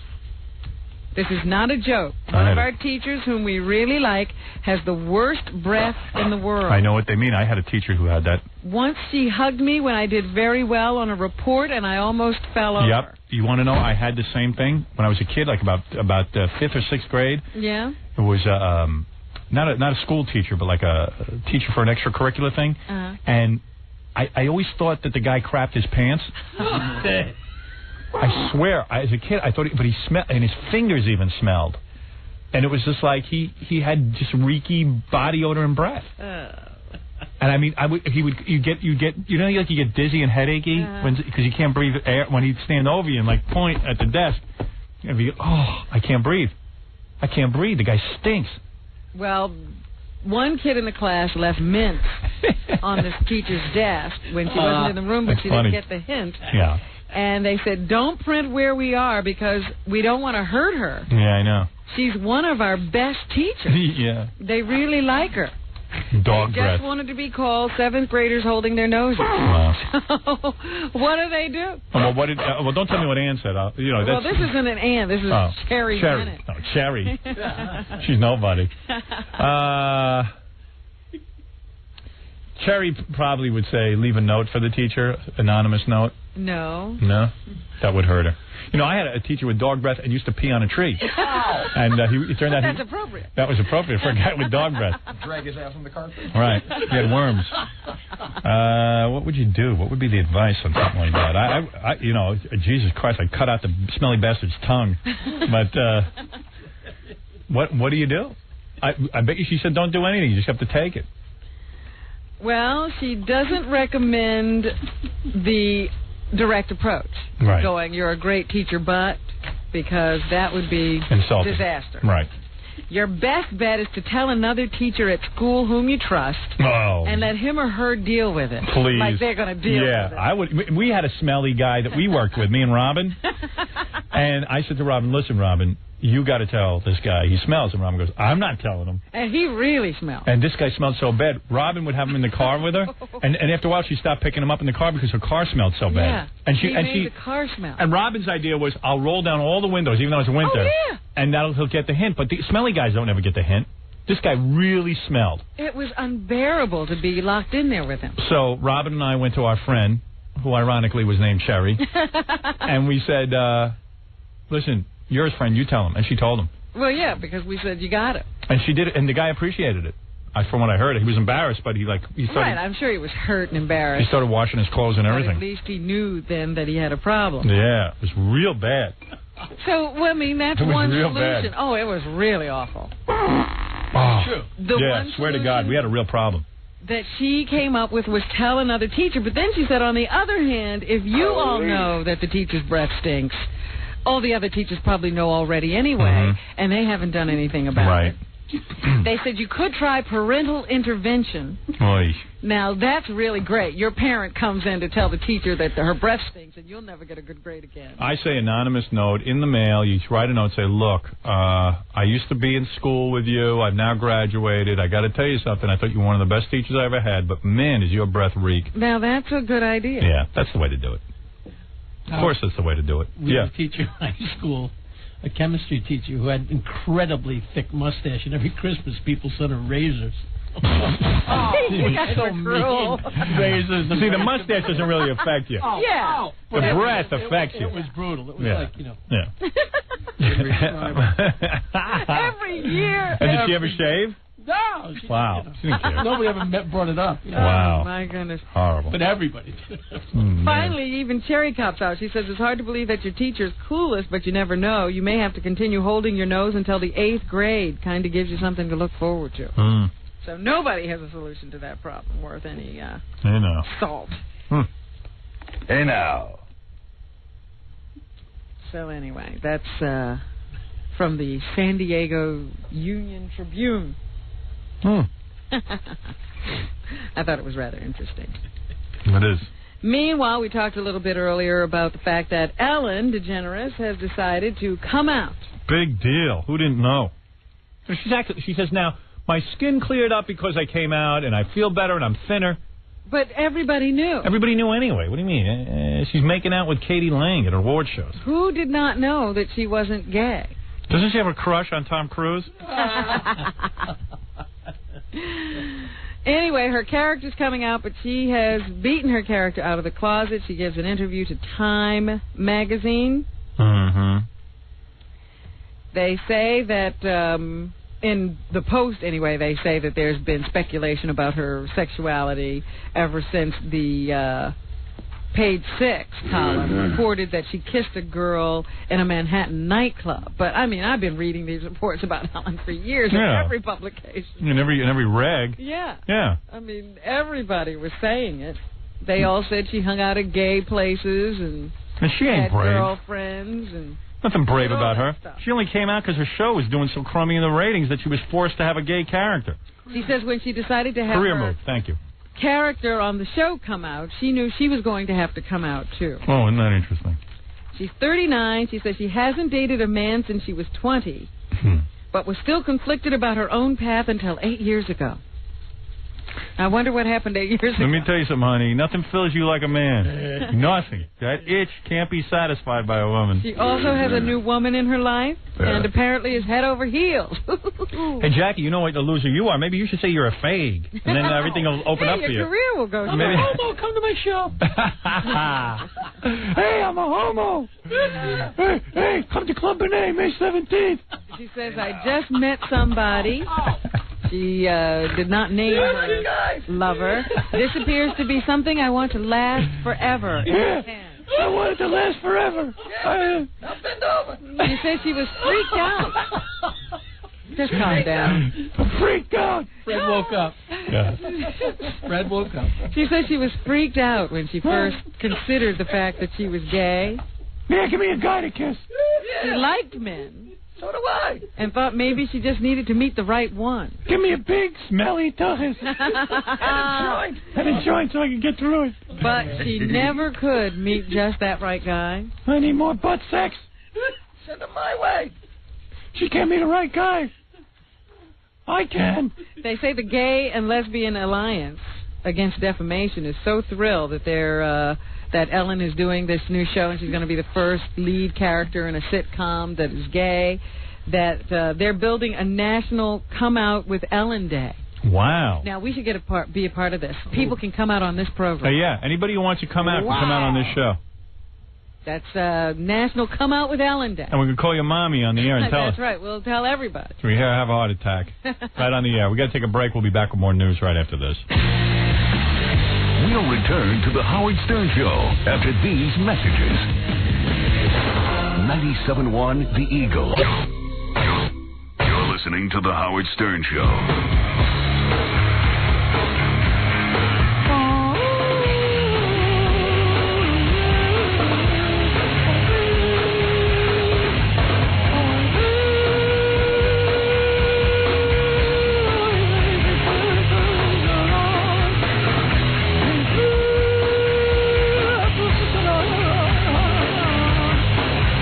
What else is in the news, Rob? Well, they say that 12 years from now, Howard, you won't have the problem Small of trying penis? to satisfy your wife. Why? She'll be able to pop a pill To have sex? and have an orgasm. Wow. That'd be great. Doctors are doing research on this right now. They've been studying rats. Yes. And they say that they have found another route. You know, usually everybody thinks like you have to go through The clitoris. the bottom of a woman Right. in order to make her have an orgasm. The tuchus. Not the tuchus. All right. Who studied rats getting off? That's what I want to know. Yeah, but go ahead. So usually they think, well, you have to play with the private areas. Yes, you have to be. And what they did was they started studying these rats and somehow figured out there was this neurotransmitter that caused you to have these orgasms, feelings. Yes. And then they said, all right, well, okay, we've got that. Now, is there another way for this information to get to the brain? And so they started working with women who had spinal cord injuries. Oh, that's good. Because they can't have orgasms. That's right. And somehow or other, with, I guess, you know... You think they'd work on a way yeah. to improve the spinal cord condition? No, they're working on a way for these spinal cord victims to have orgasms. Yeah. It's unbelievable. Somehow or other, they figured out there was another pathway to the brain to stimulate this kind of a response. And so they think that they can do this, but they said, you know, this pill that they're thinking of making... They have a pill like that, Ludes. No, totally... that won't help with spinal cord injury. No. Are you saying, you know, what? Right. But who is it that checked the rats? They have determined through experiments with lab rats that there is an alternative path to sexual arousal from the cervix to the neck and into the brainstem. Saying that the brain can stimulate the orgasm. Well, that's where your orgasm is happening anyway. It's just that it's information coming from your cervix that's getting up there. From your pupil. Or from your clitoris. That's your getting clitoris. Holy clitoris. Moan's furnace. Moan's furnace. The professors believe this is done through a transmitter in the nerves, and they offer the possibility that these transmitters can be mimicked. Cool. And if so, women would just have to pop a pill, and then they could have an orgasm. Now, one would wonder, with the advent of cloning and an orgasm pill, are men really going to be necessary? I saw some thing in the article, some lesbian group or some women's group. Some woman, just a woman. Oh, woman. She runs her own group, but she has a talk show or something. Oh. She has decided that men are going to become obsolete It's once so stupid. cloning is put into play. Women don't have a man for an orgasm. Very few men can deliver an orgasm. What do they have them for? They have them because they're insecure or something. No, they have them for financial reasons, Right. obviously. Yeah, it's so much deeper than just screwing. So you don't think you'll ever be obsolete? Right. Oh, no. That's not the use men have. Men are there to be yelled at. A woman can't fight with a pill. Right. Can't call him an a-hole. Oh, dear. Would you, now I know you were intimidated by the vibrator at first, but now you've come to love it. Yeah, I would give my wife a pill to have an orgasm. You would yes. not be bothered by the orgasm pill. As long as I get off. So I suppose if you could figure out how to time it so that the pill would start to work when you were finished. I'd let her use 50 pills. And a rat. I don't care what she does. Whatever it takes. Whatever it takes. I don't care. As long as I have an orgasm, I don't care. Okay. And the less work for me, the better. I love the vibrator. I've embraced it. But not at first. You were intimidated. That's right. And I just now leave it on the And it wouldn't spot. bother you knowing that... But wouldn't you ever want to... No. Give her an orgasm through my genitalia? Yeah. It's impossible. I've tried. In fact, I drop off the bottle of pills to her house and go to Scores. What do you think of that? You are horrible. I would rub her with the bottle of pills. I get a vibrating bottle of pills. Yeah. What do you think of that? I'd vibrate her while she drank the pills. I could care less. Take 100 goddamn pills as long as you get off, honey. Any way you can do it. Dear. But only you could administer the pills. You don't want somebody else running around with her prescription, getting her off. Because like even with the vibrator, my wife plays this game with me. I go, you know, you don't even dig me. I go, you just dig the vibrator. She goes, no, I like the way you use the vibrator on me. Meanwhile, I just lay there and hold it on her. I go, yeah, anybody could do this. She goes, no. And then that's the same when the pill comes out. She go, I like when you hand me the pills. Oh, okay. You want to play that game. Oh, man. Point of the matter is, I can't even get you excited until I get that vibrator. She's not kidding me. But it doesn't bother you. It doesn't ever make you feel... No, please. I'm past that. Yeah, I'm you've happy gotten there's over something... it. Because I know on my own I can't give her an orgasm. It's too hard. It's too much work. I don't want to put the time and But effort didn't in. you ever think that if, you know, some woman loved you, Yeah. that would happen automatically? No, I don't know that kind of love. I'm just asking you, did you ever think that? And it must have been a disappointment to you. No, I knew I'd be disappointing in the bed. So it never bothered you. You No. were coming up meeting your expectations. Right. You know, I always knew before the vibrator, I always knew after lovemaking, my wife was left hungering for more, very dissatisfied. In fact, she used to complain to me she'd be awake all night because she'd be like in a state. Because I barely get started and I would orgasm and fall asleep. Now she's totally satisfied thanks to the vibrator. She sleeps well. Sleeps well and doesn't bother me. Sleeps right through the hike. and will tell you I'm great in bed when I'm really not. Who cares? You don't care how you get those. No, and she thinks I'm great. There you go. Just rub her a little. All right. And I can't rub that fast. My arm would break. And even when I try to use my hand... And you don't know of any other way to bring her to orgasm? No, I don't. And as a matter of fact... Nothing else you do bring Nothing. her to And I've tried everything. And I thought you said you were pretty good. What, oral? Yeah. I thought so, but evidently not. And then I, even when I rub real fast to simulate the vibrator, like with my hand, she says it irritates her. So... I hope this is not true. I wish it wasn't. You can't make that stuff. And I didn't read that from Anne Rice. I don't think anybody's ever written that, no. Well, some weird stuff going on in Columbus, Ohio today. A truck has dropped part of its load of human waste. I dropped part of my load of human waste, but you don't want to hear about it. Sending about 20 cars sliding and crashing in human on waste. a highway in Columbus, Ohio. Oh, we got to get pictures of that. Why is a truck carting human waste? Probably one of those portisane things. Oh. Traffic was at a standstill for more than a mile on a stretch of Interstate 270. Firefighters are hosing off the highway Cool. 3 lanes. And police are trying to get the stuck motorist turned around. Wow. But they don't want to get too close. Lots of corn, I bet. At least one person has been hurt, but not seriously. One car is covered by waste. Human waste. 8 others are badly damaged. Authorities say the highway will probably stay closed for several hours. Imagine how much fecal matter that was in that truck. A truck full of it. Yeah. Imagine how much feces can cover a car. And 20 cars sliding around in it. And human waste. Ugh. Duty. Listen to the sound effects.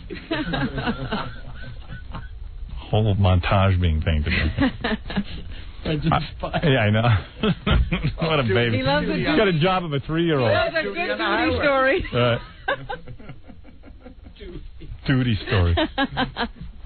They're disappointed to be coming home early. Still, crew members on the Space Shuttle Columbia say they've been able to pack plenty of science into their abbreviated mission. Cool. A faulty power generator is forcing the shuttle to land tomorrow after just 4 days instead of the planned 16. The commander of this flight says ground controllers made the final call on the early return, but he says everyone is in sync with the decision. Wonder where their duty is. Like, is it in space? Is it on a truck? Or are they going to bring it down to Earth and then put it on a truck? And don't they have to examine it to see the effective duty in space? Or the lack of gravity on duty? Yeah. What does duty react like in zero grav? Does duty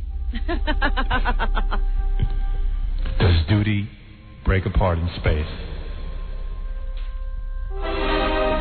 Does it vaporize? Does it have a shelf life?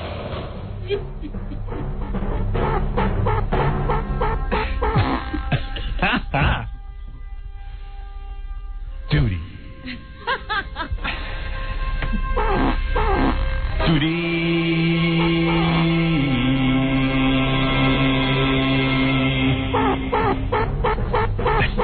Okay, it's enough.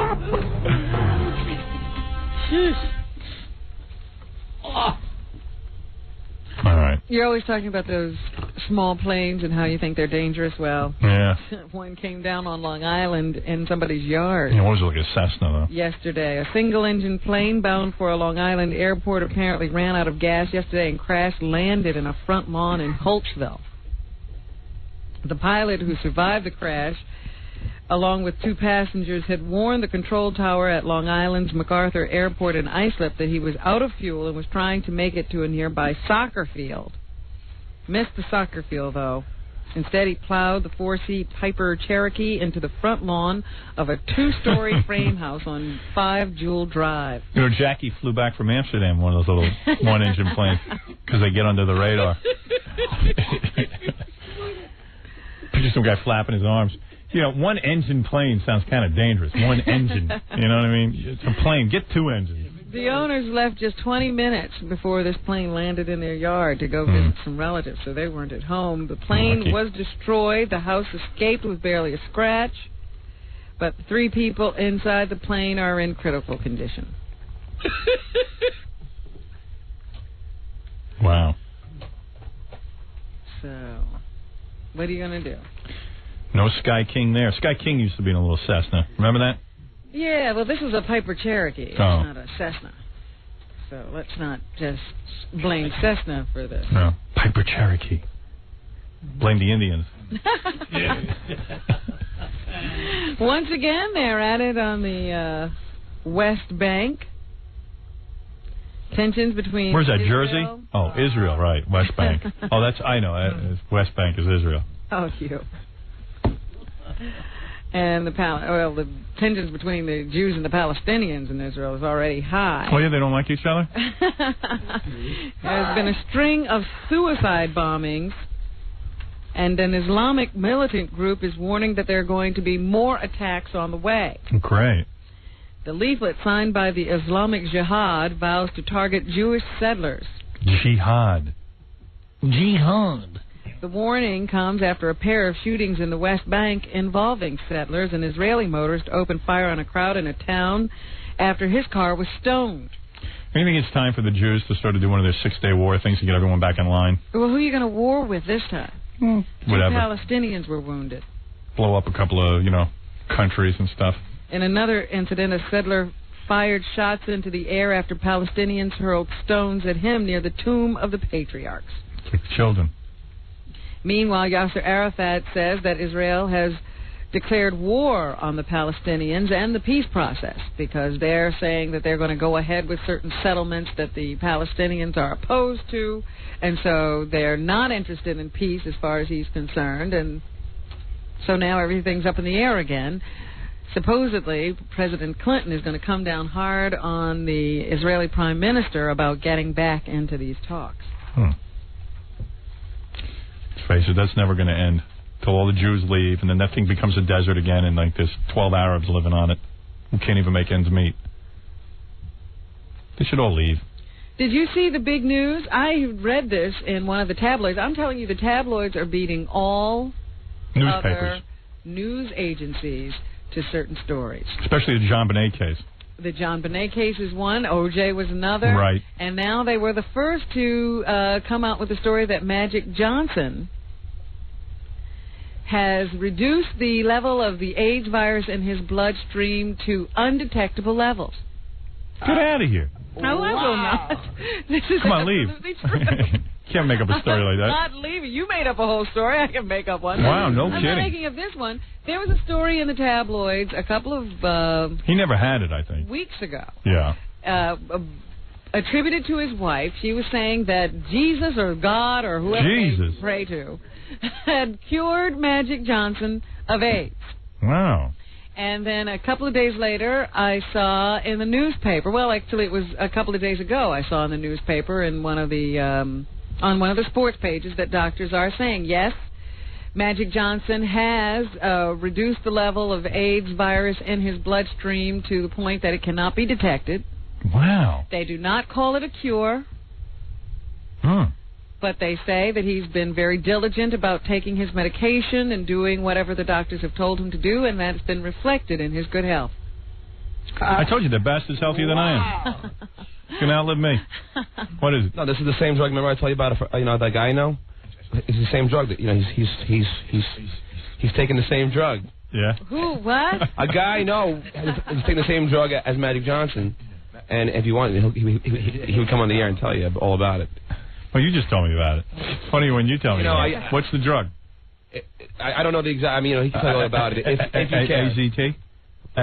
It's a combination of drugs, isn't it? But the same thing happens. Can't you take a drug to stop stuttering? It's like a cocktail. Trinoacidol?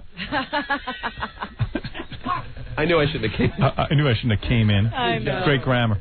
I knew I shouldn't have came in. It's an announcer. What you shouldn't have done was try to speak. I knew I shouldn't have came in. You guys got a high IQ. He's a college graduate. Yeah. I knew I shouldn't have came in. But isn't that amazing?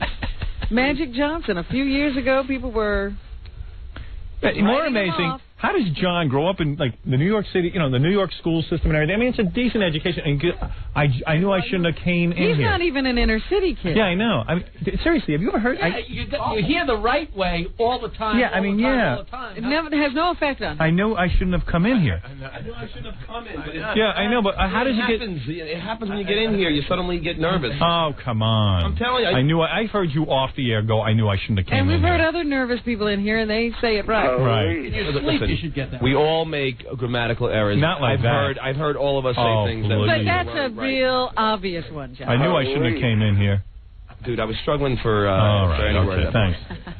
Dude. Dude comes out perfectly. Yeah, that he comes out with.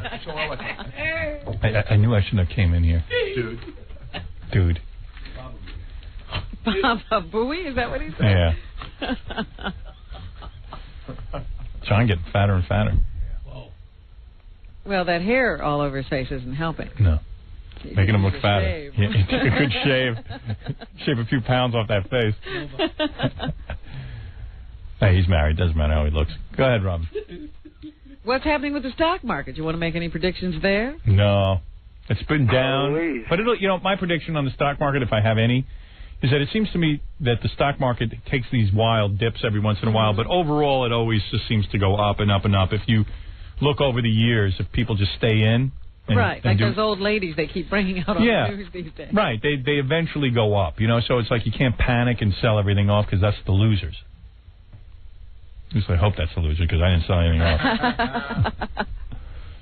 Well, it's very funny because I keep hearing all of these analysts. They get on TV, and it seems that nobody understands the stock market. No, because what is the stock market? Why it does anything? Yeah, it's man-made. There's no natural law there. It goes up, it goes down. They don't even know really why the crash in '29 happened. No one knows. It just goes up and down like the weight of our cast. My weight is like 10 pounds up, 10 pounds down. All of us. Oh, yeah. Stock prices are higher in active trading today. The Dow Jones Industrial Average is up 29 points in today's early going. Advancing issues on the New York Stock Exchange hold a 5-2 lead over decliners. Jackie, do you have an explanation? You're in the market. Yeah. Go ahead. No idea. Really? Good. If anybody had any idea, they'd be rich, right? You're right in line with all the analysts. Right. I could have my own shit. Hey. If they traded in pot. If the same show keeps popping up while you're channel surfing tonight, it's not your television set.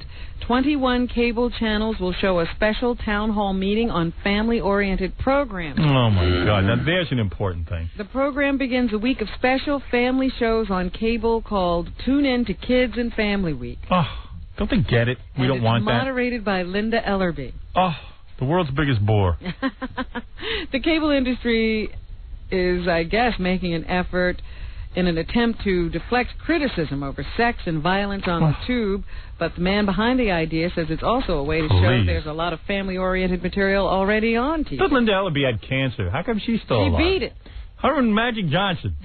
What did she get, undetectable levels in there? And if your tastes run more to adult offerings, wait a week. Playboy TV will offer a free day of programming on April 1st. Well, that I'll watch. To counteract family-oriented television, I suppose. I also read... What is Ellen DeGeneres? Is that family-oriented? Also read that Pat Paulson... has cancer. Has inoperable brain cancer, isn't it? Tell him not to worry. Just take the same pills Magic Johnson's taking. No wonder his name's Magic. I think that they all work the same. Son of a bitch does have a Magic Johnson. Beating the disease that everybody said you couldn't beat. I got to tell you something. I thought Pat Paulson was dead in 1988, so he's outlived the odds. A former McDonald's restaurant worker who had been arrested on charges of dealing marijuana in Happy Meals McHappy Meal has been arrested on new drug charges. New drug charges. Happy Meal. 19-year-old Mintz Powell of Monroe is due in court today following his arrest in Bridgeport on Friday on more marijuana charges. More hash fries, please. Some undercover agents allegedly bought marijuana from him at his home and at the drive-through window at the Monroe McDonald's. I'll have 2 filet alludes and some hash fries. Hold the ganja. And Jackie thought you had to go all the way to Amsterdam for that. So McDonald's. Hey, there's a 2-for-1 at McDonald's. Let's go. He's being held on bond and is scheduled to be arraigned today in Bridgeport Superior Court. A kilo of fries. Connecticut. A kilo of fries. A kilo of fries. Oh, throw me a burger. All right. Anything else in the news? Some new high-tech devices on the way to police departments. Authorities in New York are testing a new technology that the Justice Department says can save lives. The New York Times reports the test involved devices designed to allow officers to spot people on the street carrying concealed weapons. Experiments are about to be launched at a prison in North Carolina and federal courthouses in Los Angeles. Great. The devices use X-rays, ultrasound imaging, and computer-assisted metal detectors.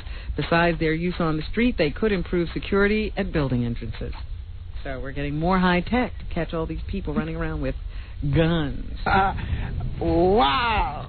Thank you. And that's what's happening. Thank you, Robin. I'll be over at McDonald's getting a quarter pounder with crack.